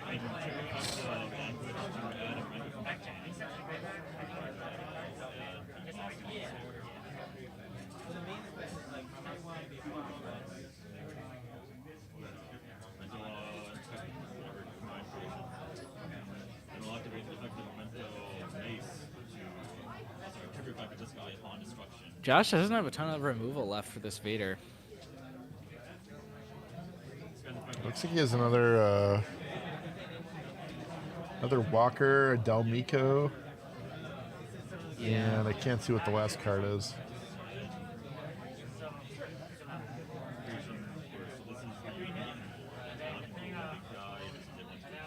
Kind of feels like he may have to give up the ground though. If he plays any ground guy, he just gets ambushed by Maul.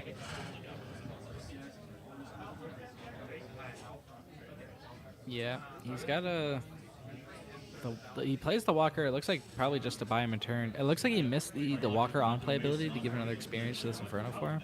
No, he did. He flipped it over. It's at +2/+2 right now. Oh, okay.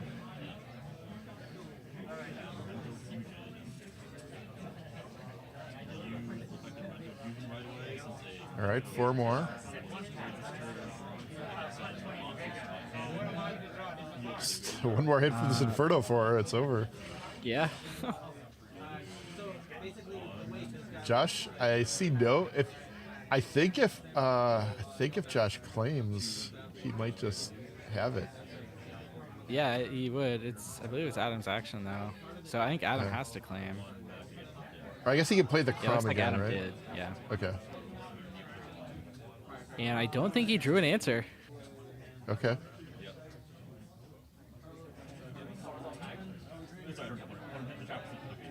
Oh yeah, you're right. He could have gone crumb to bounce it back and then play it again. Yeah.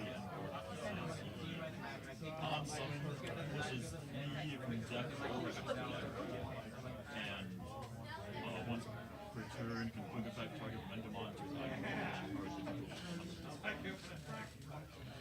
If he doesn't kill this biker, I think he's gonna lose. Oh, he just. Oh yeah, because he can't. He loses to the. He can't kill. The Inferno Form anyway. Yeah. Okay.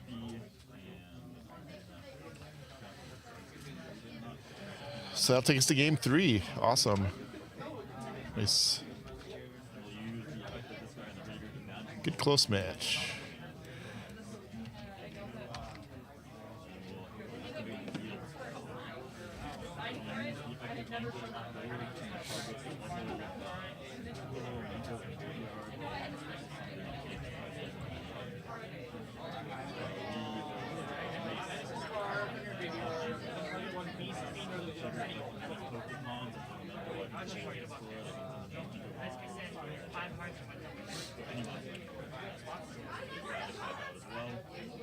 All right, we're going to game 3 here. Both. That last one was pretty close. The one before that, I think, was also fairly close. Where this could have been. So I'm not really sure who's going to win here. It's going to. I know who's going to win. Mercenary. It's going to come down to how things shake out early, I think.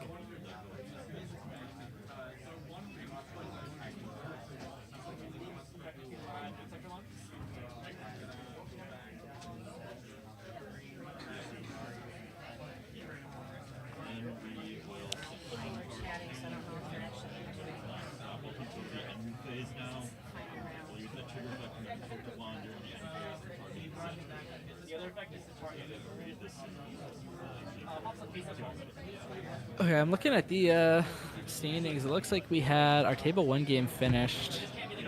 So it looks like the 5-0 is going to be Boba Blue. And we've got really? Afra Blue at 4-1. And then we had, looks like a Sabine Mirror, and Sabine won that one. So we got a Sabine at 4-1. Boba Blue, nothing beats it. Yeah. The pair down game, it looks like it's still going. Which Carlos is was worried about playing control today, so it's a pretty sweet to see him go 5-0. Yeah.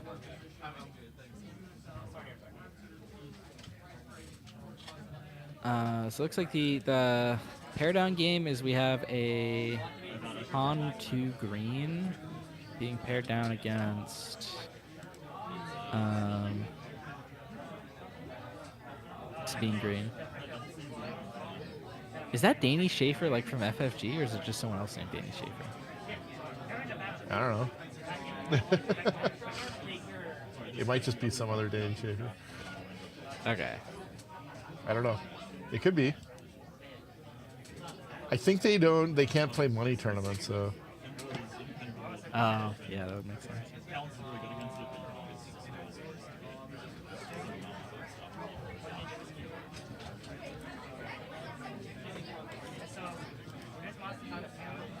Oh, it looks like they just reported that one. So the Han Green one. So we are going to have 5 players in competition for 4 top cut spots. Going to be the winner of this one. Sabine, Afra, Boba Blue, and Han 2 Green.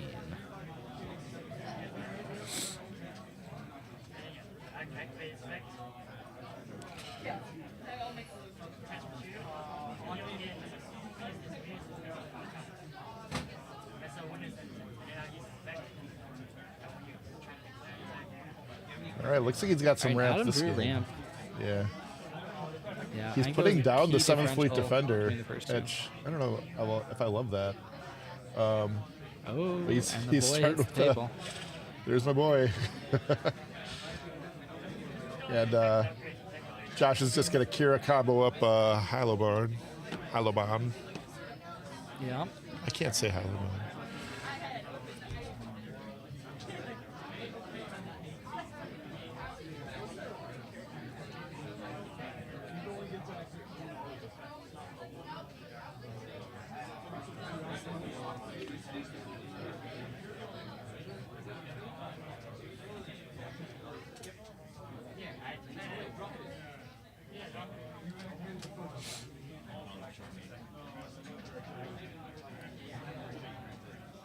There's our super laser tech. See how Josh navigates that. He's gonna make an opening on the mercenary and swinging for 4.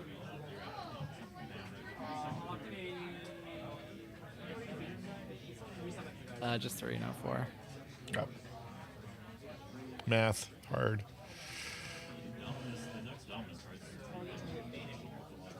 And Adam just drew a Lurking TIE Phantom right after Josh played that make an opening.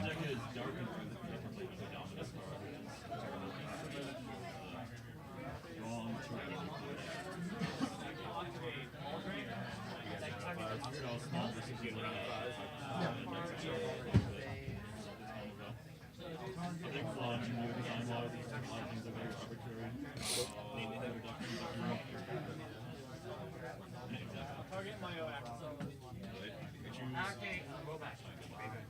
By banishing it, I'm paying half my life. I can copy that 50 my grade. Or actually, we're talking I would What's that? What is that We have the purple one one? you like, yeah. Yeah.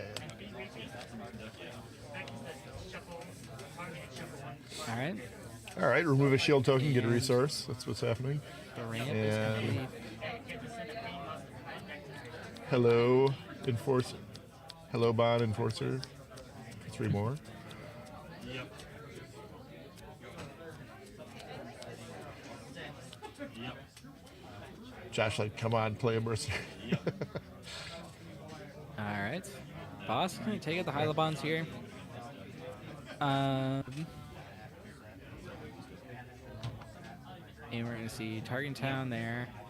Boba can now flip, and if I don't think Josh has a power of the dark side. If he does, that's big. If he doesn't, then Adam's going to get to play this Lurking TIE Phantom that he has in hand. Ooh, and Adam also looks like has double fire spray right now.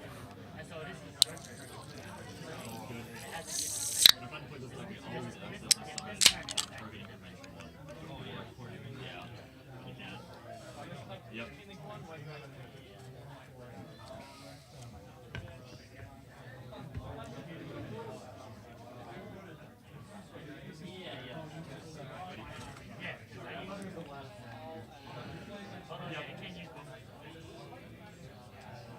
Yep. Yes.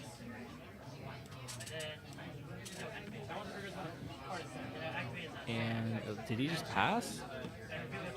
And we're going to a new round? I guess he was worried about power.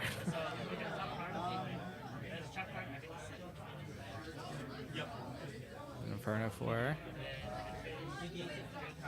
It's a good sort of preemptive challenge to the Lurking TIE. And at least 3 resources up for potential power. Yep. There's the Lurking TIE. Well, I guess if the Lurking TIE comes out, that's not power's going to be irrelevant.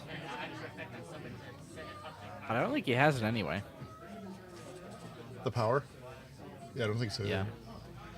Wait, is it? Maybe that is. Yeah, it's power of the dark side in his hand.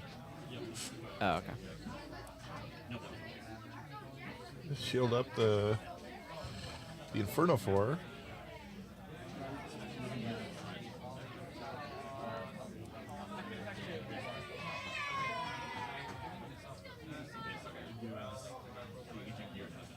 And here's Boba. Yep. And here's Kira. And here's Kira. So the shield on the Inferno 4 is going to be made irrelevant. It should not have a damage on it at all. Yeah, you're right. I'll let him know. Oh, there we go. We just got it. Oop, there we go.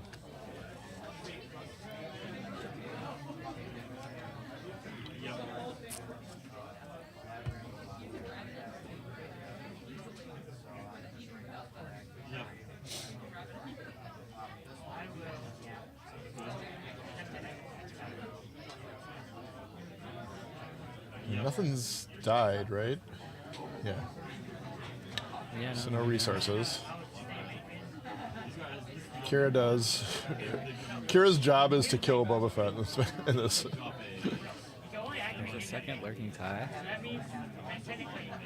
I mean, Inferno 4 just answers both of them now. Yeah.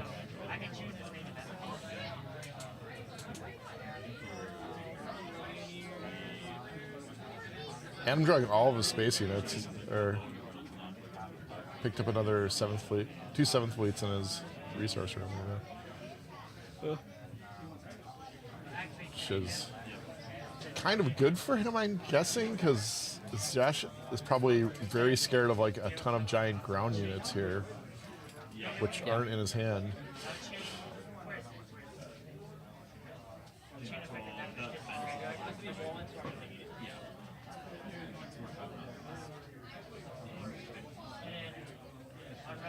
Count Dooku in Josh's hand.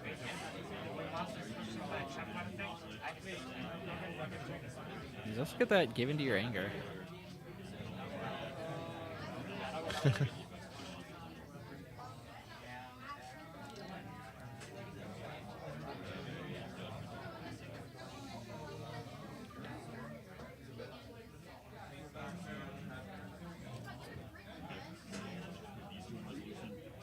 I believe we're on 7.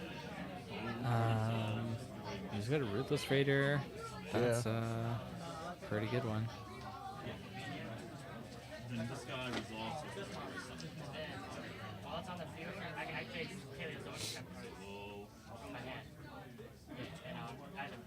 summon Sleepy, and this guy resolves to Sleepy.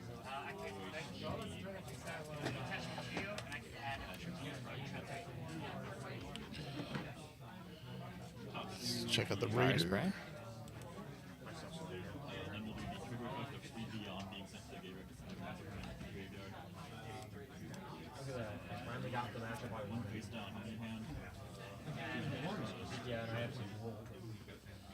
All right. And Crumb. All right. So Josh has a lot of threats to deal with here, but he has the ability to deal with all of them. He just might end up taking a lot of damage in the process.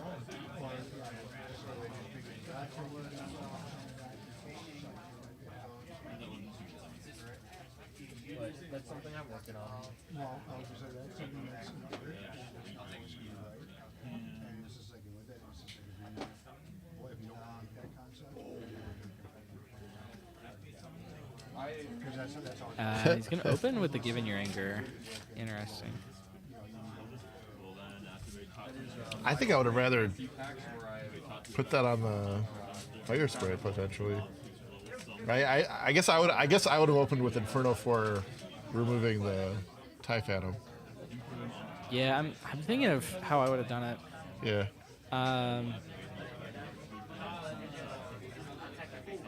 Yeah, so he's gonna do that. So now he doesn't have an answer to this Fire Spray. Yeah. Maybe his idea was he might run into my Raider and then I can knock out the Fire Spray with the Raider. Yeah, and that would clear both. But just because he had the Inferno 4 up, that doesn't really matter. Alright, okay, he has the Fell here. Fell the Dragon. But he's going to have a second Fire Spray on his hands very soon.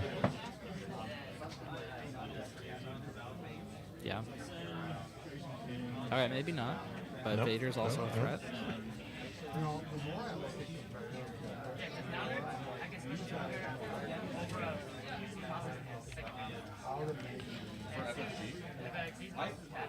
Because I'm just like the sheer fact that we're only a month further the format is still locked in. Dooku, not the best lineup with Vader.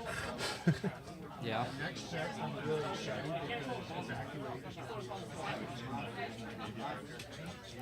because I think that's the only way to kind of start having those gold lights. There's so many cards in the new set that have limited the power, the ability to power the dark side. I think, like Crumb and Bazine are both just like super good against it. Yeah.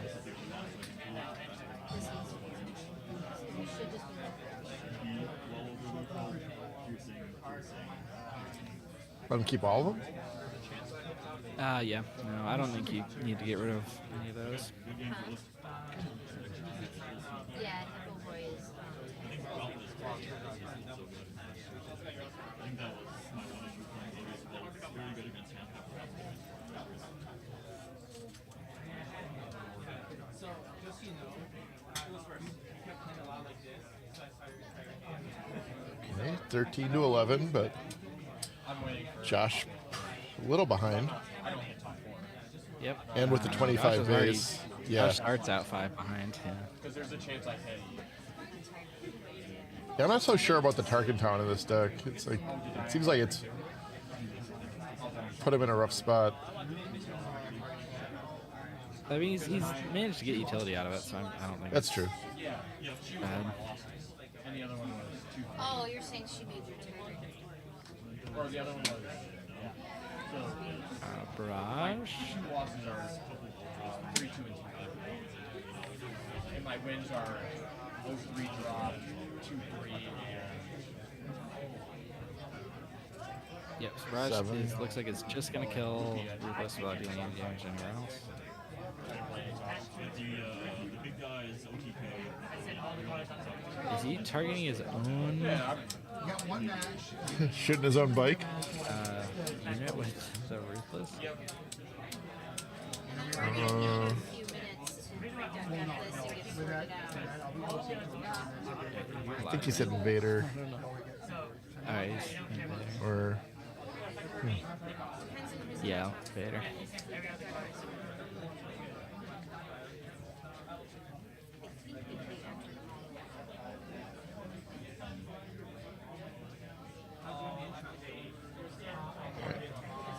power up the bike. 7 to base. 7 to base. You gotta Is deal that with Vader not great? now or lose. What? Misty's very interested in masks. Alright.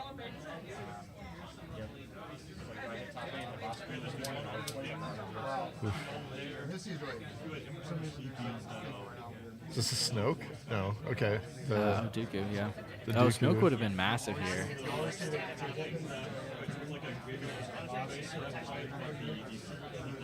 I'm wondering if that's like their soul I don't know, right away. It looks like Adam might have taken initiative here. Does he have a surprise strike? Does he have or a hot shot blaster? Either of those would do it. Doesn't look like it. I don't think he plays Surprise Strike. Or does he? Yeah, he doesn't have Surprise Strike in his deck. He does have Hot Shot Blaster. So if he has that, it's... Super Commando. That stops. And all Adam has is a pair of... Only a pair of fire sprays in his hand. At a resupply.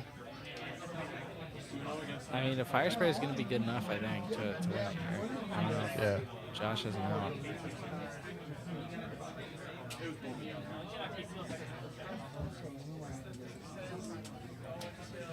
I'm the control magic. He's just got to do one. If you're Sabine or anything aggro, yellow Boba just outpaces you, so you just have to trade everything. There's fire spray, and it looks like his hand is takedown and something else that I'm not quite sure. So you have to trade it.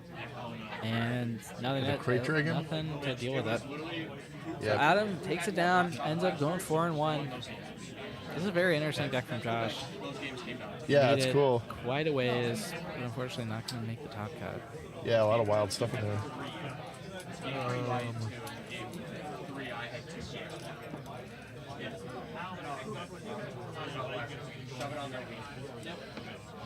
Cool. With that, we should be pretty close. I'm guessing. Let's see how many matches are left out there.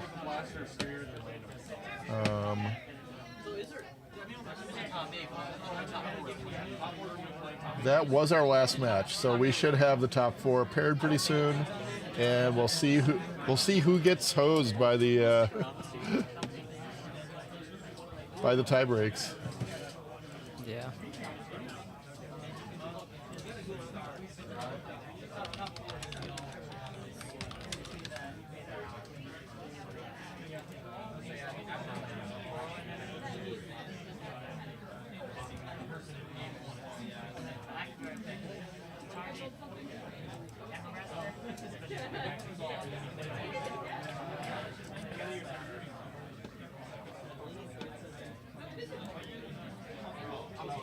Yeah, so it looks like our top 4 will be one of,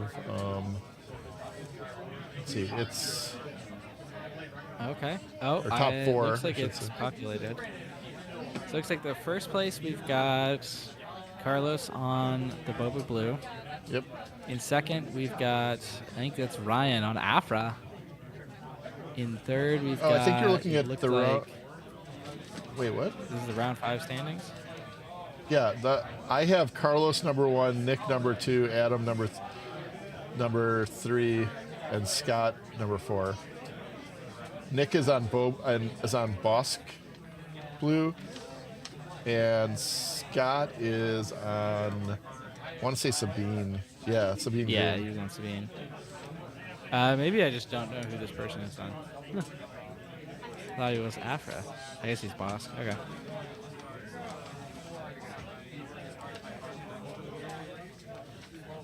The top matches published. Yep. So those are the standings. Should be the semifinals, right? Quarterfinals. They're not quarterfinals. Semifinals. Oh, matches. Yep. So it's gonna be Carlos play. I say, I kind of want to get Bosk in that feature match. Yeah. We're going I to do need about too. 10 minutes to take pictures, hand out Okay. the prizes, get deck lists printed. Okay, we're gonna take a few minutes to get the top 4 ready.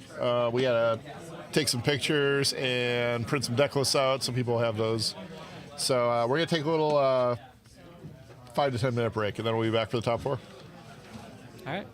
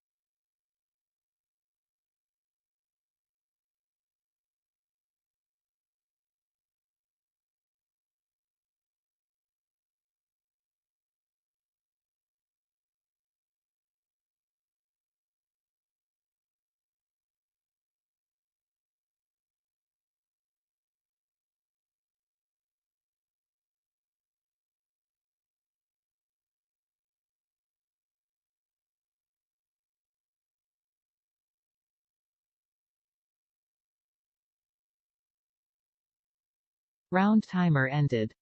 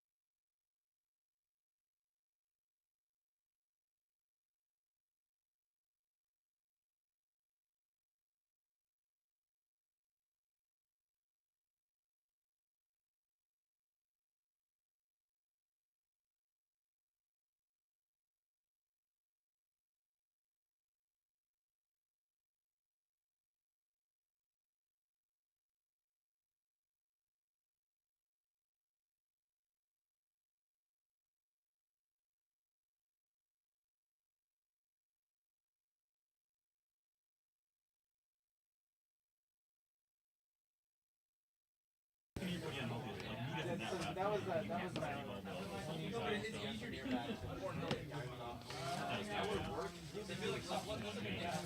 yeah, exactly. I feel like all of us dropped really bad.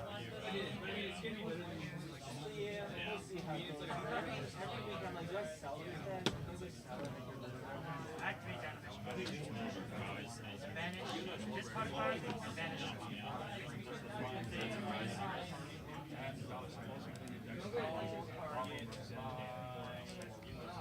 I'm not at the level of spending here for you want to yet.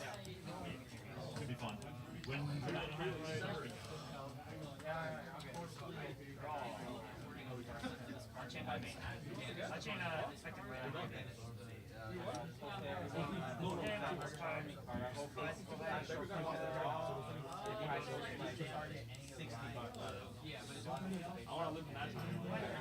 Probably it's 100% not gonna be true. Probably like probably have like 100 more than you released, but like just don't release it.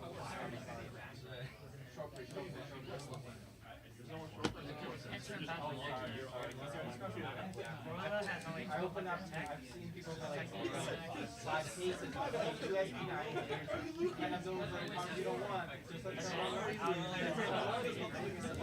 Just like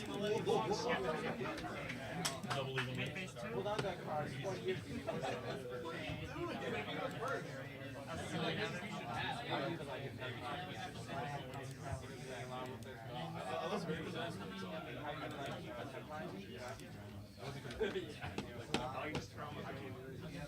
That's the one thing I do like about the deck. Like the dual hands quick. It's either you win or you lose.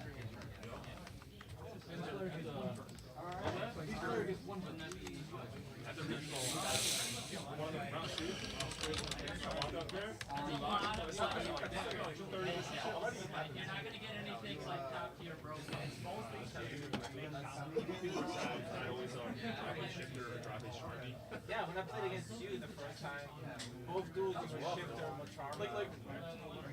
And I remember because I didn't play my spot was on that's my game plan. Yeah. I was like, go. You had a way to like guarantee more turns. No, that's the maybe.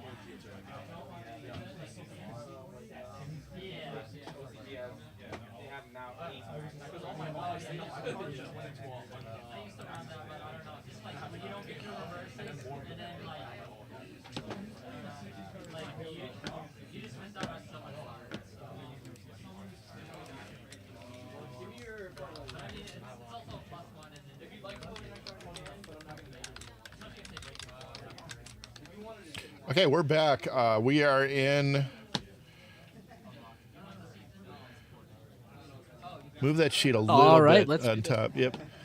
So I can see who that is. I think. Shoot. Did we get the boss? Yeah, we got the boss. 3-minute deck review. All right. Okay. They're doing a 3-minute deck review, and then we're gonna get going. I think Bosk's on top. Well, it looks like Boba's on bottom. So. Okay, good. What's your last name? H-O-L-A-N-D. And I added the deck lists onto the sheet. I also made the sheet public. So Okay. anybody wants to go over there and check it out, I put it in the comments over on the YouTube. It's not like you know. But yeah, so check it out. See what people showed up with. The other side we have Adam, right? Adam Reynolds again. I feel like we've seen a lot of Adam Reynolds today, but Yeah. he keeps playing all the cool decks against all the cool decks. And I have not seen this boss deck really play out, so I'm excited to see what happens here. They're scamming you, the high school kids, man. Joe, you said you won? Joe, you beat Michelle? You want to play round 2? Sure. You sure? Yeah. You're okay with me bullying you into it? So I made you suffer enough. I can go either way. Alright, you're playing round 2.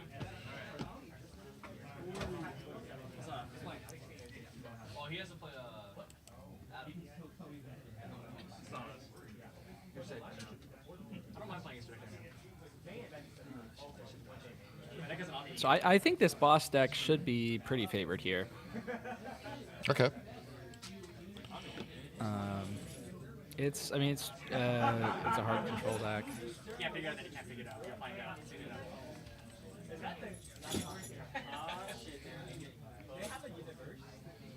Yu-Gi-Oh players, you round 2 pairs, you're now on the This Bow is television. a mid-range deck. I think Nick's just gonna end up having all the answers. I think. Oh, do you want to update the round so it's top 4 instead of round 5? I will do that in a sec. Yeah.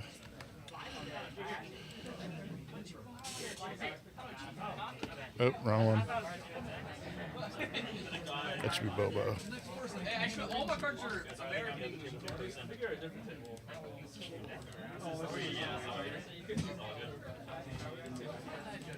One, two, three, four, five.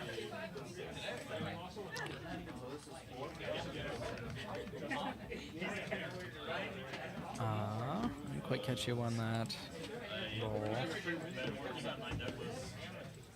Looks like it was Nick. But only really matters. Nick isn't running a ton of like cheap units. Looks like it's just Pershing for 2 drops, and even he also has bounties that you can put on opposing units.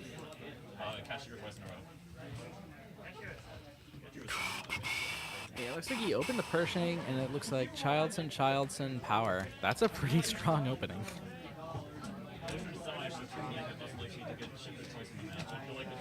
All right. All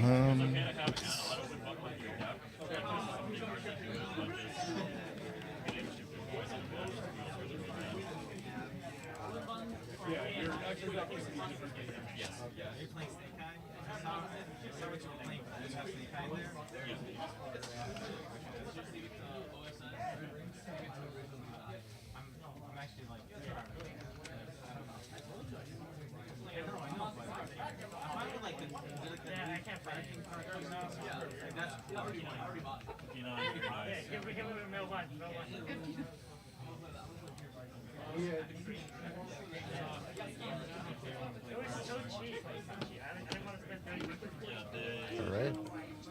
I think we're ready. Looks like they're resourcing. I don't know if they're waiting for our call or not, but looks like not. I gave him the go-ahead, so. Okay, great. Okay, well, turn 1 Dr. Pershing, and the Boba deck will not be playing anything and taking initiative. All right.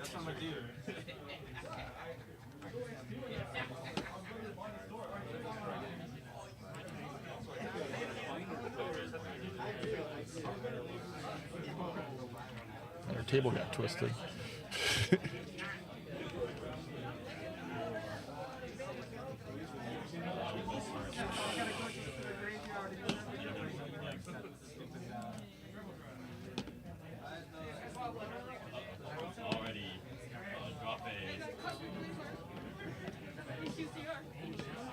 Looks like he's got the super laser tech to get his ramp started. Probably pretty important against this boss deck.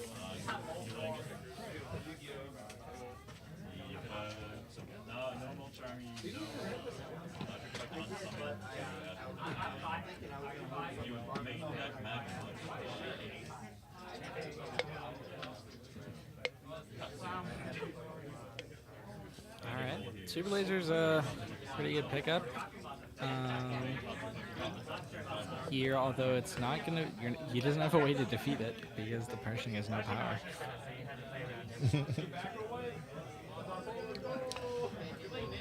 Played around it.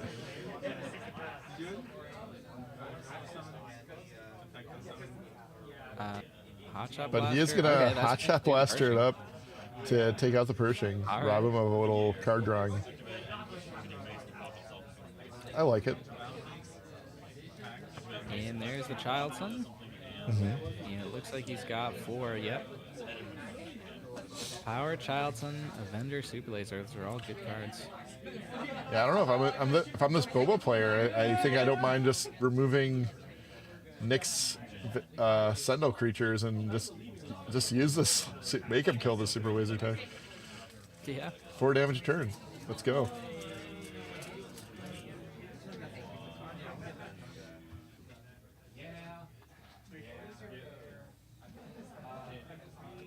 He doesn't get to kill it. I guess. Is he killing the? No, you just use the boss to effectively pass. Oh, okay. It doesn't have a bounty on him. Oh, I have a bounty. I thought it was just upgrade.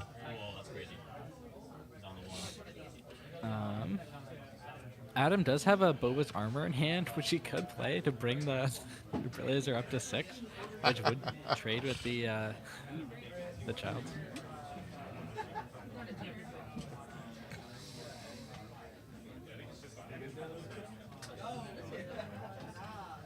6/6 Childson.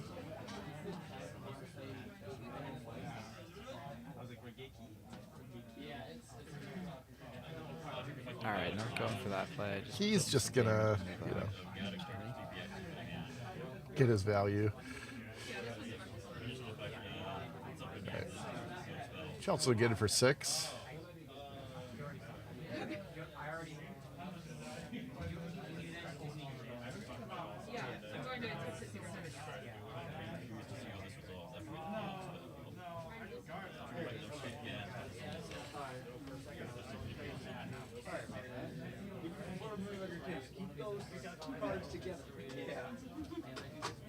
And he's going to. Actually, he's just going to straight up play the boss without. No ambush. I guess he has an event that he wants to play, which could finish off Child. Well, he could flip I mean, no, he used the boss with removal. Takedown on the boss. Nick ready for that event. Yeah. And it looks like, looking at his hand, he had a McClunky, which would have done it. So he could still crash in with this Boba Fett and get rid of the Childson, right? That does do it.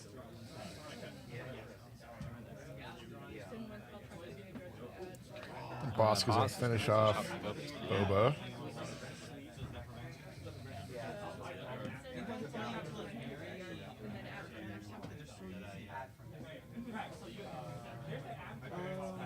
Nick doesn't have any bounties in the moment to double trigger with Bosk. Mm-hmm.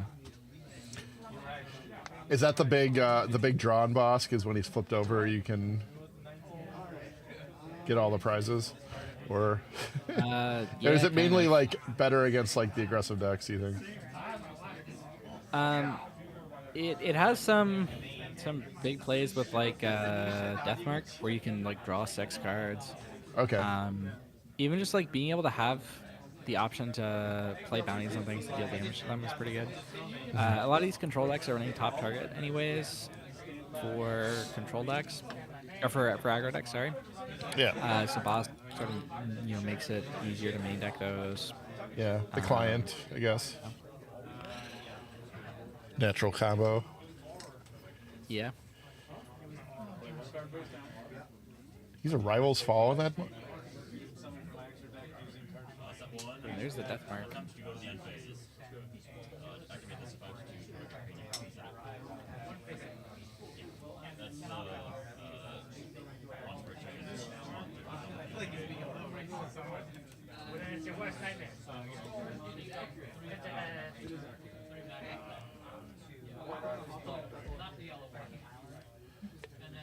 This is the card that the deck's really built around, right? Like it's in the business of just killing everything that comes out every unit that comes out anyway. So having Deathmark to draw 2, ensure you keep getting more and more removal cards.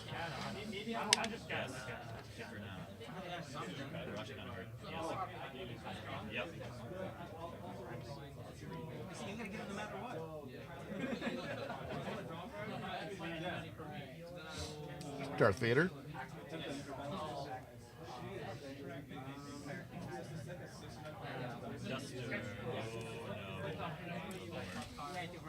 Well,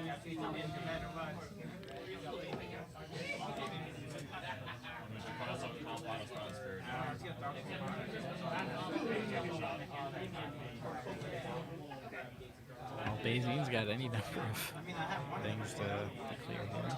Yeah. BZ's going to reveal Super Laser Blast, Avenger, Chilton, Double Power of the Dark Side, and Yeah. Deathmark. I might take the Childson here. Yeah? Unless you have some way to deal with it in hand. I mean, if Charleston's only going to be 5/5, right? It's a 6/6. Right now. Unless, I mean, Well, assuming he draws if he takes a blue card.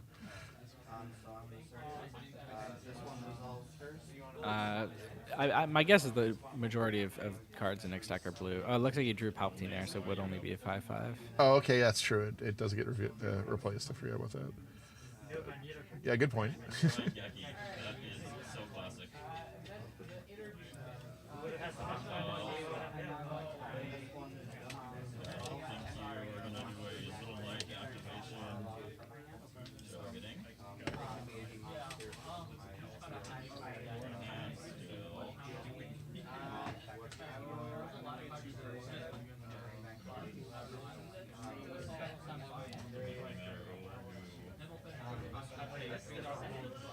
Nick's just like, I can't believe I didn't draw a blue card. Yeah.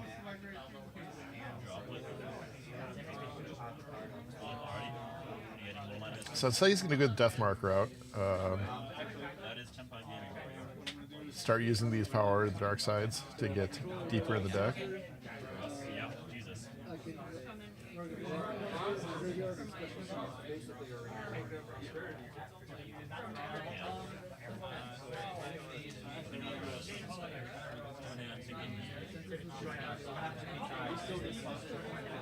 Alright, decides to take the Bazine, gives up the card draw.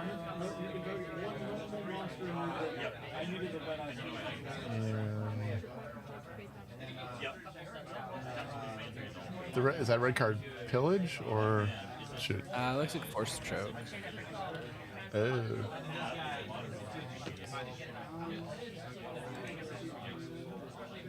Is he meaning pillage? He has 3 pillage, man. Oh, okay. Interesting. I can't tell what card that is.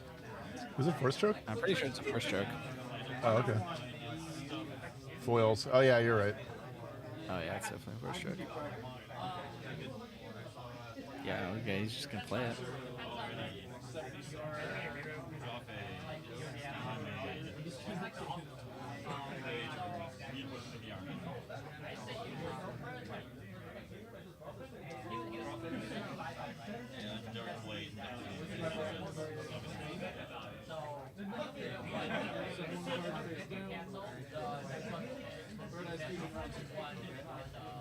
All right.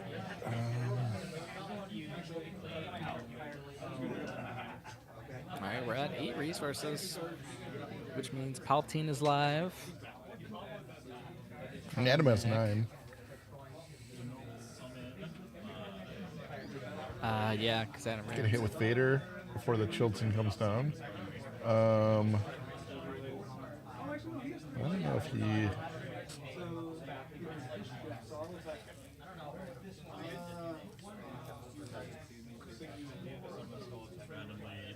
And yeah, Childson is going to come down.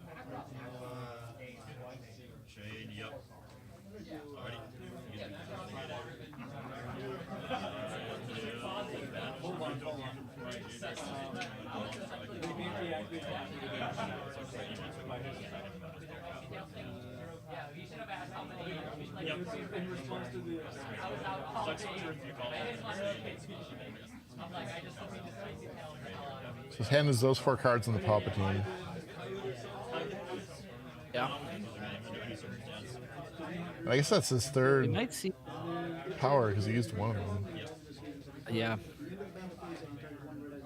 We might see, like, Greedo into Maul, and so the Maul can put all the damage on Greedo.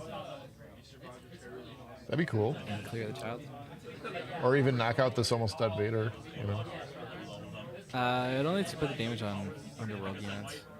Oh yeah, yeah. Underworlds, right? Yeah.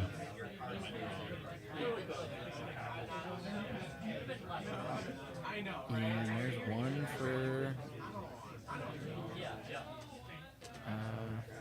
Which zone is that in? Okay. Thinking about it. No, but because I'm in this world, and I know that it targets everything in the world. Yeah, yeah. So I mean, I guess you can go with that. So you basically use that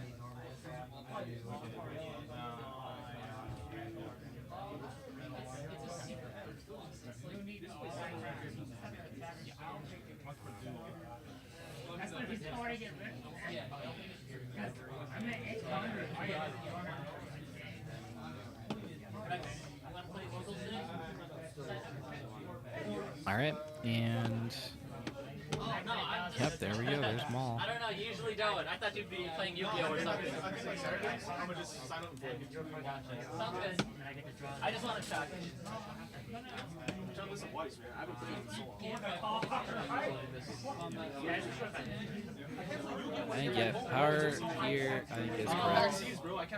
It does feel a little bit bad to only be using it to You said you can't or can? I can't. basically okay. deal 2 damage to the Vader. Go get Maxine. Like, I ain't playing that.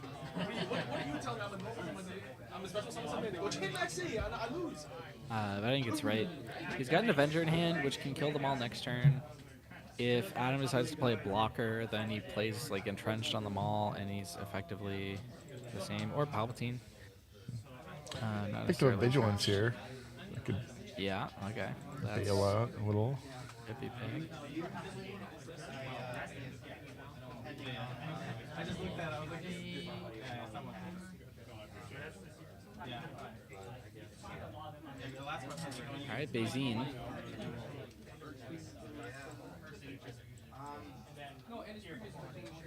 Bazine probably takes Palpatine here.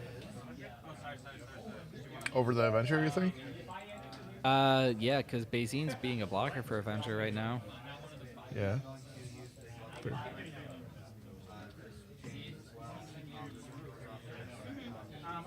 I guess I just wasn't sure they have a lot of ways to remove the Avenger.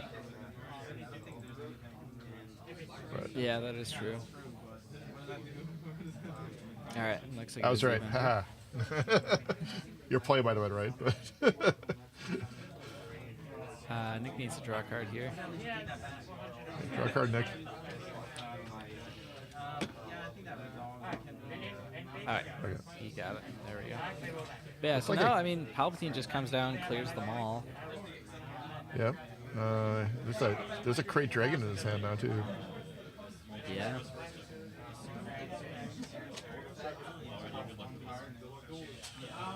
So, I also, it sounds like you Already draw phase. And the fire spray will come down. Do another 5. 14 to 6. Thinking. That was cheating. See that? Yes, that highly impacts the it's still the right? Yeah. So already standby main. Entrench the fire spray.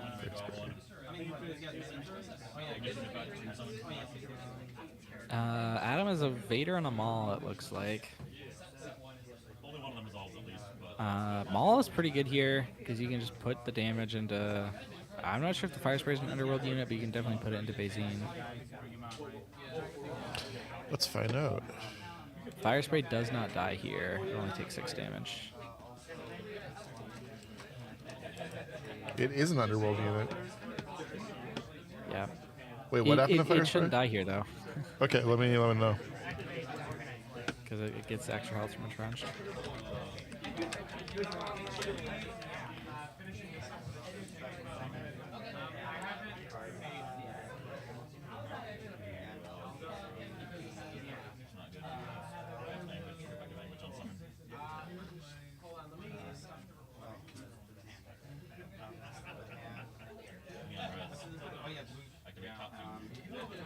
All right, we got fixed. Good catch. All right, great. Yep, sometimes you forget that trench gives it extra health. Was that a thank you to coverage? That's pretty brutal with ball. It's like 2 free hits with it, pretty much. Yeah.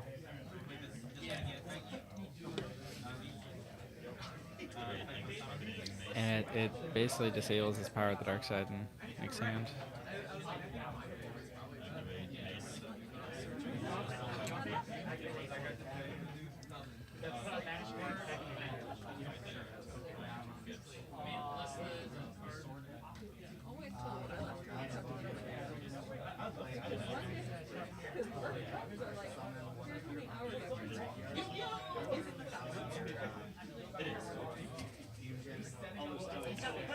All right, up to 10, is it? 11. All the way to 11.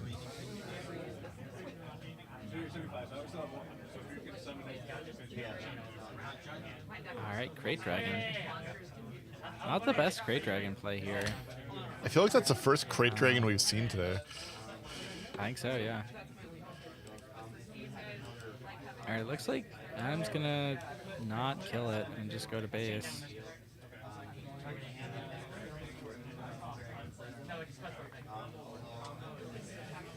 Overwhelming barrage on the fire spray.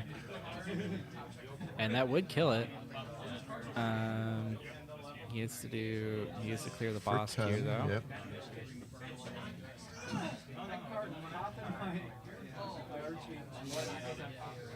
This is the best useless fire spray I've ever seen. Yeah.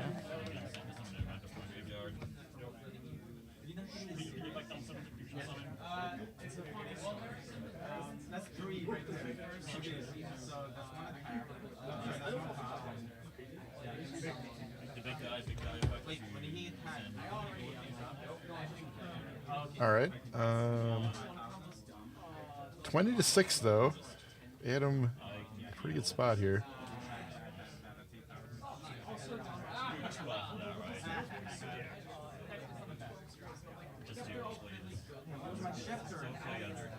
All right. Yeah, it's a super laser tech, and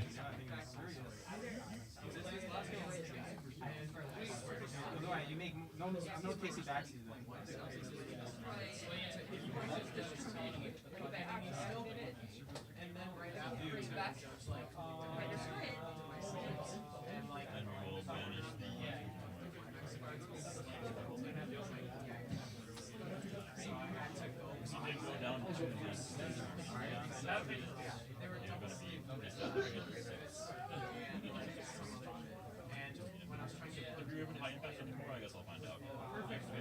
it's gonna fell the dragon and the small. It's done a lot this game.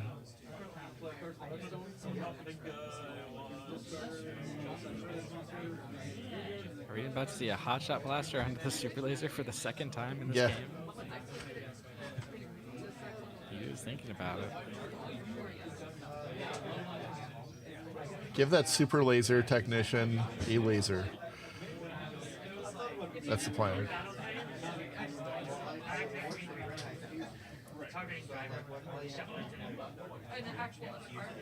Oh, he can McClunky this fire spray back to his hand too, right? He Or can, is that yeah. not?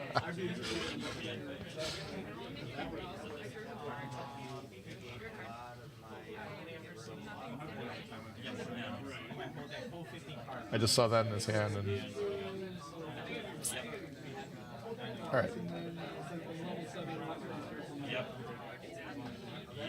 Just getting his 2 damage in.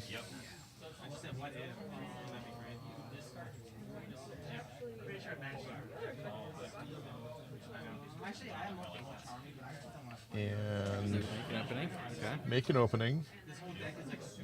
It's gonna get him back to 20.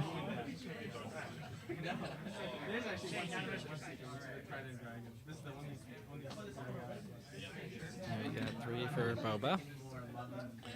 And Flying. Werner Herzog has arrived. And trigger effect Anguish to use a permanent monster deck. 2 Lightning Storm, 2 World Shard.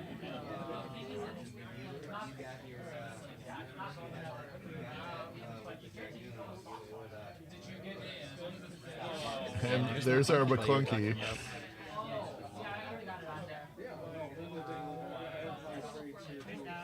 You get to do some damage there too, right? He took off the shield on Oh, the okay. client. Oh, that's right. It comes in shielded.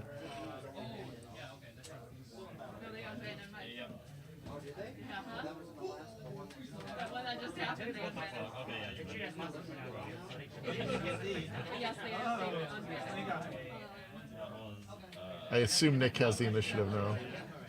Otherwise, he's yeah, dead. he does. Yeah.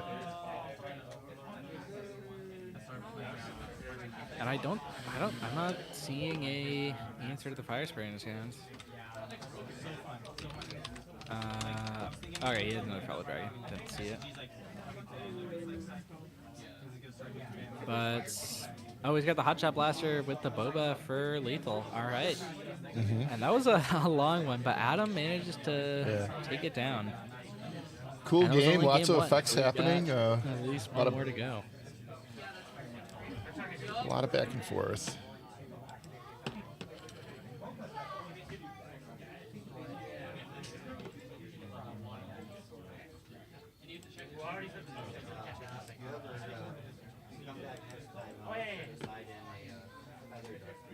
That's what she got me when I told her. They're playing Labyrinth, okay? Yeah. She still is. You were playing your arch, your red. What was that one that you had? The red dragon. Centurion, I'm pretty sure. It was the all-star one you had. These guys? Yeah. Let's look at sideboards, I guess. Yeah. Nick's he's got the third top target, 3 Sparker Rebellion. I don't think that's going to come in. 2 Punishing one. That's interesting. Maybe that comes in to deal with some of the space units, but I don't know. Force Surrender. Looks like he's got a lot of stuff for the control mirrors. I don't know how much of that's going to come in. Maybe he brings in Force Surrender. Seems like it'd be pretty good in this matchup. Other side, we have the Lurking Tie Phantoms, which are probably pretty great here, right? Palpatine's Return, we could see. This Boba deck probably goes longer. Waylay seems pretty solid too. Yeah. Actually, I don't know. I don't know about Waylay. Maybe for your own stuff. Okay, yeah, because I'm but, entrenched, yeah. He's not going to play any units of his own. That's true. I guess I just thought returning a Childson at the right time, maybe, but yeah, you're probably right. Probably doesn't come in. Yeah, because I mean, the Childson just gets played again the next round. Mm-hmm.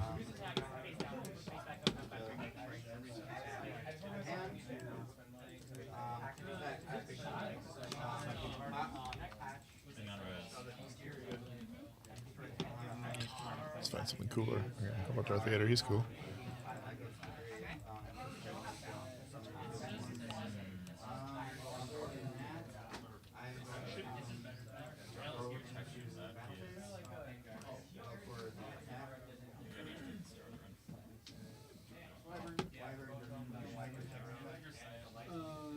On my Does it mitigate for instant activation? Yeah.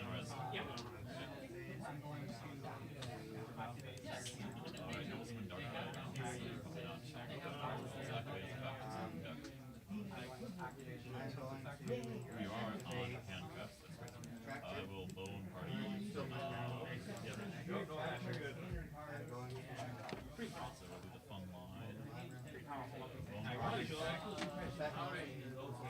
Bone party resolves to summon Sleepy and Dark Blade will pop Sleepy and summon units from the deck. Anguish, Candy 1, Anguish, search from deck, Candy 2, Sleepy.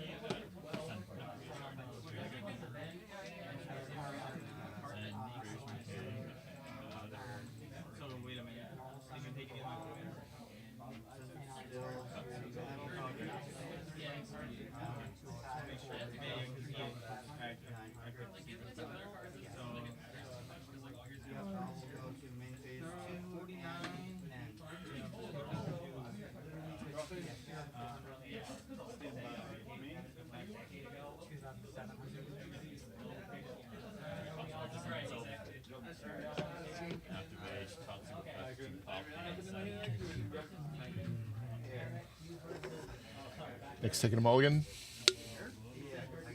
Yeah, looks like it. I drew such a broken hand. This was my hand. This was like a really hand. And then I drew the infinite from All right, for everyone just joining us, this is the top 4. We've got Nick on top playing Bosk and Adam on the bottom playing Boba Green. Adam took game 1. three Regeki, 2 of these. Harpies, like this right here was your this right here is your worst match. Normally it's like kind of okay. Yeah, but now these are my three. It's because I keep that 2 and you have 3. You have fucking 3.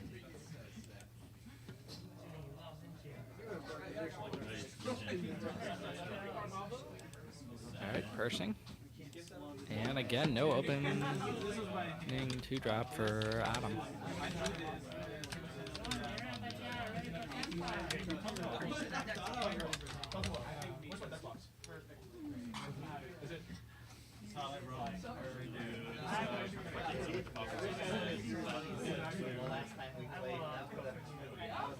Why'd you even imprint the? I was like either gonna win or lose this round. So I'm just sure. You imprinted like, oh, he isn't that Regeki or something. All right, Nick's got top target. He didn't see any of those last game, which could have been big. They could have healed him and kept him in it longer. Yeah, looks like we got Super Laser coming down. I got no way to kill it because of Pershing not having any power. We'll see if he has the Hotshot Blaster again to deal with it. Powerless Pershing.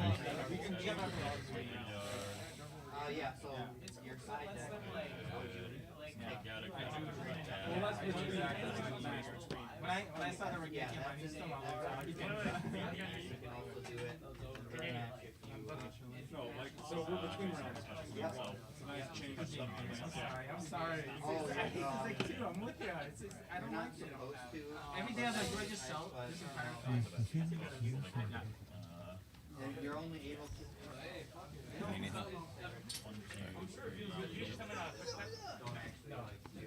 It feels good to start over Regeki. That's really good that. But everything else, I'm like,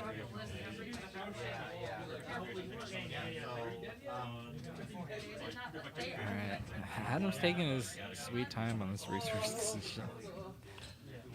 Looks like he's got a Whaley he's thinking about. I mean, I think we should. I don't know if you guys are. Do you know if you guys are using time for the top cut? I don't think we did time the top cut. Alright. That's good. I think that's the right way to do it. Yeah. Nobody really wants a top cut match time that way. Because I was going to say, like, if it was timed, like, he should make his decisions faster. I mean, yeah, he should anyway, right? Yeah.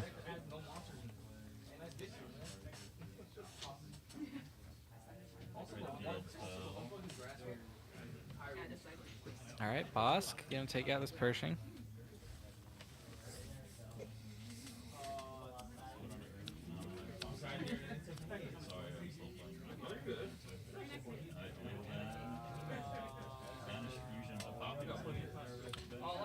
I was a little surprised to see he kept top target in. I guess that's giving a lot of credit to Boba's ability to do a lot of damage. Yeah. Yeah, I think it makes sense to keep top Understanding target. his role in the match.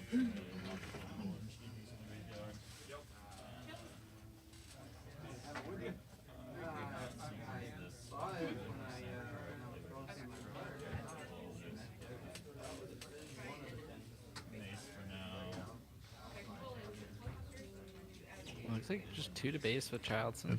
Or client, not Childson. Client. Werner.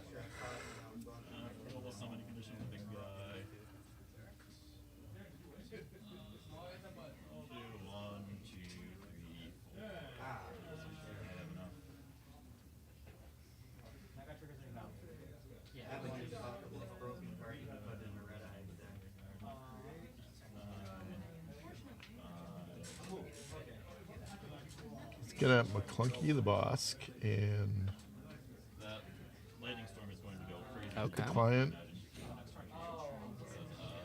Oh, because he has the he has the Bosk, so it shoots the client. Yeah. Does the Bosk have to be in play for that, or I guess it all happens at the same time, right? Well, the trigger would happen when he was in play, so it doesn't matter where he is when it resolves.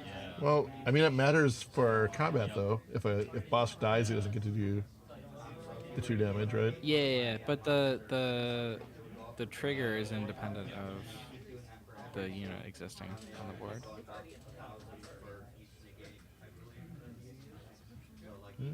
Okay. Same reason, like for Crate Dragon. It works even if it dies.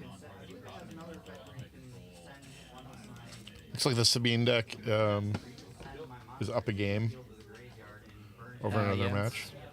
that's what I saw. All right, Death Mark.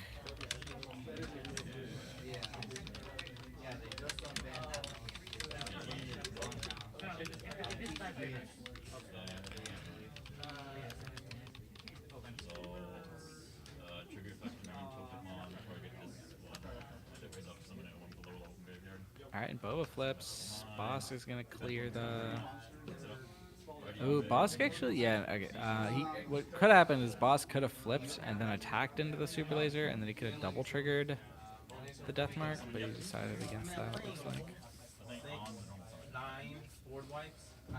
We're only playing 3 back row board wipes. So power the dark side. Get rid of the 7th fleet. Yeah.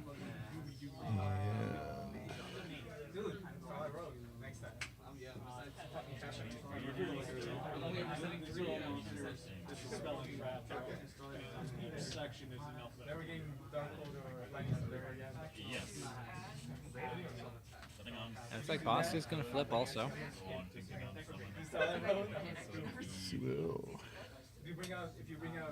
Did Adam take initiative? I think he might have. Okay. Yeah, he must have. Yeah, maybe he's worried about a second tower or something.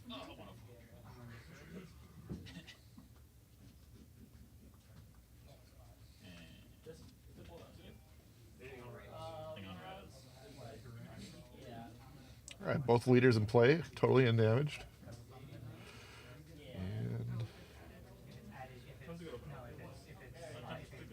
And I was surprised to see Bosk go base there instead of hitting into Boba.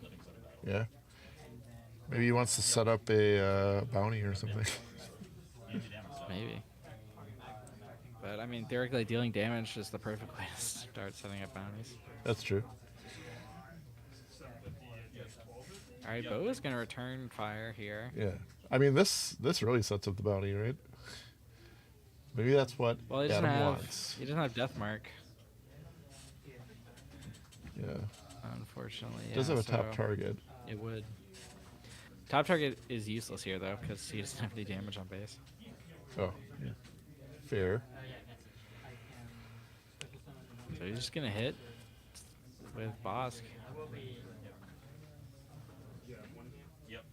All right, and then we get some Bosk on Bosk action here. Yeah. Bosk unit kills Adam Bosk brings leader. his unit out.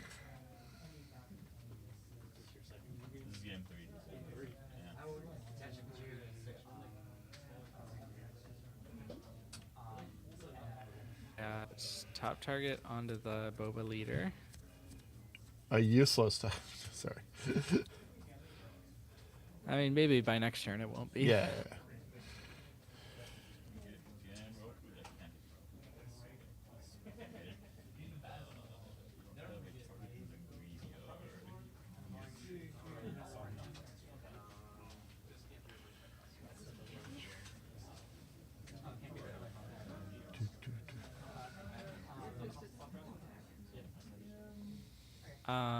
Looks like he took down the Bosk unit. Mm-hmm.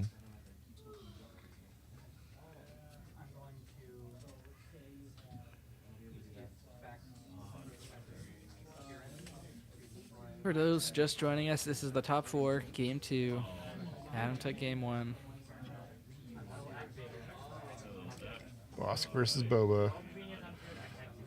The other top 4 match is Sabine versus Boba Blue. It looks like Sabine's up a game.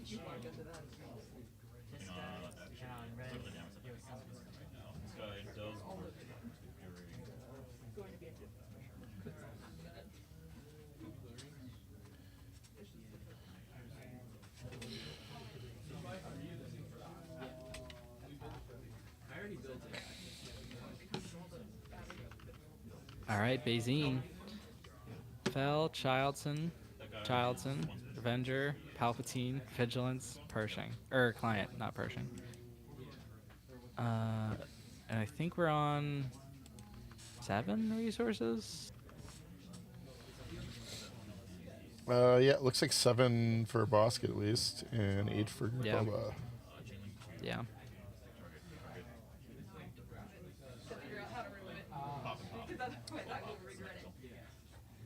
Goes for the Avenger. That's fair. I might have gone for the Vigilance. Maybe the Palpatine. But Avengers, certainly a threat here. Yeah, I think like the first game definitely like just taking the biggest best card every time looked like it worked out pretty well. Yeah. So you didn't have any haymakers to deliver. Although I guess he did because he had Crate Dragons and a Crate Dragon left in his hand at the end. Hard to say.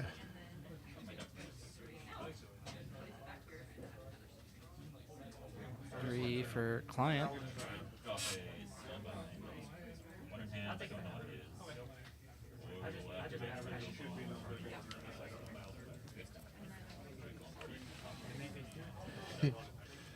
He has to let the Boba hit him for some damage, otherwise it doesn't make anything of the top target.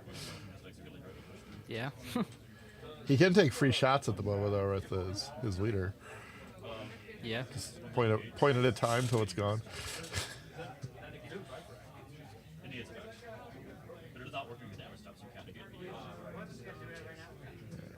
Looks like he's thinking about a lurking tie. Lurking tie would be pretty good here. He saw the hand. He knows there's not a lot that deals with that. Boba's just going to take off the shield. Interesting. Well, now he can just kill it. Yeah.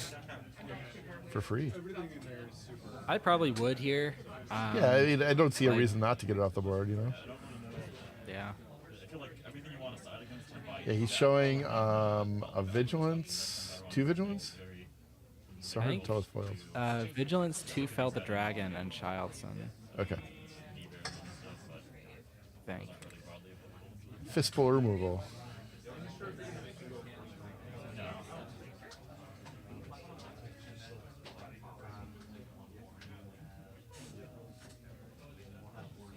Alright, I guess we're going into a new round. Alright, maybe not. Alright, no, we are. Nick picked up a make it opening to deal with any phantoms that might come down. The one card combo each to summon the light monster from your graveyard. Mace. Yes. Nick has a lot. Alright, Maul's gonna answer the Childson, put the excess into Bazine.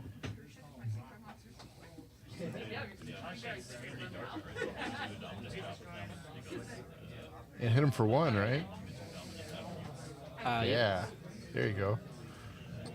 Now you might as well kill the Boba, heal the damage off Profit. the target. I don't know. He could client it up.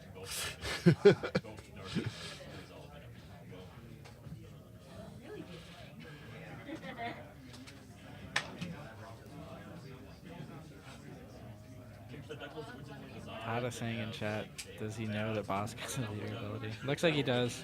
Yeah. Clears the Boba here. Back to 0. And a crumb. More healing.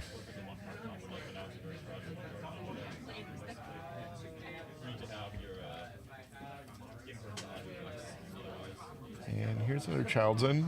Looks like it is. Fell, Vigilance. Nick's Childsons always are for the full amount.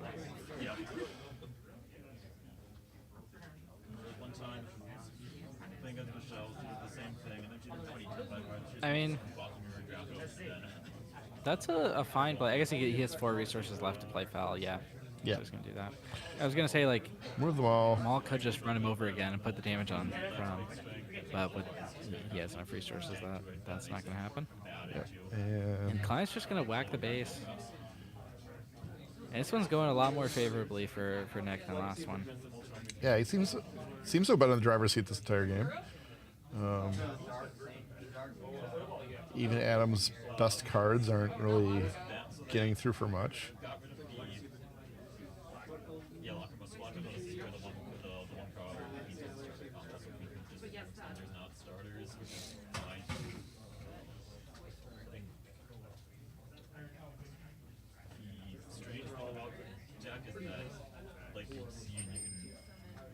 So he's gonna Emperor's Return, his Maul, finish off the Chilton, and move all the damage onto Salacious Crumb. And then Palpatine is gonna.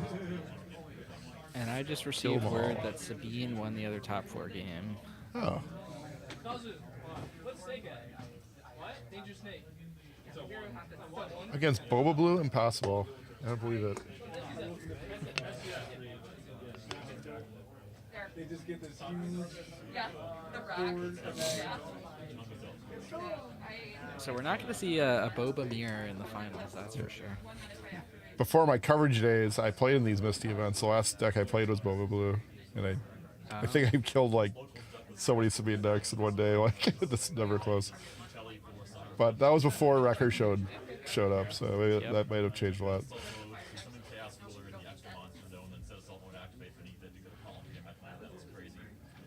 Emperor coming in. Phantom should be ready, right? Yeah. Okay. Yeah.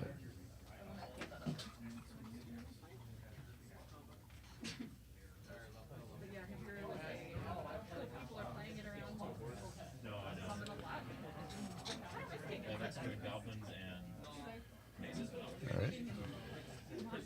Fan goes to base.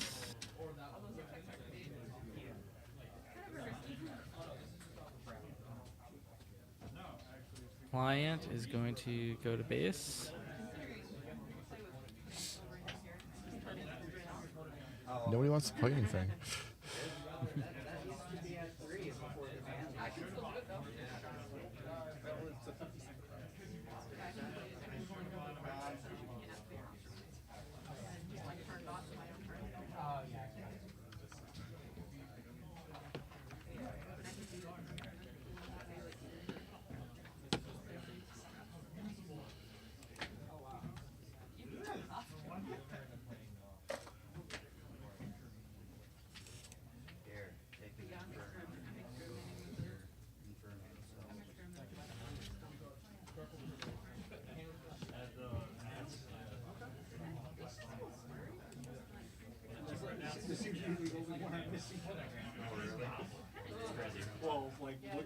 Six resources, and we got a fire spray. That's fire spray. And immediately met by Rival's Fall.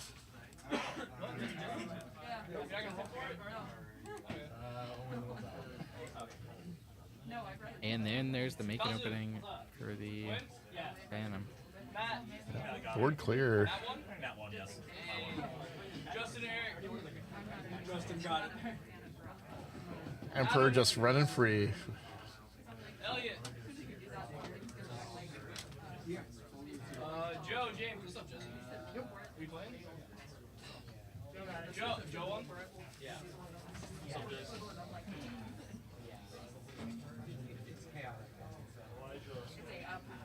Elijah.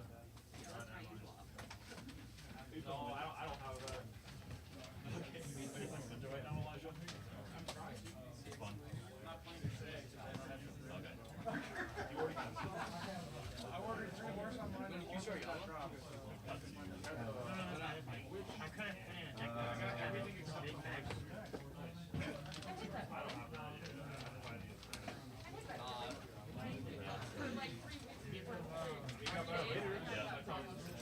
I'll have one that's bigger. I did like 4 legacy support for both Memento and Century round also that they really tried. Alright, Emperor's Return. For Maul just declared the Palpatine. Palp's own return being used against him. Yeah. But All according to plan. This client it's been around forever. Yeah. Just getting a couple chip damage in there. You did him to open backward. Yeah, I didn't open backward. Then my Roku got called by. 7th fleet, vigilance, going in, taking it down. It looks like shield the client. Back to normal. It is new. There's only 2 people playing. This is how I felt when there was like Snake Eye format. I can relate. We're in 10 by format right now, man. Yeah, it looks like we're going on. That's true.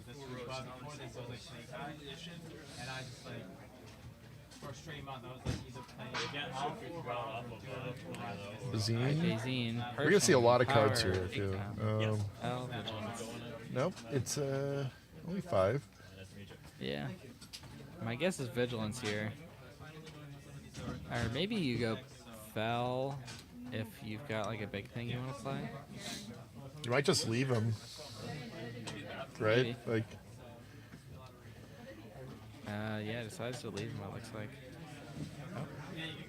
like at this point, you just don't want to draw like his gigantic cards. Yeah. I think. Like a removal spell, removal card doesn't seem that much better. But he is going to get rid of Fell the Dragon, which makes sense. That's a great card against him. Yep.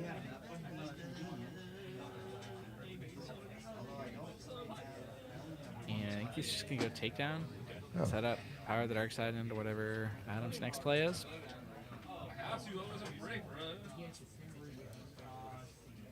Finishing this now, and then give you contain, extinguish, reawareness. Actually, HP also. 8 for a Reinforcement Walker. Standby phase. And 3 for a, or 2 for a Death Mark first. It looks like. That's crazy. It's maybe a little bit greedy, and yeah, there's another Bazine.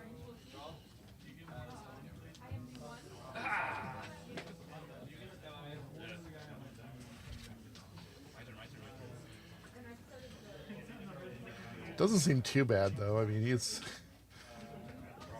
got this client. He'd probably remove Bazine. Oh. Yeah, client doesn't remove Bazine. Right, 1 point short. What? Who dropped? Did Adam leave? Or no? Guess he could vigilance it. White shirt? Oh, he didn't Yeah, I think he only has 5 resources. He didn't tell me.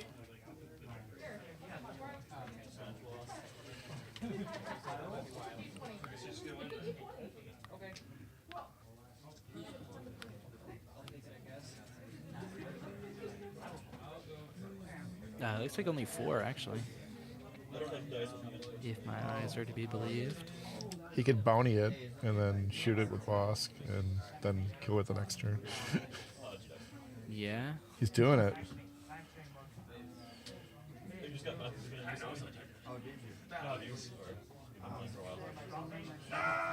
Very nice.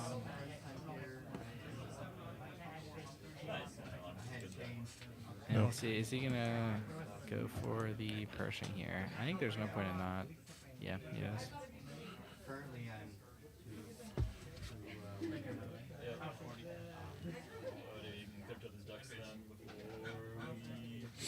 It's still gonna work out pretty well for the ball player. He's gonna get to draw another card off the Walker next turn.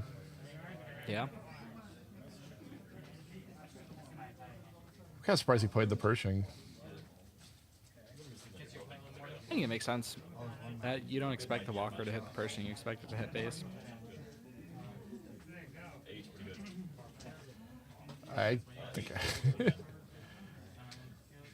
Like, you can't have just drawing more cards, right? Yeah. I guess he is just gonna hit Pershing. And I'm fine with that. I think I'm Bosk. I'm not taking the damage to base. he's just so ahead, I think. Already drop a But Yeah. I guess it doesn't like totally work out well for the boss player though here because he could definitely add more more stuff to the board before you can actually power the dark side. Yep. All right, so the client finally goes away.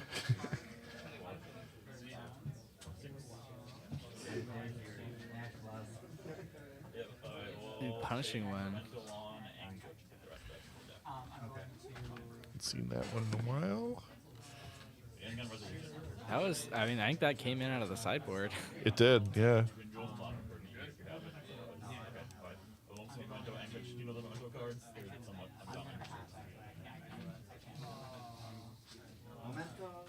Barrage is just going to clear it, though. Okay. Yeah, it's a little different here. So this guy has a trigger effect on someone to add a rank of cards to hand. Okay. Measure monster size. Is he gonna have to entrench this walker? Maybe. We're on the shifter. Oh yeah, we were on the shifter. So is this the one that has the you have the monsters in the back row? No, that's Centurion. That's the other deck to say. I think he's got to seriously consider the mill game plan here.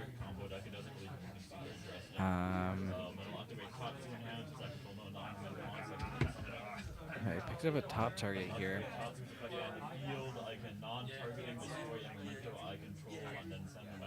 He is entrenching the walker that he has already bodied. Yeah.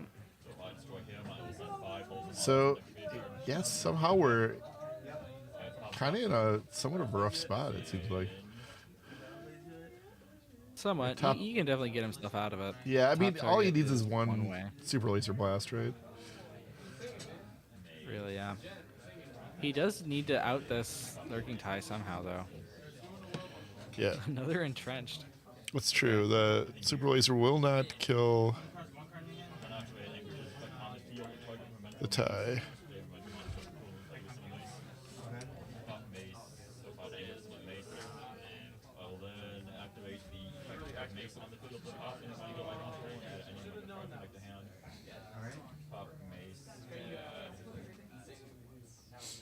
Bosk effectively pass here.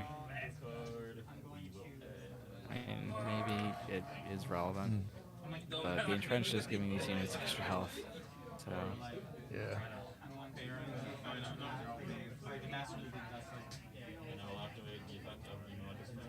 I think that's a make an opening I just saw. Still no super laser blast.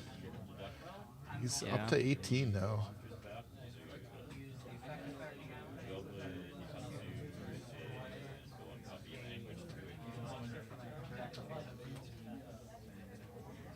Alright, yeah, he's got make an opening. Creation King, and then use the trigger effect of Creation King on some elemental monsters in my deck or instead of the graveyard.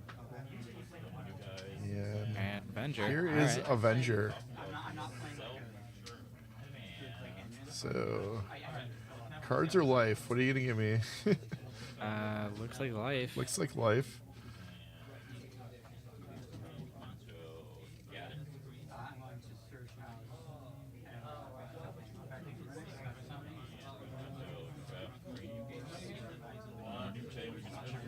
Alright, another Vader.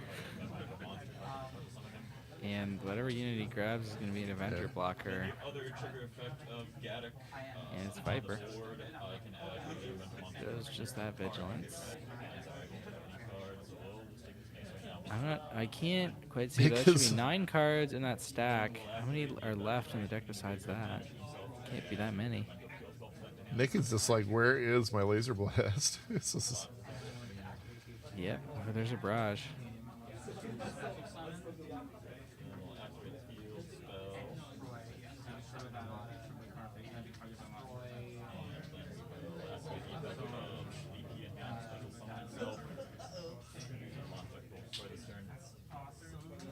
Nick's got, looks like Force Choke, Vigilance, some other blue card, I think, but I don't think it's Blast. Wow. Oh, wait, no, he did. It is Blast. Okay. Yep. It's like, give me back all my things. And he's back in the clear.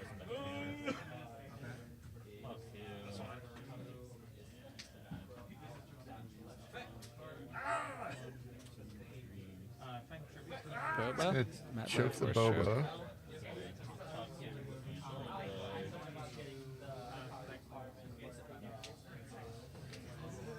Fire spray? I think that's Power of the Dark Side, it looks like. Oh, did Nick claim? Yeah, well, you can't cast the power. Oh, he's in resources, yeah. Did he McClunky it so he couldn't remove it? Yeah, he did. That's kind of cool. Yeah. Keep it safe from Nick acting first. I like it. But he's gonna. Nick's got Crate Dragon. He's gonna Crate Dragon, which kind of plays around that.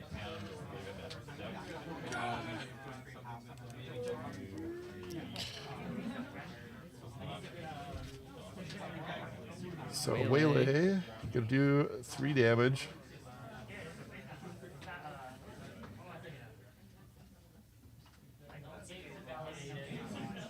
Trying to open the way for his fire spray to get back out.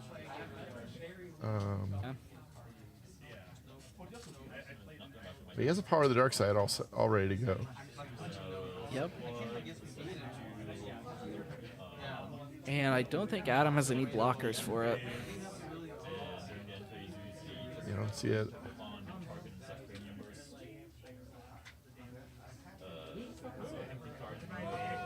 And Maul. Yep, just gonna play them all. And that's gonna be enough by the power. I don't think we should Adam tank gets that for it. initiative. I agree too. I Is think it? it's dumb. Yeah. And Adam is 6 health away from death, which is a turn's worth of being milled out. We'll see if Nick goes for the Vigilance to mill here. I think Adam should be less than 6 in deck at this point. It makes sense to just gain your life and mill for 6. Yeah.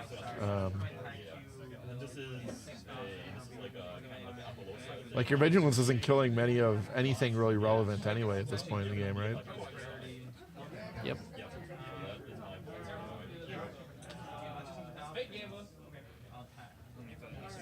Got 6. Palp's return. Use the return. Probably getting a Vader back. Oh well, I don't. Yeah. Bazine. He's Okay. Bazining. He maybe needs to. He wants to snipe that crate. Oh yeah. Because he can't deal with crate if that comes back down again either. Yeah, I mean, he can't do it with crate. He can't do it with vigilance either, though. Yeah. That's gonna. Oh, it looks like he had one more card left after that vigilance.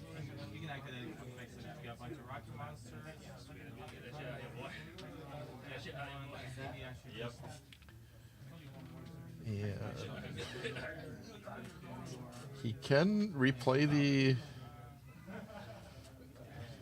Did he just heal and defeat and mill? No, he didn't defeat it. Nothing was there to be defeated. He just healed and milled. There was the Bazine. What happened to the Bazine? I don't know. That's a good point. Okay. I forgot about the Bazine. Yep.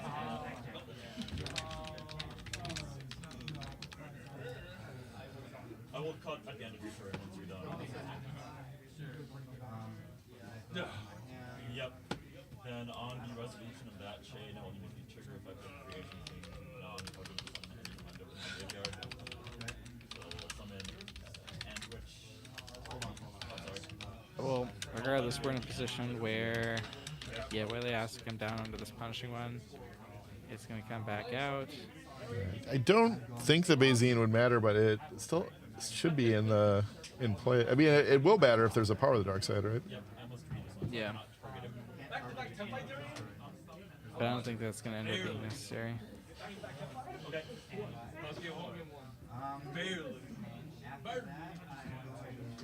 No, it should be untapped at this point. Yeah, I was just going to say. Got it. Thinking on Super Laser Blast. Nick's just whatever. blasting. We're gonna go to a game 3. Wow, Yep. these have been exhausting. What? This is good. This is good gameplay.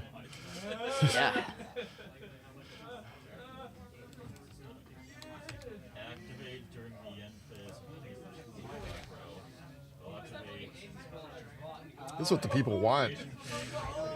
Control deck just rolling through all both Boba deck's threats one at a time.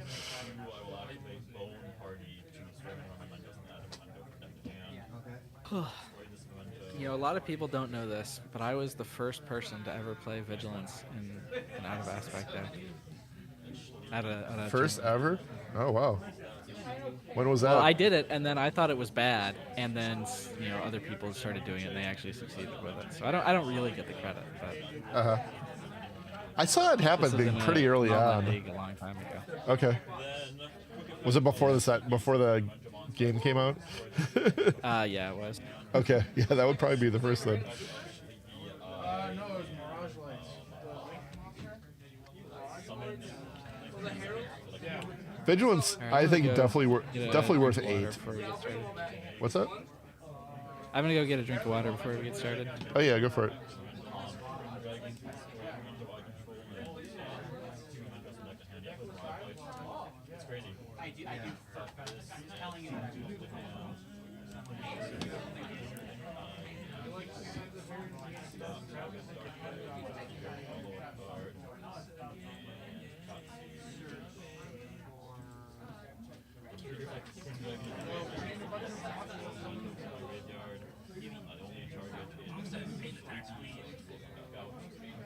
All right, game 3. Adam will be going first. We'll see who moves on to the finals to play against. None other than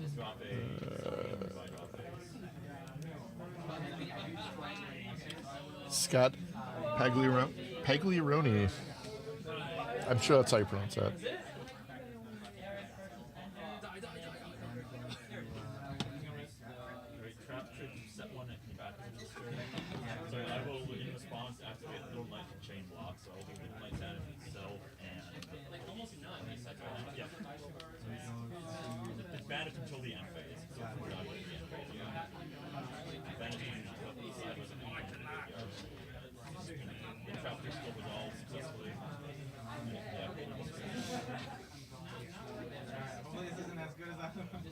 All right. Turn 1, Dr. Pershing. No threat from the Boba player. Boba is going to have that Super Laser Tech on 3 resources. Nick's going to use the Pershing, draw a card, and play a client. It's going to let Adam ramp on the next turn.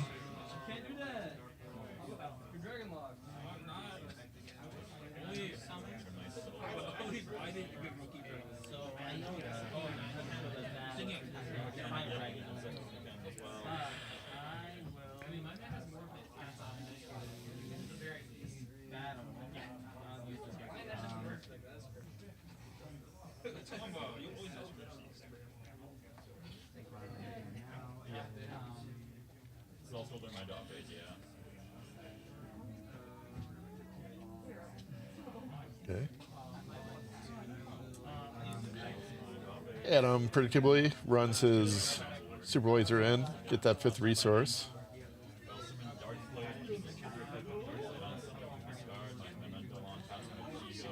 Nick's gonna draw a card with Pershing. And Adam's gonna follow that up with a Lurking TIE Phantom. He's gonna move over to Nick. He's gonna just attack in with his client. I think. Nope. He's gonna power the dark side. Or make an opening, the Lurking TIE Phantom. Then Adam's gonna go back and flip his Boba Fett. Swing in on Dr. Pershing and remove him. Should untap 2 All right, what did I resources, miss? but it looks like he just passed it instead. Oh, weird. So Boba flipped. It looks like Pershing died. Yeah, I thought But there'd be a Nick got some follow-up play advantage. to Boba, but he just passed the turn after that. Didn't even untap the 2 resources. Oof. So I guess he just had nothing. But Power of the Dark Side's gonna remove that Boba for Nick. All right, Adam ramped, right? Yeah, he did. All right. So he's got Fire Spray online this turn. Yep. And Client getting in for his 2 again, maybe? No? Yeah. It looks like he bountied the Fire Spray, maybe. Oh, okay. To get the 1 damage in? I guess. Oh, because now he can. Well, I guess he can't. Probably can't kill it this turn. Yeah, I mean, it wouldn't really matter That'd be- if he double triggered it, because Yeah. get 1 heal worth of it. But next turn, if he manages to line up a kill onto it with the boss scout, then it would matter. 10 life. Coming his way. And no maul for Adam, which would be great here to just flatten one of these units.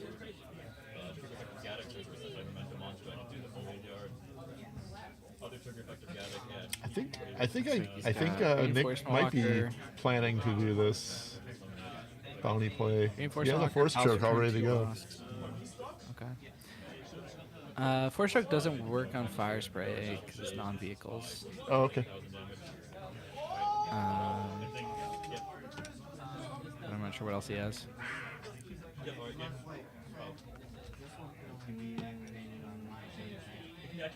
Alright, boss on boss action. They both survive.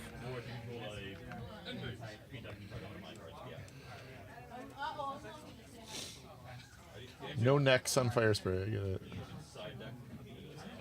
Looks like he's gonna alright, just kill the boss without bountying it.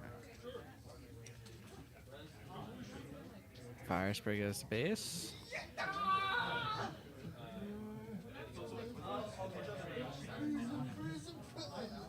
Boss goes to base.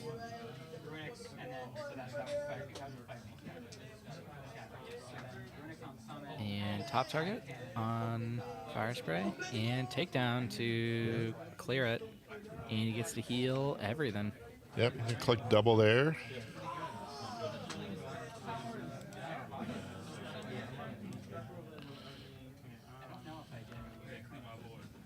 Heal 12.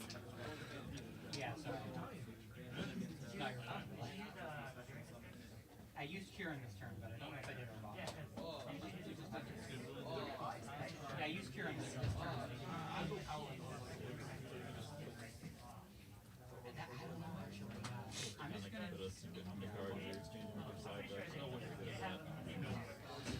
All right, Bosk will ambush Bosk.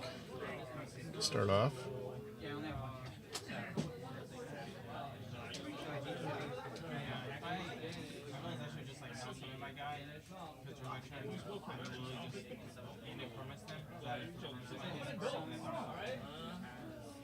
And Vigilance, alright.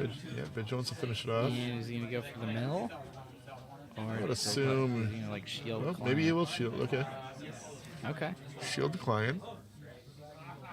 I probably would have milled there. Yeah, I think seems a little better. It's gonna be a Whaley on the client. Yeah, so that shield didn't matter. Would have been better off milling.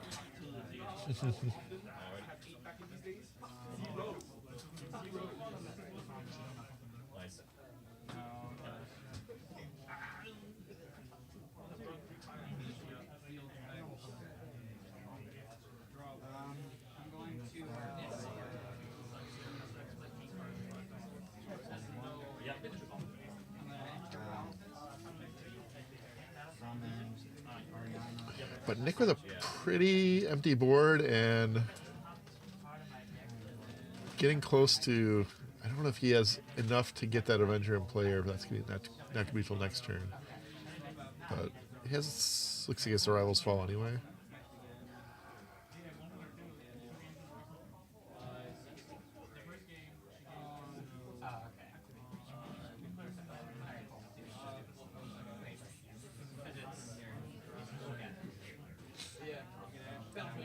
That one makes it on resolution you're blocking. Oh, he just chose to heal 3 instead of taking the Boba Fett's armor? I guess. Yep.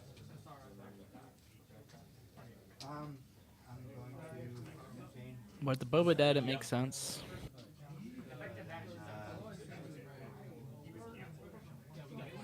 I guess we're just going to go to a new round, and Nick's going to play Avenger first action. Makes sense to me. Yeah. I think this will be the first time we see an Avenger in this match. It kept getting Bazined in the first 2 games. It's a pretty rough card for Boba, I think. I don't know if it still is, but...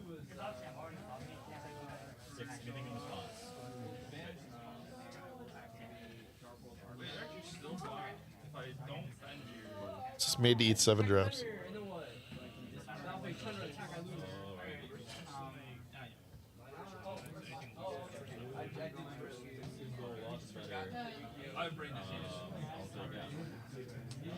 I think you could Emperor's Return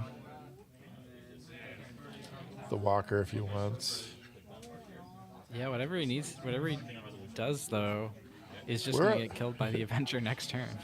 Yeah, where are all his Sith Lords? This is like... He has Chew sides, so he just needs a small unit that can stick, and then he can play Chew sides. He doesn't have any small units. The smallest he's got is Boss. Well, that might be... I mean, I guess he doesn't have enough resources to do both, right? Yeah, no. He's only on like 9 or 10. Or he's probably on 10 at this point. Yeah, looks like 10. I'm going to change something. Yeah, we need 12 to make that trick happen.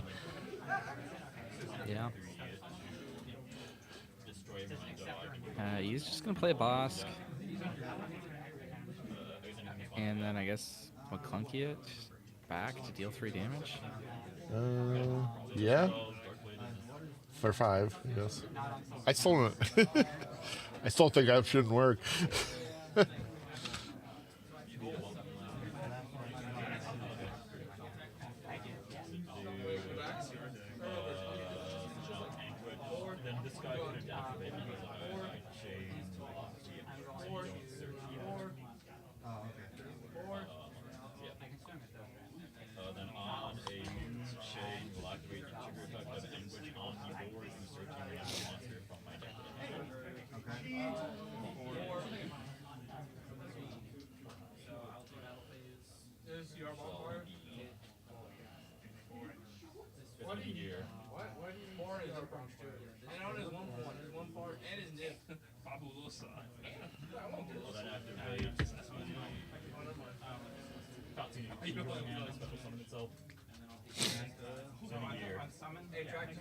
All right, let's go check the handout.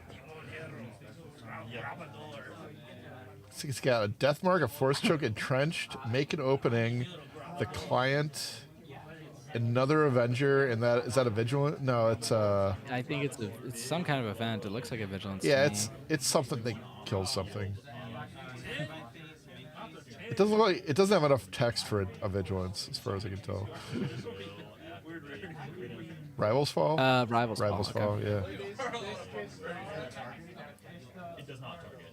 So I send cards to my hand or field. Wait, can he play the Chew sides now? I think he can. Yeah, he does. Well.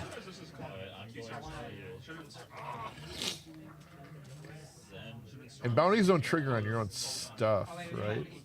The bounty triggers for whoever the opponent is. So Adam would hit the trigger here.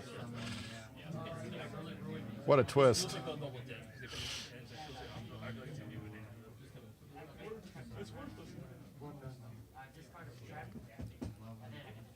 Yep.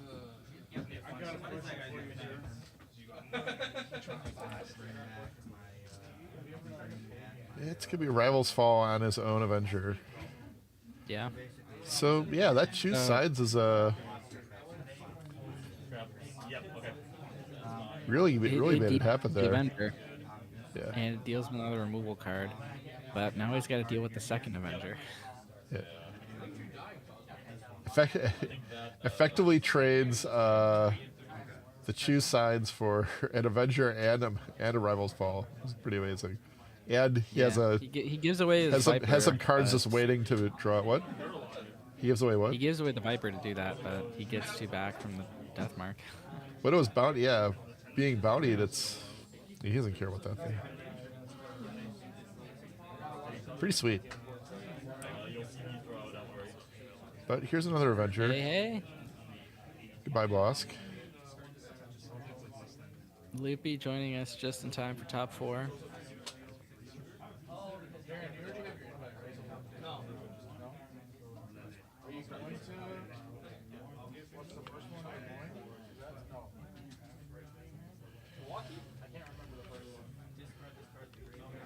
Coming up in like telling in the chat, the Boba player felt going into the top that this match was basically Can't really hear you. I can hear him. Oh, I can't hear him at all. You might just need to turn him up. check your levels.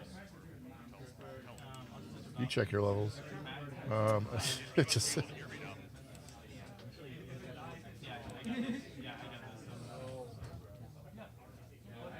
Are you in the ninja? Are you? Oh, you're in. Okay, you're in the Discord. I figured it out.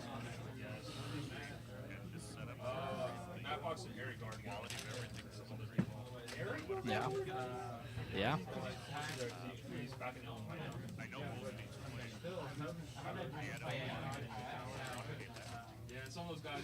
Same Boba deck. He actually was the one that beat me. I went undefeated in Swiss, and then he knocked me out of the top cut. And Nick, I was 6-1 at Gen Con with Krennic. I know. I think he was second that day. With 6-1.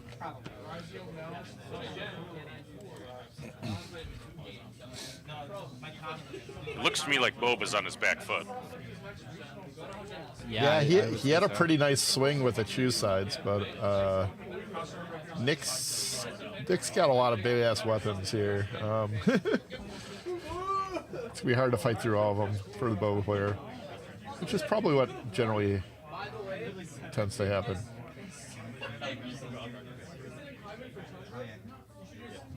I definitely see a Palp returns. Yep. In the hand of Boba. The card's a good one here. Yeah. Is it just one choose sides listed? Yeah, I think he just has the one on the board. He's got Reinforced Walker also along with this Palp return, and I think a Maul as well. If one of you is able to invite me to the group message again, back, so that I can see this, appreciate it. Oh yeah. I guess we can let you in. All right. Yeah. I know, exactly. So I was like, I can't let you get this round. I'm gonna lose, and you just attacked and you So Edger's no big deal. You just got to play a bunch of garbage units and soak it up. Space Sentinels. Yeah, what? and I don't. Yeah, Space Sentinels are great. Crumb gets Foshtot. This is a interesting visualization. Yeah. He does have an overwhelming barrage to take out the Avenger. The Avenger. Ooh, yeah, that's next big. turn. Though it probably will end up getting Power of the Dark Side immediately after that. I don't know if he has one. If he does, it certainly would.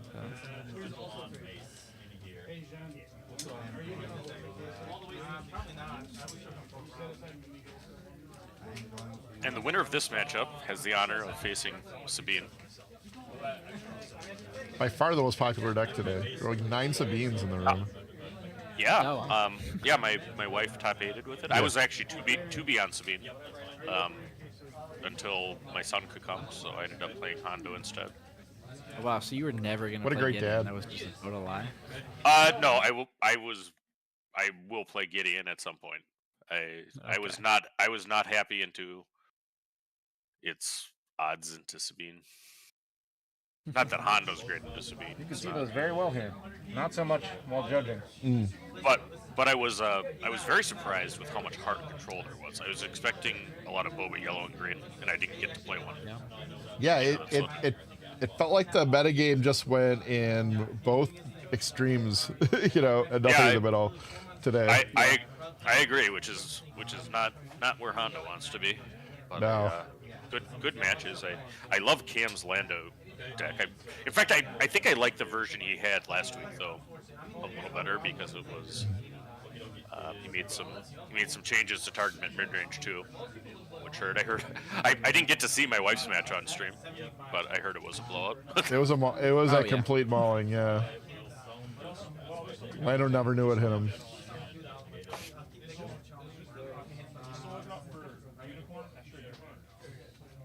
All right, so Adam gets to untap with a ball in play, but Nick's gonna show a crate dragon here. He's gonna jam a crate with Maul on the board. He still has about 6 resources left. It looks like. I think so, yeah. Yeah, and Adam at 17, this crate can. Oh yeah, looks like the crate's a little uncomfortable here. He's got 5 left. Crate totally nails Palp's return, right? Because like you play it for 6, and then you have to play the other card for. Yeah, so it just like basically turns that card off almost because you take like 14 damage. Yeah, I think he's shuffling to think. I mean, his best answer to crate is of course Waylay. I mean, if he had that, he probably wouldn't be thinking this hard. Mm-hmm. Yeah, he does not. He's used a couple waylays through this game. Now, at least one. If he's got to kill the crate, which isn't necessarily the right thing to do, but I see him a clunky, so I mean, he has 3 copies of Palp's Return, the McClunky, and 2 copies of 7th Fleet Defender. Yeah, so he like a small underworld unit allows him to 9-2 base. Okay. That's fine. He might have a barrage. Would be okay. What did he take a damage from? Just from the crate. Yeah, the from crate. Playing the 1. From the 1. Yeah, he should take 1. Oh, I thought he would hit Maul with it. I guess that makes sense. No. He takes initiative. So he's going to get another 9. Best case scenario is he draws Waylay. I think the crate's just going to hit base and make, anything worthless. Yeah, turn off everything that costs more than 1. Well, I think Adam has initiative too. So the first thing that happens is he takes a dual. Maul pulls out a second laser pistol and comes right at that dragon. And that's exactly the kind of Star Wars movie we all want to see. Exactly. Darth Maul wielding blaster pistols in each hand. Shooting down. Chow Yun Fat on this crate dragon. And I would hope there'd be like a God of War style finishing move onto the dragon too. Using a double lightsaber to finish off that. Yeah. It's a quick discard check. Everybody's looking at the discards of each other. Right, what's left in these decks? Yeah. I see that Adam's been doing a good job with Bazine. As I was listening to the coverage the entire way back as I drove back, so I could join you guys. It's one thing about this boss deck. There's only so many threats. Yeah. There's a lot of removal, but not a lot of things that hurt you. Bazine's so sweet in this matchup. Just and Bazine and McClunky is a tough combination to deal with. Mm-hmm. My favorite use of McClunky is I saw the fire spray protected from Nick's inevitable turn initiative demise of whatever he's going to use to kill it. Oh yeah, the fire spray with that first game. I feel like that's what won Adam that first game. Like it's just this crazy fire spray, entrenched fire spray that could just never die, and was like making invincible mauls happen, and then finally gets McClunkied. It was like it's quite the journey for that ship. And it's I didn't see the beginnings of these matches, but what I told Adam is was despondent with the matchup is, I mean, don't only play a unit if it matters, because I mean Greedo's the example that probably has gone out of his deck, but I mean you don't want to do that and just give boss curly bounties. Yeah. And sprayed up. Oops. You know, a lot of times I'll see Boba like flip with like 8-9 resources out in this matchup. Once you have some other stuff out there to prevent boss from focusing on him.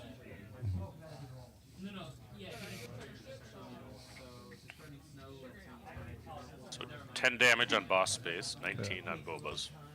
Nick's sitting with a handful of super laser blasts, it looks like. And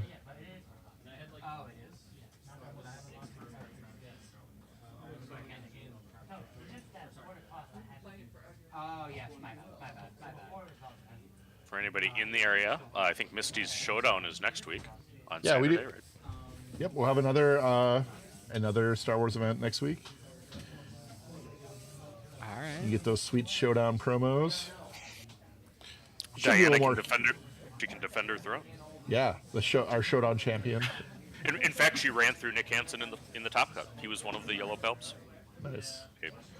I know she was the lone Sabine in the top cut, and she ran through, you know, Nick and Tim, who are both incredible control players. So. She knows that Sabine deck real well. It's pretty fun watching her play it. Though there was a Kira Red that was targeting Sabines that was in the field today. Yeah, we got it on stream round 5. It got beat by a Sabine, didn't it? No, it got beat by Adam. Oh, that's right. You're right. You got beat by what? Adam. Adam, yep.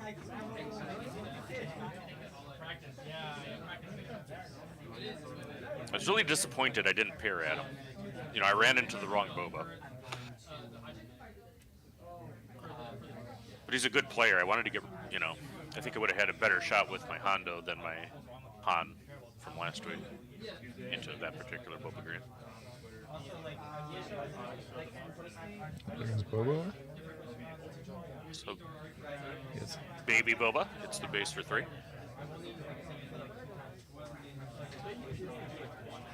One of the 3 Bobas.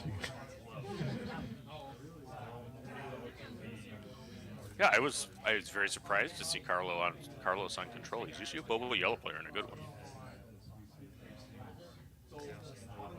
I'm not sure what the target of that make an opening was.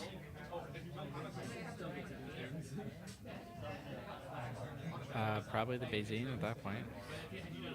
So he just wants to Bazine again. He does have to do damage to a unit. Yeah.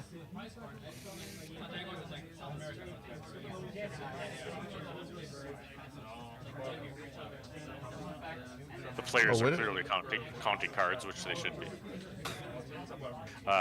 Alex has a pretty consistent way to look at Nick's hand, but I think Nick has to make inferences in his memory of the deck list. Well, it gets to a point like they know the game's gonna go through all the cards. So if he counts only like one Great Dragon Needle, there's probably 2 more to come. You know. Right. Jason says that our head judge says this match is like 2 battleships. Yeah. Duking it out broadsides. It is. You have 2.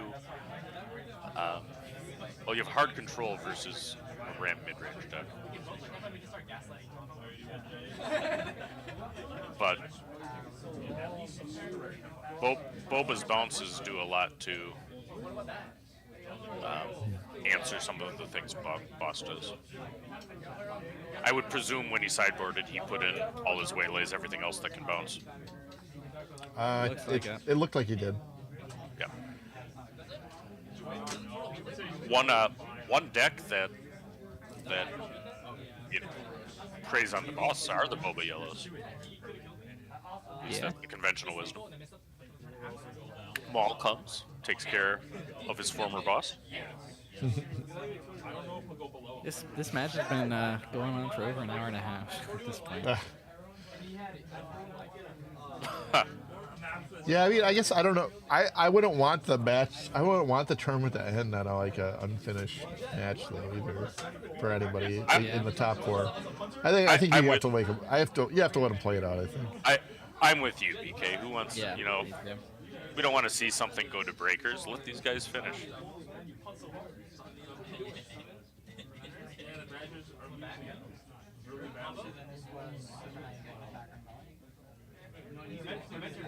But I also would have cut the top 8. I would have liked that too. I was kind of demoralized after the second loss, knowing that it was only a top 4. Yeah, FFG, if you're listening at this player count, it's real feel bad to 4-1 and not make top 8. Oh, well, you know what? There's no conversation. I'd like to get you in the room with some of the people that are running OP for Fantasy Flight, honestly, Brian. So. Yeah, I mean, I talked to him a little bit at Gamma, but yeah, I'd love to talk to them more. Okay, I'll take you up. It's a cool crew. Yep.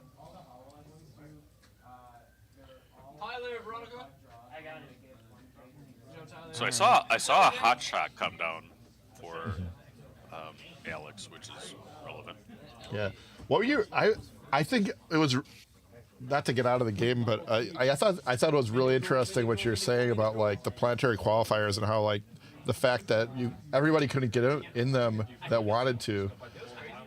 And think about it, that definitely affected me. I think I was way less invested with this set just because I knew it'd be a pain in the butt to play in those things, and like I wasn't there I didn't get in one, you know.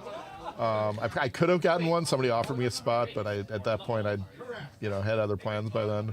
But and I mean, I think it's true. I mean, the game overperformed. Certainly to start, there's a whole ton of hype. Yeah. I mean, 128 player tournaments the first year of a CCG release is exceptionally good. Yeah. And they lost their OP coordinator, Josh Massey, who was a good guy. I don't know if you ever met him, but they lost him to One Piece. Is it? I think it was Bankei Namco, to run things. So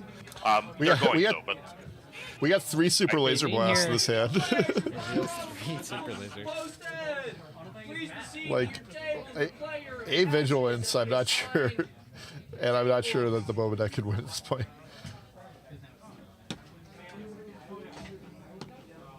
Might not even need it. Takes one of the blasts. Interesting. I probably would have taken Childson there. Well. I mean, he's got to get through those laser blasts anyway, right? Like even when your win is like super unlikely, you still have to play towards the one way you can win. I don't know. I think the Childson's something he can probably deal with right now, but like I don't know if 3 sweepers are gonna make it happen. Looks like we're under 10 cards left in the deck for. And here's another. He's just gonna get rid of them all. Finds the third Basine and takes the third blast. Interesting. Yeah. Yeah, but he's playing to his belts. He is playing to his outs. Yeah. Finding a lurker would be good. Does he have any Vaders left in hand? He wants to try to get those while he still has a deck to pull from. I'm not sure. He played one right there. That's what he played Bazine. Yeah. That might be his last one.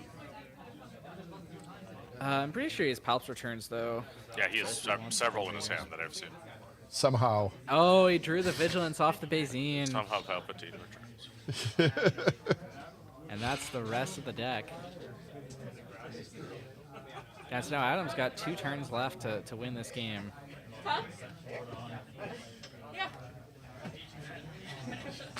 All right, it's let's see what happens. This is and we do know that Super Laser Blast is offline.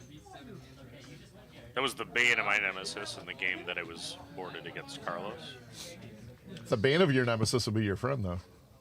That's actually true. But I was disappointed when he top decked the blast. at the end when he was. And Adam is still resourcing here. Still. Well, yeah, you don't know what it is though. I mean, if it's a resupply. When you only got one turn to live, I think it was a barrage that he resourced, which that could actually be useful here just to get extra damage.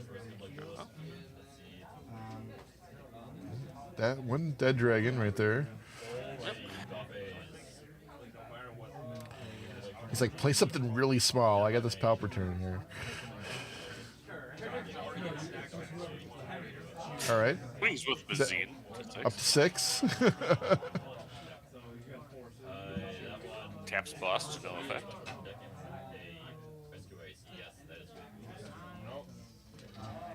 All right. 10. To 9. 9.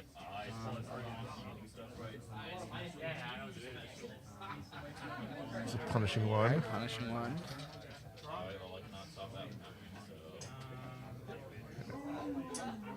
I think he's playing a help return for fire spray. He's Palpatine fire spray.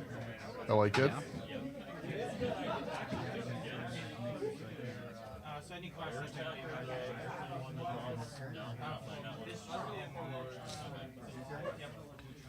All right. 14. 16 to go. You got another one. Yeah. You can bring back another fire spray. Did he pay for it? 19. Play the client to 19. All right. And that's going to be it. Nick claims, and Adam loses by mill. Congratulations, Adam, for making top 4. Congratulations, Yep. Nick, for making it Really- all the way to the finals. Yeah. Really rough matchup for this Boba deck, but I loved watching Adam try to eke out every advantage he could anyway, and pretty great And games. you play the matches. All it took was one run of bad cards for Bosk, and he would have found an opportunity to get in there. I think. Mm-hmm. Yeah.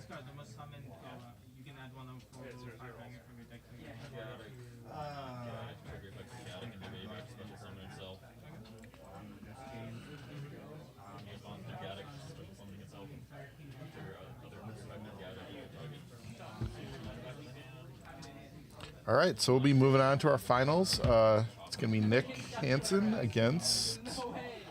Why do I keep blanking on? Feel bad. Scott. It's because I have so many windows here. Oh, there it is. Okay. Yeah. Pigliaroni. Pigliaroni. Is what I think. Pigliaroni. I think his Discord name is Figs. One of the 8 Sabine greens that registered today.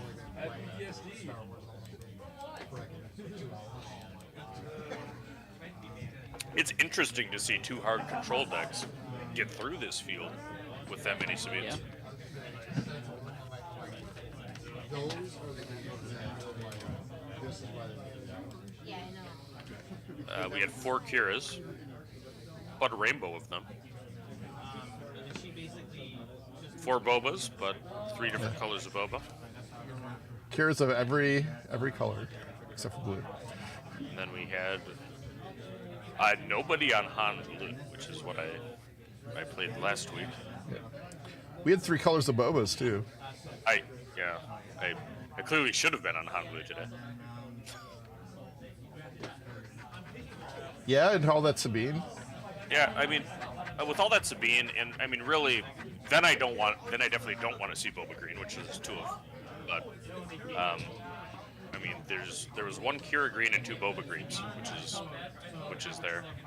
I actually would prefer to play as Han. I'd rather play Kira than Boba Green. Boba Green is a tough matchup. Yeah, I mean, I think it's a hard when it's a lot of like heavy control and a lot of aggro. It's kind of hard to pick the best deck, right? Because you don't want to be hard control. You probably lose the aggro. Yeah, there's a lot of aggro, so you don't want to.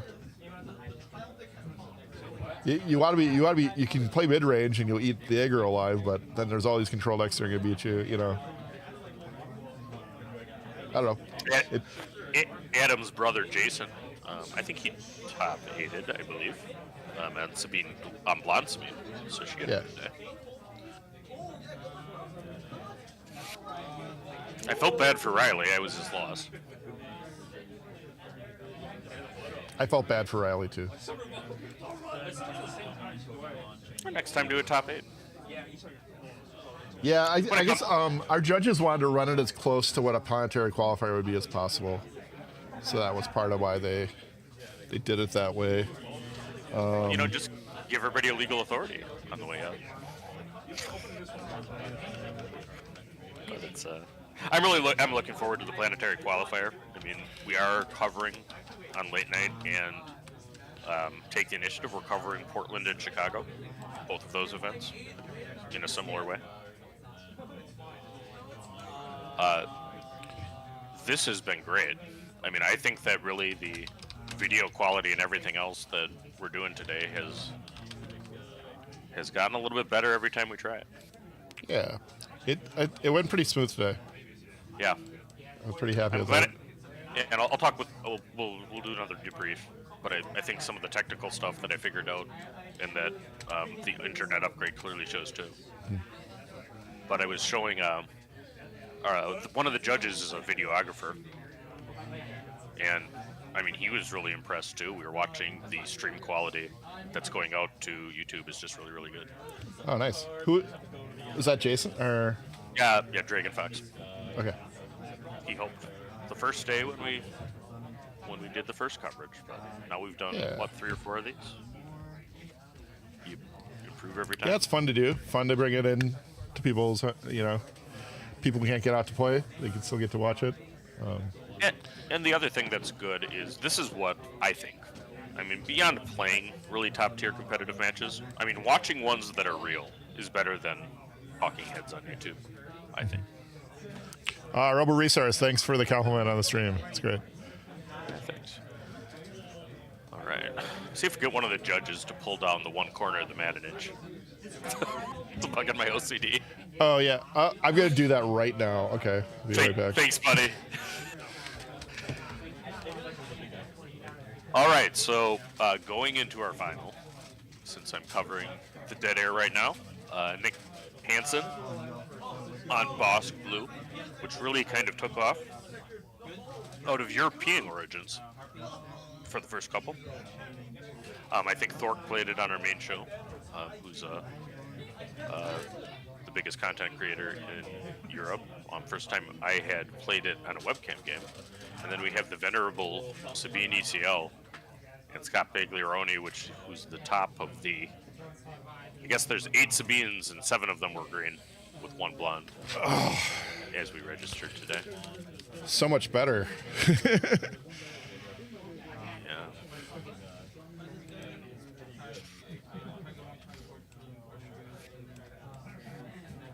I'm gonna have to look harder for my 2-player.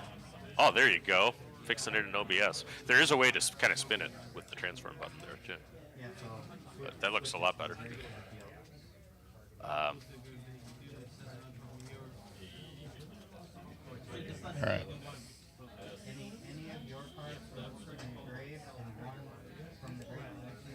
So as we go into the matchup, Sabine's going to be looking to push damage as fast as possible, ideally while playing many threats. Things like Wing Leader, I think, are better than Fleet Lieutenant in this matchup because it gives you a body to eat a Power of the Dark Side. Bosk is looking for top target and Power of the Dark Side in Charlton. That's what Bosk is looking for. Right. He needs to see those. I've received word that they've agreed to split the prizes, but they're still going to play the final for the glory. We need a champion. That's rare in Wisconsin. I actually talked to Adam. He was a person like me that just doesn't like to split. So I guess that getting him eliminated, allowed that. But yeah, no, it's a big prize pool. I get it. Now, there's been a problem at some of these SCD events of people splitting and then not playing out, which really is kind of hard if you're doing coverage. So yeah. But We don't have to allow that kind of nonsense. Ryan, do you want to update the thing so it says finals instead of top 4? Yes. Awesome. I would like to. I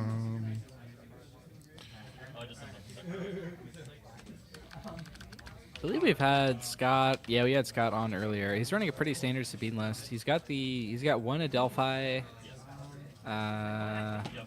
in the main and one in the sideboard. Oh yeah, he was the one who Timely's played the main. that match like so interestingly. He kind of almost went like on Yeah. control mode against a Boba deck, and it was working. Was it Boba yellow? It was green. I think it was Adam actually from the previous round. All right, well we're starting, right? Or no? Yeah, we did. Yeah, we're starting. Yep. Marine, Force Choke. Played something, Solid killed something. answer. Yeah.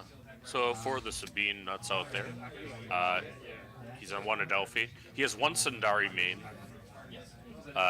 2 timely intervention. He has all 3 rebel assaults main. I imagine those will be the sideboard. Yeah. In games 2 and 3. In exchange for those heroic sacrifices. Yep. In the sideboard. Yep. All right, Fighters for Freedom, answered by the Power of the Dark Side. Interesting, he had a open fire and chose to use the power instead. And I believe he has a Childson in hand, so that, I mean, I probably would have played open fire there just to keep my Childson count high. Because right now he's only got 2 blue cards in his hand for Childson. Closing many windows of. I should have left these up. Kind of a mini chili.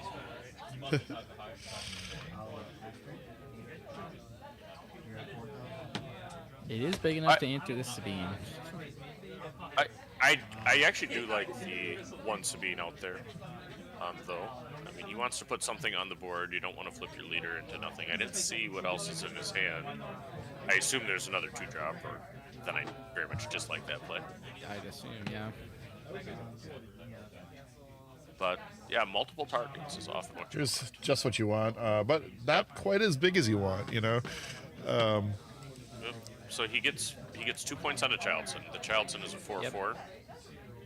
This, I mean, this game would be, I think, a lot different if it was a 5/5 instead of a 4/4. Yep. Oh, absolutely. Showing a Super Laser Blast, or no, Super Laser Blast and then a takedown, looks like. Yeah.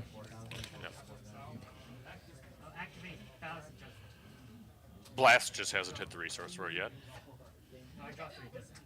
Oh, I mean, I've seen it where it's been played against Sabine. Yeah. So Sabine swings into Childson, takes 4 damage back. Her on attack does 1 damage to the base. Yeah. I don't know. And that can happen because the Childson's a 4/4. Right. Yeah. And I'm not sure why there's a damage on Bosk himself. Yeah. You know, he kind of took a stray. Sabine not even deployed yet. He takes a hit. Sabine is so aggressive. I see a Pershing in Nick's hand. I haven't seen a top target yet. He did get his chilling. that one on Bosk should be on the base. And I think he did. I think he did take the damage on base. I think he marked on his leader as well. You know, never enough. I don't think he took the damage on base. I think because he should be at 2 because he was at 1 from a Sabine ping. Yeah, I think. Yeah, you're right. I think you're right. I think he has to have hit twice. I mean. Yeah, Sabine pinged earlier, and Sabine also attacked their base, or attacked something. So that would have definitely also done it. And Sabine leader's ability is not optional. It hits the enemy base no matter what. So it should be probably 2 damage on Bosk, not 1. Yep. 1 from the earlier ping and the second there, and the players, of course, see Alright, it. they got it. They figured it out. I insisted. I go up to 2.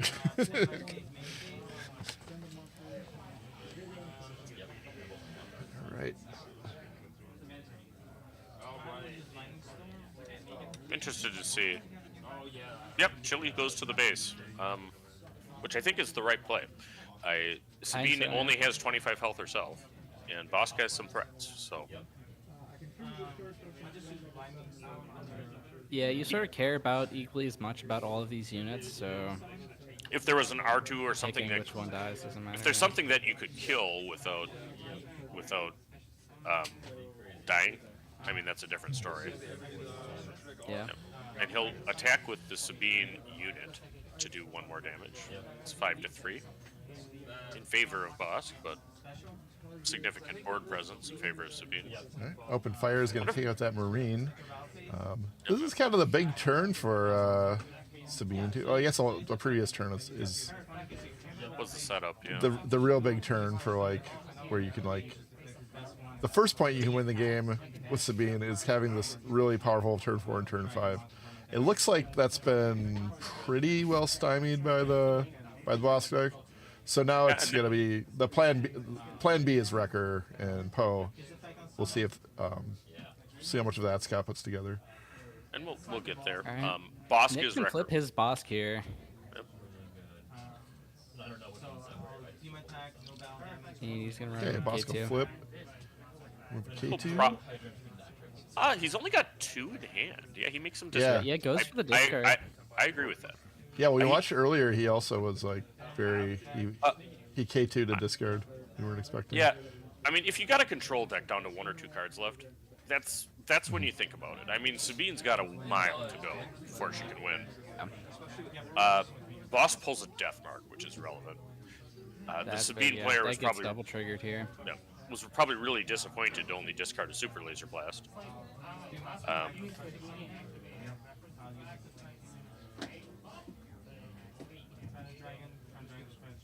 But you know, aggro, because Bosk is so good against some of the mid-range decks. I think we still going to see Wrecker right here. Yeah, Looks like. it's gonna be a Wrecker. So, yeah. And I imagine And he's just then gonna blow up an ambush on Pershing as Dr. well. Pershing. And yep, that'll do 2 damage to Nick. Yep, and then, I mean, is that card? That is a make an opening and a Death Mark. So the Death Mark should go on Sabine. Yeah. She'll attack. Bosk will get a card draw. Oh, okay. Wait. So did he go Wrecker to just defeat Bosk and then ambush into Pershing? Is that what happened? Yeah, I think he. Okay. Yeah. Which makes sense. Then your record doesn't take any damage. Yeah. Okay, so he does make an opening this turn. Yeah, there, but that's gonna yield the initiative to take 7 to his mouth. Yeah. Whether he draws power or fell or not. He didn't draw his cards from the bounty, right? No, he Not did. yet. He got him. He did. I don't think he was to 0 cards in hand. When Oh, he closed really? back in opening. Yep. So he should have 4 before resource. Man, it really didn't look like he drew him. Okay, to me.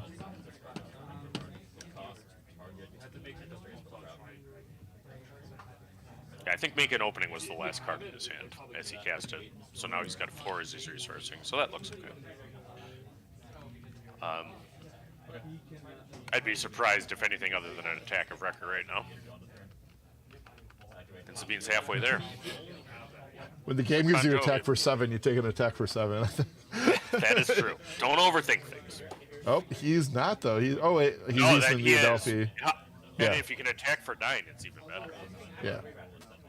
And Adelphi is in this deck, and it's in a great spot against control. That's why it's playing right now. It's a 4/6. Can't get hit by takedown. Can't get hit by fell. Tight Action. spot. Yeah, that is a big card. I see. He's kind of. Nick might be- I think Nick wishes he had that super laser blast now. Yeah, and I think he looked at it and tried does to have get one. resource. He does. Yeah. Oh my god. Yeah. That ain't over. But I mean, he really being at needed 17 is still rough. He absolutely needed that. So we're gonna go to this turn too. I don't know how many Cassians he's seen and put down, but Cassian's a very good card there. I think at least one.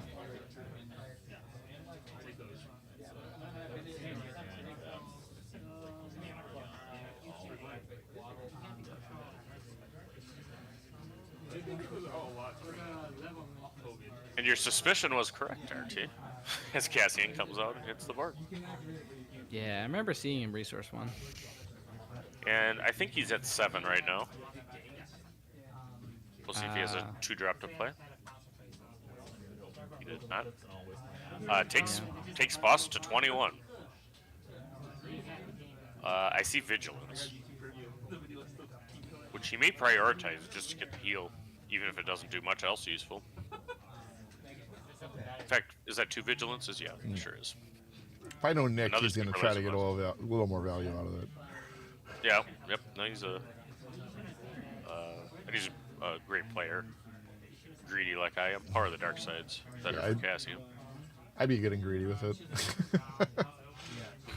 And he can cast Vigilance now. Well, he can't because he's not double blue, right? Doesn't he have 6 left? After 3. Oh yeah. He should have 6. I yeah. can't. Yeah, I He can't was do at math. 8 last turn. Ideally, Sabine. She's 1 behind. It looks like Sabine has continued to resource. See, there we go. That's the Nick I know. Yeah. Yeah, right. And here comes Cassian. All right.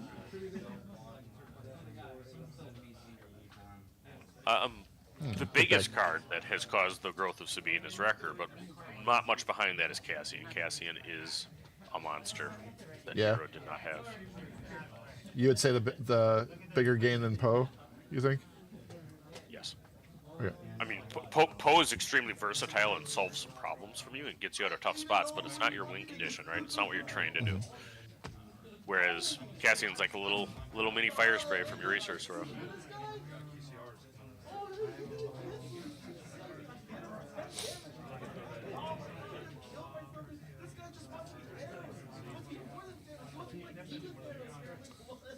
We're still in game 1. We haven't seen a timely intervention yet. Yeah. Take down Cassian. Cassian probably doesn't love that, but yep. Yeah, so you can cut this cost, And Cassian number 3. The 3rd Cassian. Alright, and now he does have 3. So if he has a Fleet Lieutenant or something else that's there, Cassian gets Death Mark this time. Let's see if he's got a pump. Cassian gets a sword. That's a big one. Does he have a power? I don't think so. He does not have a power right now, no. Right, he takes the damage from Bosk. Yeah, we'll take 1, the Cassian Adler. Take that. But Cassian's going to hit back for 7, taking Bosk to within 3 points of lethal. All he needs is a 4 cause I believe in. And then plus the Sabine pang, that leaves it 2 away. Yep. Is there a 4 cause that you see? It looks like he does have 1. I think it is on the very right of his hand. I think so. I think Cassian might believe for a cause. Second season of Andor is coming out pretty soon. But Cassian in this game is already hitting it. Yeah, he doesn't have anything that can heal and kill Cassian in the same play. So this is a tough spot for Bosk. He blasts. And then, for a cause I believe in, that concedes. He's like, I gotta hit 1. That's the, I just need 1. Nick knows this game.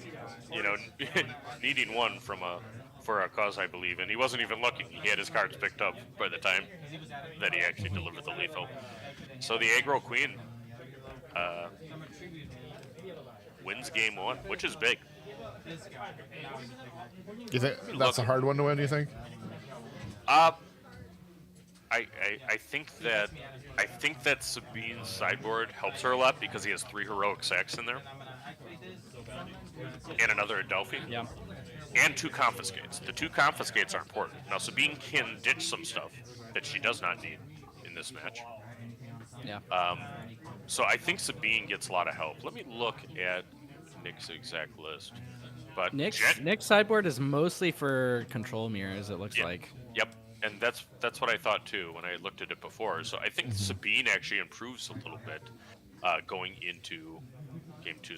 Now, Boss does get another top target. Boss does get a punishing one, I think, will come in. Yeah, this is 2 punishing ones out of Nick's deck. coming in, and a top Yeah. target.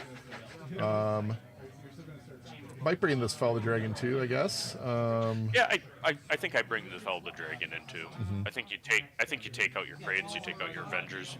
I mean, anything that's better than Kratos or Avenger, you play. But, And then on the other side, we have heroic sacrifice coming in. It looks like maybe confiscates. I don't know. Confiscate comes in to deal with the bounties. yeah, you definitely bring the confiscates in. And entrenched. Yeah. Yep, and entrenched. Yep. Yeah. In fact, I made that confiscate right now in part because of Boss Blue, you know, and also just Sabine. I mean, Yeah, it seems pretty great right now. Kill a dark saber. Yeah, Nick does not have. Does he have upgrade removal at all? No. And what ultimately was his downfall that game? It was the dark saber on Cassian, was it not?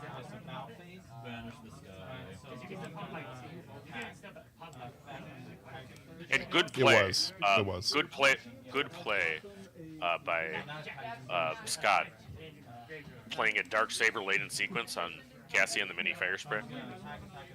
But that's solid work into a hard control deck.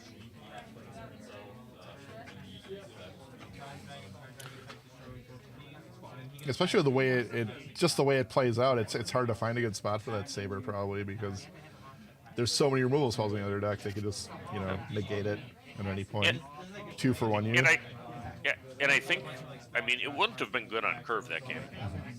I mean, there was the Sentinel in the way. Do you like but, saber in control then? Would you keep it in, or do you think you're like kind of setting yourself up by playing it? If I'm playing Sabine, yeah, if you're boarding here, do you want the dark saber here? Because to me it kind of feels like a setup for you. So unless you hit it just the right time. So the reason, what I would say is this: the last boss, I did actually do some good games against the Boss Blue with a little bit different list. There I did take out my sabers because he was running 3 confiscates, and I don't see upgrade removal at all in Nick's deck, so I don't think I'm actually removing my dark sabers.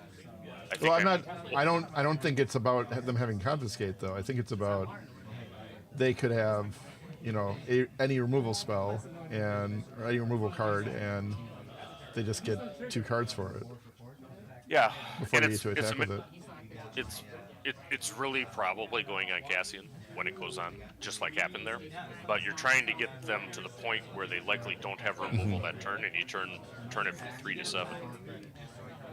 Yeah, that feels like a dicey gamble, hoping they don't have removal. No, I guess you can run them into areas where like like later in the game, like these Pathfinders and R2D2s and stuff probably aren't super great to draw, and if you saber up then like you might force them to do a Power of the Dark Side or something. Yeah. So this time, Boss does have a client. I mean, which is a card he wants to see. And I see a top client target is in hand huge too. here, right? Yep. Now, let's see. I don't know that Scott would have brought in his Bright Hopes. If he has a Bright Hope on 4, to pull up the damage unit with a Death Mark, that's a biggie. The Maybe client he brought it in just to do that. It's close because Boss really doesn't have a whole lot of space threats, but at the same time, the only bounce that Sabine has is Bright Hope.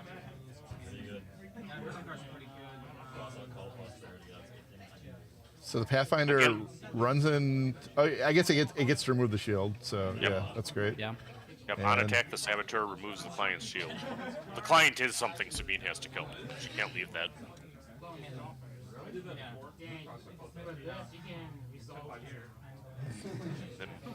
It looks like it's going to be a 6-point child. So, we top target, takedown, Power of the Dark Side, and Pershing. Yeah. I think that's a fell, not a takedown. Maybe. It's hard to see. Yeah, you're right. I think it's fell, Power of the Dark Side, Pershing, top target. Yeah, I'm good. True, totally. Clearly a hyperfoil of whatever the card on the far left is.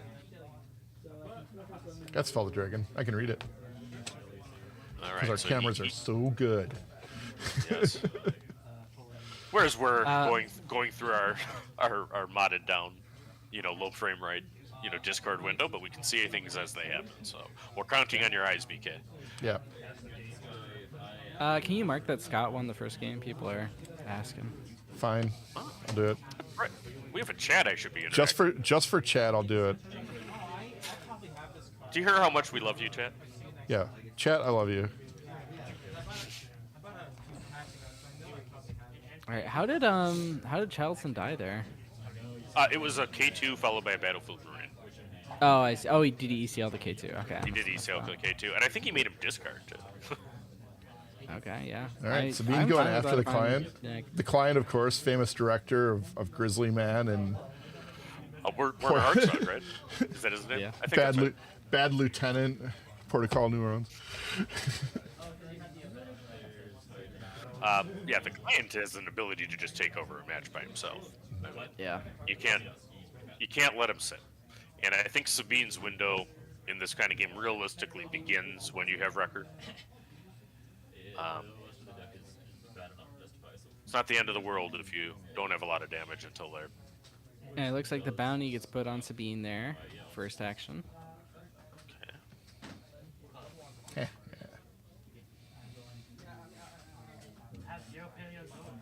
Ooh. Oh. But, he gives him an inefficient 2-point heal as opposed to 5. Yeah. And Jamma Poe. Does he have Fell? He does. He does. He also has power. But he's going to use the Fell. Uh-huh. And Bosk flips. And starts hitting Sabine's base. This one's looking a lot different than the last one. For sure. Oh, absolutely. And Nick's sitting on a top target. It's sitting on a Forge Choke. Tough thing. You never feel confident when you're thinking about keeping Super Laser Blast, Yeah. And that's true. A turn 2 client is really a good thing for Boss too. I should have mentioned that when we were talking about cards that the 2 players want to see. Oh, you did, I think. But he did have, I guess, the Holy Triumvirate right now for hard control is Child's top target, the client. Yeah. And to a Delphi, and it just gets wrecked by the power.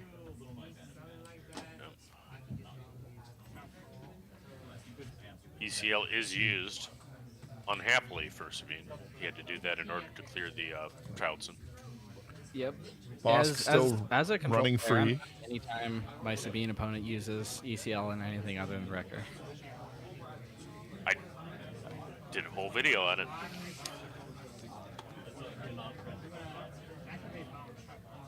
And that's where I think, if you have 3 timelies, you're hoping to have, like, on 5, be able to cast the timely, finish off the thing. The Fighter for Freedom is actually pretty good there. He might kill it with Bosk and take 3 damage, which is exactly what Nick does. Yeah, we haven't seen a timely from Scott, have we? Well, he has 2 main. He has 2. And 3 Rebel Assault, which we also haven't really seen. Yeah. I am the Rebel Assault I probably would have boarded out just because it's hard enough to get 1 unit. Yeah. it's 2 units of play? Yeah. Are you kidding me? 2 units of play against winning. Bosk. Yeah. It ain't happening. I think the heroic sack can be good because it's good, particularly if it then leaves Bosk with an empty war. Mm-hmm. Because one thing about Bosk Blue is if you don't have any units out, he doesn't really have much to do most of the time. Yeah. Now, right now his leader is out, which is a problem for Sabine.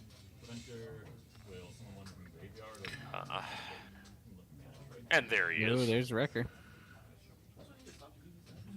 Though in this position, probably going to meet an untimely end. He doesn't. Now, had he had a timely intervention in his hand, that would have been better. Yep. The Emperor zaps him with lightning. Yep. Sith lightning is something that you really have to watch out for. And Nick is on track to get a shutout win here. No damage taken. No. Sabine will choose to ping as she's dying to We can avoid only that hope. indignity. Here's a Dude, dragon. Crate dragon, and that's it. Scoops. Go. Doesn't even Steal the Sabine ping crate. first. I like that. Try to steal the crate dragon though. That's And we're going to game 3, folks. For all of It the all marbles. comes down to this. For the pride of being showcase of a 1K winner not named Alex.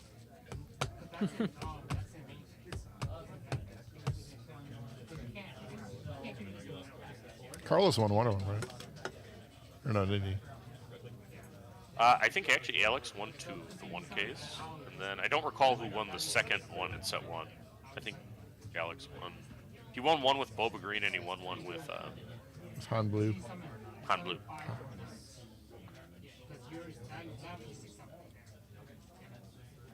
I'm shocked there was not Han Blue today. I'm shocked. I think Rebel Resource won one of them, right?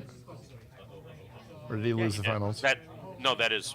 Well, it was But I either think- him or either. I think 'cause he won one. him- I think this is our 5th one. Yeah, so it was. And I either think Carlos won one. And I think Rebel Resource won one. I think that Carlos and Ryan played in the finals. So I don't remember who won. But they were running a yellow deck. That was the same one. Yeah. Hmm. What's that? That was the same one. I know they played in the finals because I was driving home as that was happening. Oh.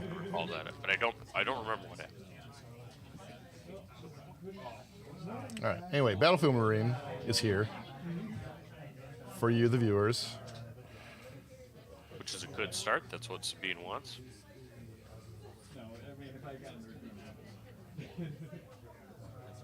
Open fire. He's fired. Red 3, standing by. Red 3 could be good. I see a Childson, 3 blue cards, I think, in Nick's hand. Good game. Entrenched is one of them. Yeah, okay, so he's got Vigilance, looks like, Entrenched.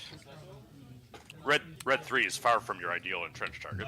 Still bothers me you can entrench a spaceship, but that's just me. He's got Deathmark in there also. I think he's considering it, resourcing it just to get a 6/6 Childson. The death mark, yeah.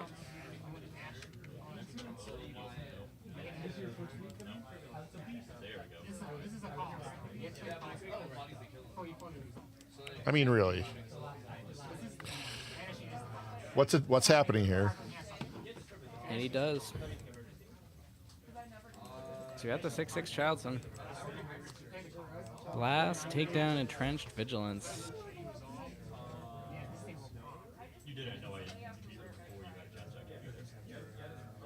All right, so there's a big sentinel in the ground arena. I see a bright hoe for K2SO. Yeah.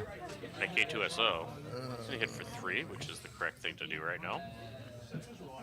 I imagine we'll see a ping in the immediate future. He taps boss to no effect to avoid the possibility of. I mean, if I'll I'm do a straight pass there. Or maybe, I mean, you don't have any other actions really, so might as well just take initiative. We'll see what he does. I mean, I think that K2 into the ground arena is fine. I don't know if I deploy. Yeah, I probably wouldn't. I probably wouldn't deploy, but K2 in the ground arena makes sense. And then Yeah, see what he does. I don't think you profit anything by putting your Sabine on though. No. Yeah, I mean, the play that he could do is like Sabine flip and then ECL the K2, but we saw how that worked out for him last game. And what he really needs is a heroic sacrifice right now. Yeah. That'd be cool. Or a Poe.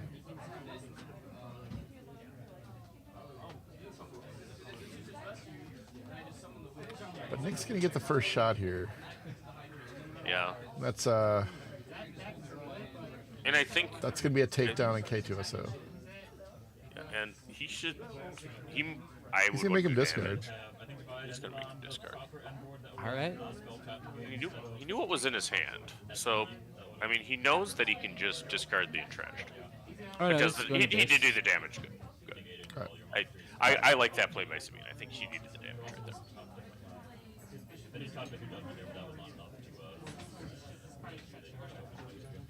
Sabine Alright, takes 6. Now, you can't take this forever, too. Now, if Sabine has Wrecker, I mean, that's ultimately what you're thinking you're doing to Child, so... Yeah. But they know But that. he's only on 5, right? Yeah. Yeah, just you can't jam do a it this Poe. turn. We just jam a Poe. That's a good play. I like He could just jam- ECL Poe and then discard to defeat one of the experience points, so then he gets to trade into it and live. That's true, but he's going to be able to overwhelm for 6 next round with Wrecker instead. I guess, yeah, if he hasn't. I think he does. I think I saw Wrecker on the right side of his hand. They always have the Wrecker. Every time. Every my 2 aggro losses, they had the Wrecker. They One of them had the always. Wrecker twice. They always have it. Yeah, I mean, in that scenario, I probably would not have deployed Bosk there. I would have claimed and traded. Wrecker boom. Poe. I agree with you on that. Coming. Absolutely. And now I think we overwhelm for 6 on the gun. It puts a ton of pressure on Boss because he can't let Poe hit for 8 after that. Yeah.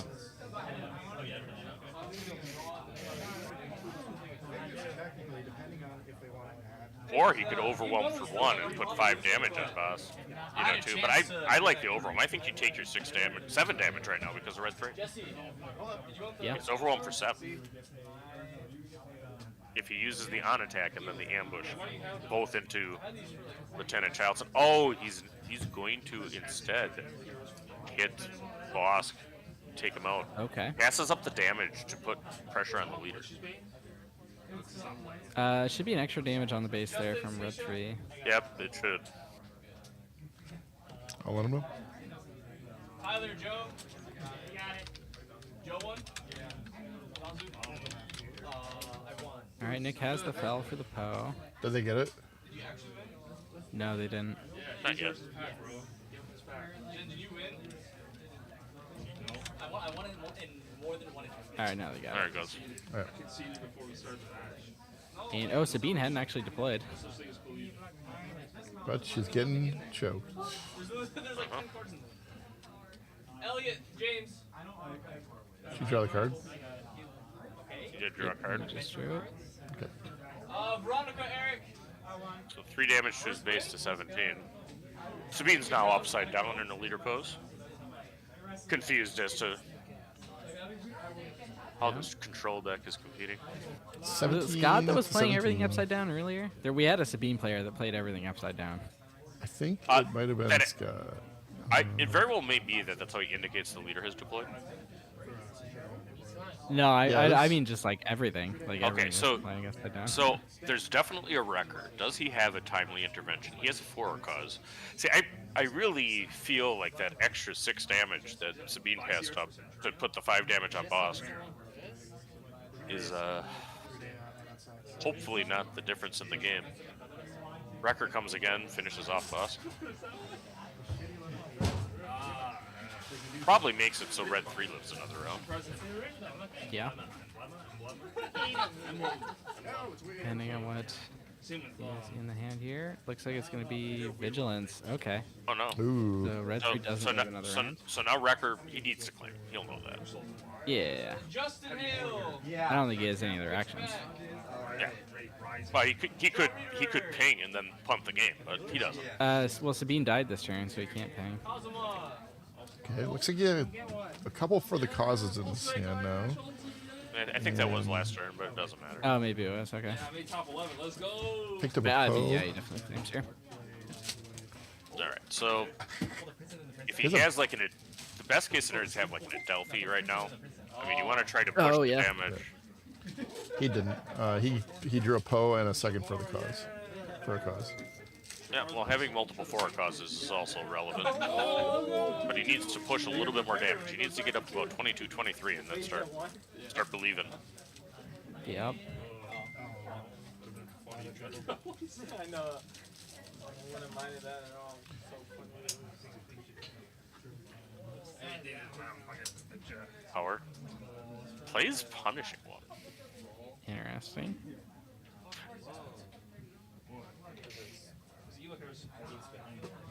Yeah, that too. Sabine, little So dark he leaves. side cover. Yep, and Oh, he's got top target here. Oh, pull it back with Bright Hope.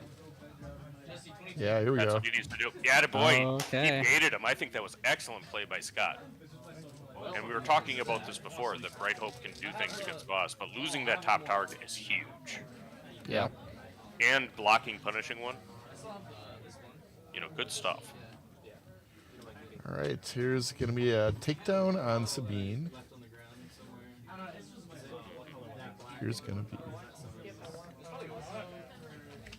Bright Hope hit plus double forecast plus Sabine ping could get there. Yep, but particularly if you can get a Bright Hope hit with a buff. Bright Hope is a rebel, so a fleet lieutenant can get it. Although I believe Nick, has a vigilance in hand, which could take him out of range of that being a horrible thing. Yeah. Well, you got to deal with that, but vigilance also then uses most of his mana for the turn. Resources, excuse me. He said he was playing online. Were you playing on Master Duel, like Dueling Book? What were you playing on? Looks like a... Is that a Rebel Assault or a Timely in his hand? I see a fleet. I don't know. He's resourcing something. Yeah. So Sabine's got all kinds of cards. Should keep resourcing, hoping to get Timeless. So He might have one down. Trying to get to 8. I think there's a Timely in his hand. It's either Timely or Darkseid.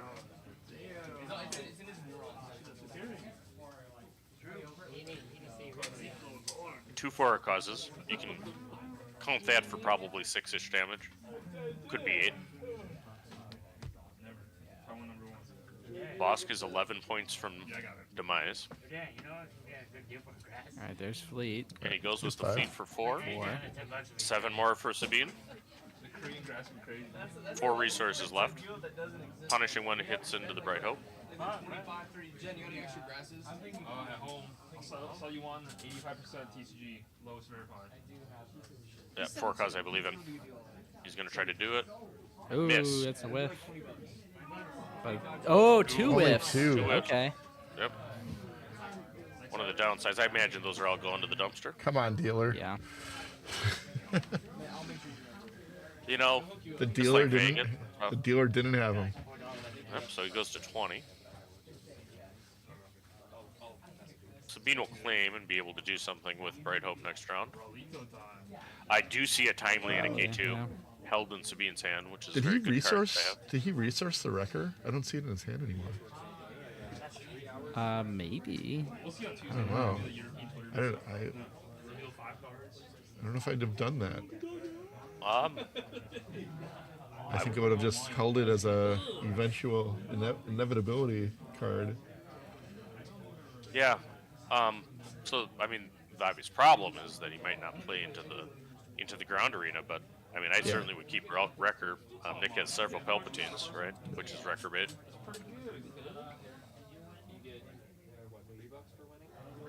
So there's another fleet. How many vigilance has he cast? Just one. I'm not sure. So to 22 with the attack from the Bright I Hope. think he's played 2 now. Bright Hope and punish in one trade, but that Bright Hope really did a lot. Yeah, let's get that Bright Hope up there. I think I see another Vigilance in his hand. I think I do too. But K2 lessens the burden of a Vigilance. It's a good card. I think that's what he should be playing right now. Nick's got Entrenched, which, I mean, if he plays that, he's basically giving up the ground arena. Yeah, but he might be willing to do that. I entrench my K2s. I think sometimes. It seems scary at this point in the game to play a card to the ground arena. That's tough. That's tough. Sabine's wishing she brought a stolen Landsleader to give over to Bosk. Yeah. You said my account was still saved in there last time, my name. And there's an A-Wing. You'll have to deal with that. I had last time when I first started. Vigilance should be able to deal with that just fine. I think we're going kaboom is what I think we're doing next. I have like a separate profile for you. Customer profile. He pings. Usually, like, 23. locals, So he'll go to 26 if he blasts. And there's the Palpatine. Palpatine is just drawn, I think, and regretting the entrench because K2's a 7/7. Yeah.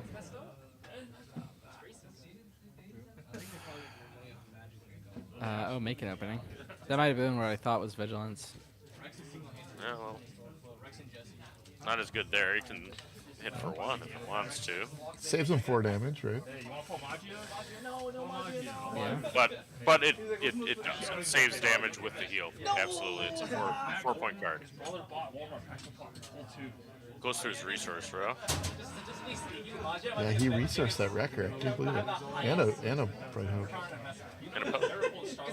That Bright Hope would be so good too now. Poe would be great because Poe can kill entrench if he can make an attack. So he hits for 1. Every point of damage matters, people. We're always casting Enders this game. That's right.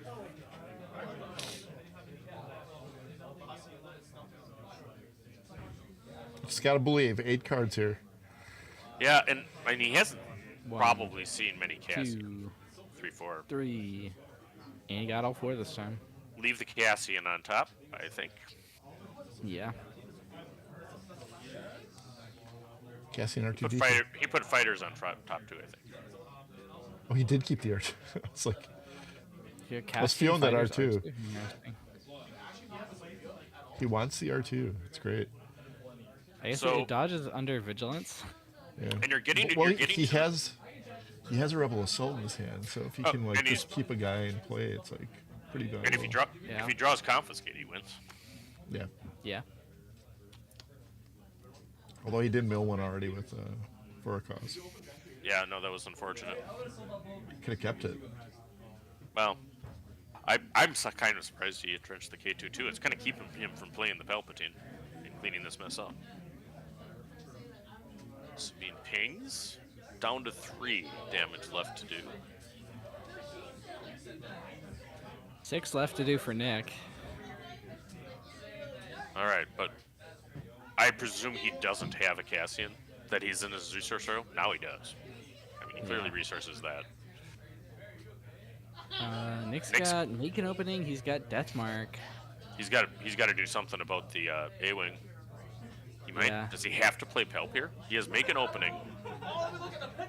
He's gonna make an opening He again. can't play Pal. Yep. Any significant. All right. Holding any on. significant buff. The other thing that really helps Scott is if he draws another K2 because he ends up killing him and getting the win defeated if he kills it with a unique. I think Scott has it Hold from on. this point because he can go Wing Leader to the base for 1, Sabine ping for 1, Cassian. He's gonna go with a And that's line 3. Well, with Fighters of Freedom, playing red cards. That's what he's That gonna makes try to it, yeah, that makes it even. Nick can easier. draw some cards with the mark. do. Yeah. Mark here, but Well, he's considering playing the Pelp to clean up the, because Pelp could kill the fighter and the A-wing, but then it lets you go in with K2 Yeah. for 1 overwhelm. R2 on top, just so you know. I don't. That's so that happened. Just reminding him what he did with the Foracos. What sportsmanship? Oh, you know what? If he does play the help, he can Rebel Assault his K2 as well. Ah, there you go. Is Rebel Assault Alrighty, still in his where's hand? the Palp? I think he has to. Yeah, he has to. You think he has to? I also think he can't. Yep. No, you're right, and that's dead because of make an opening. But if he has heroic sack, it's over for sure. Well, he just goes Cassian, run into it, deal 3, play the K2, run into it, play Cassian, and that's it. No, I think you're right. That's what he should have. And there's the Cassian.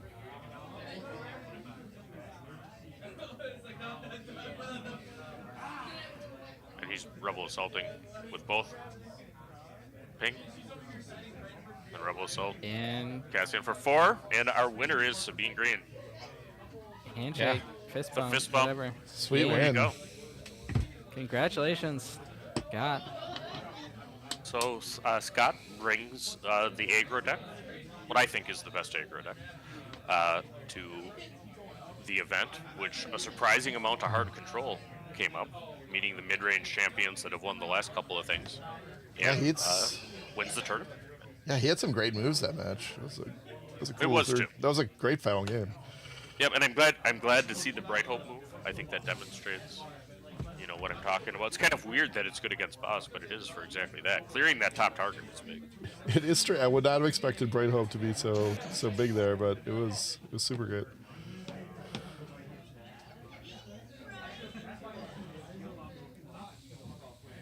Scott, wearing a Liverpool soccer jersey. I know, because I asked him what it was.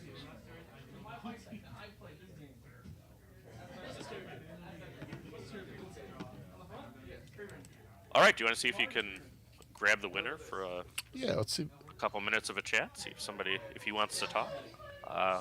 So, what do you think are your takeaways from this event today, RT? It seems like Sabine is pretty ascendant. She seems popular. I don't know why there were so many hard control decks. Maybe people thought that like Kira or Boba would be more popular, and they wanted to win those matchups. But Sabine eats those up, and yeah, I think that makes a lot of sense. Sabine into Kira is a very, very close matchup. It really can go either way. So I think like Kira players might be scared of that. Sabine players might also be scared of that.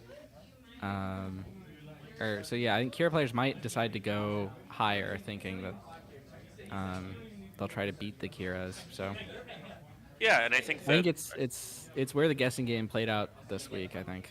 Yep, and I mean, relevant as people were looking at is we knew that a Boba Green won last week, and he made the top 4 again. Great player, but I'm surprised there wasn't more, Boba Green, Kira, Han Blue. Absolutely. I mean, I was expecting a lot of that,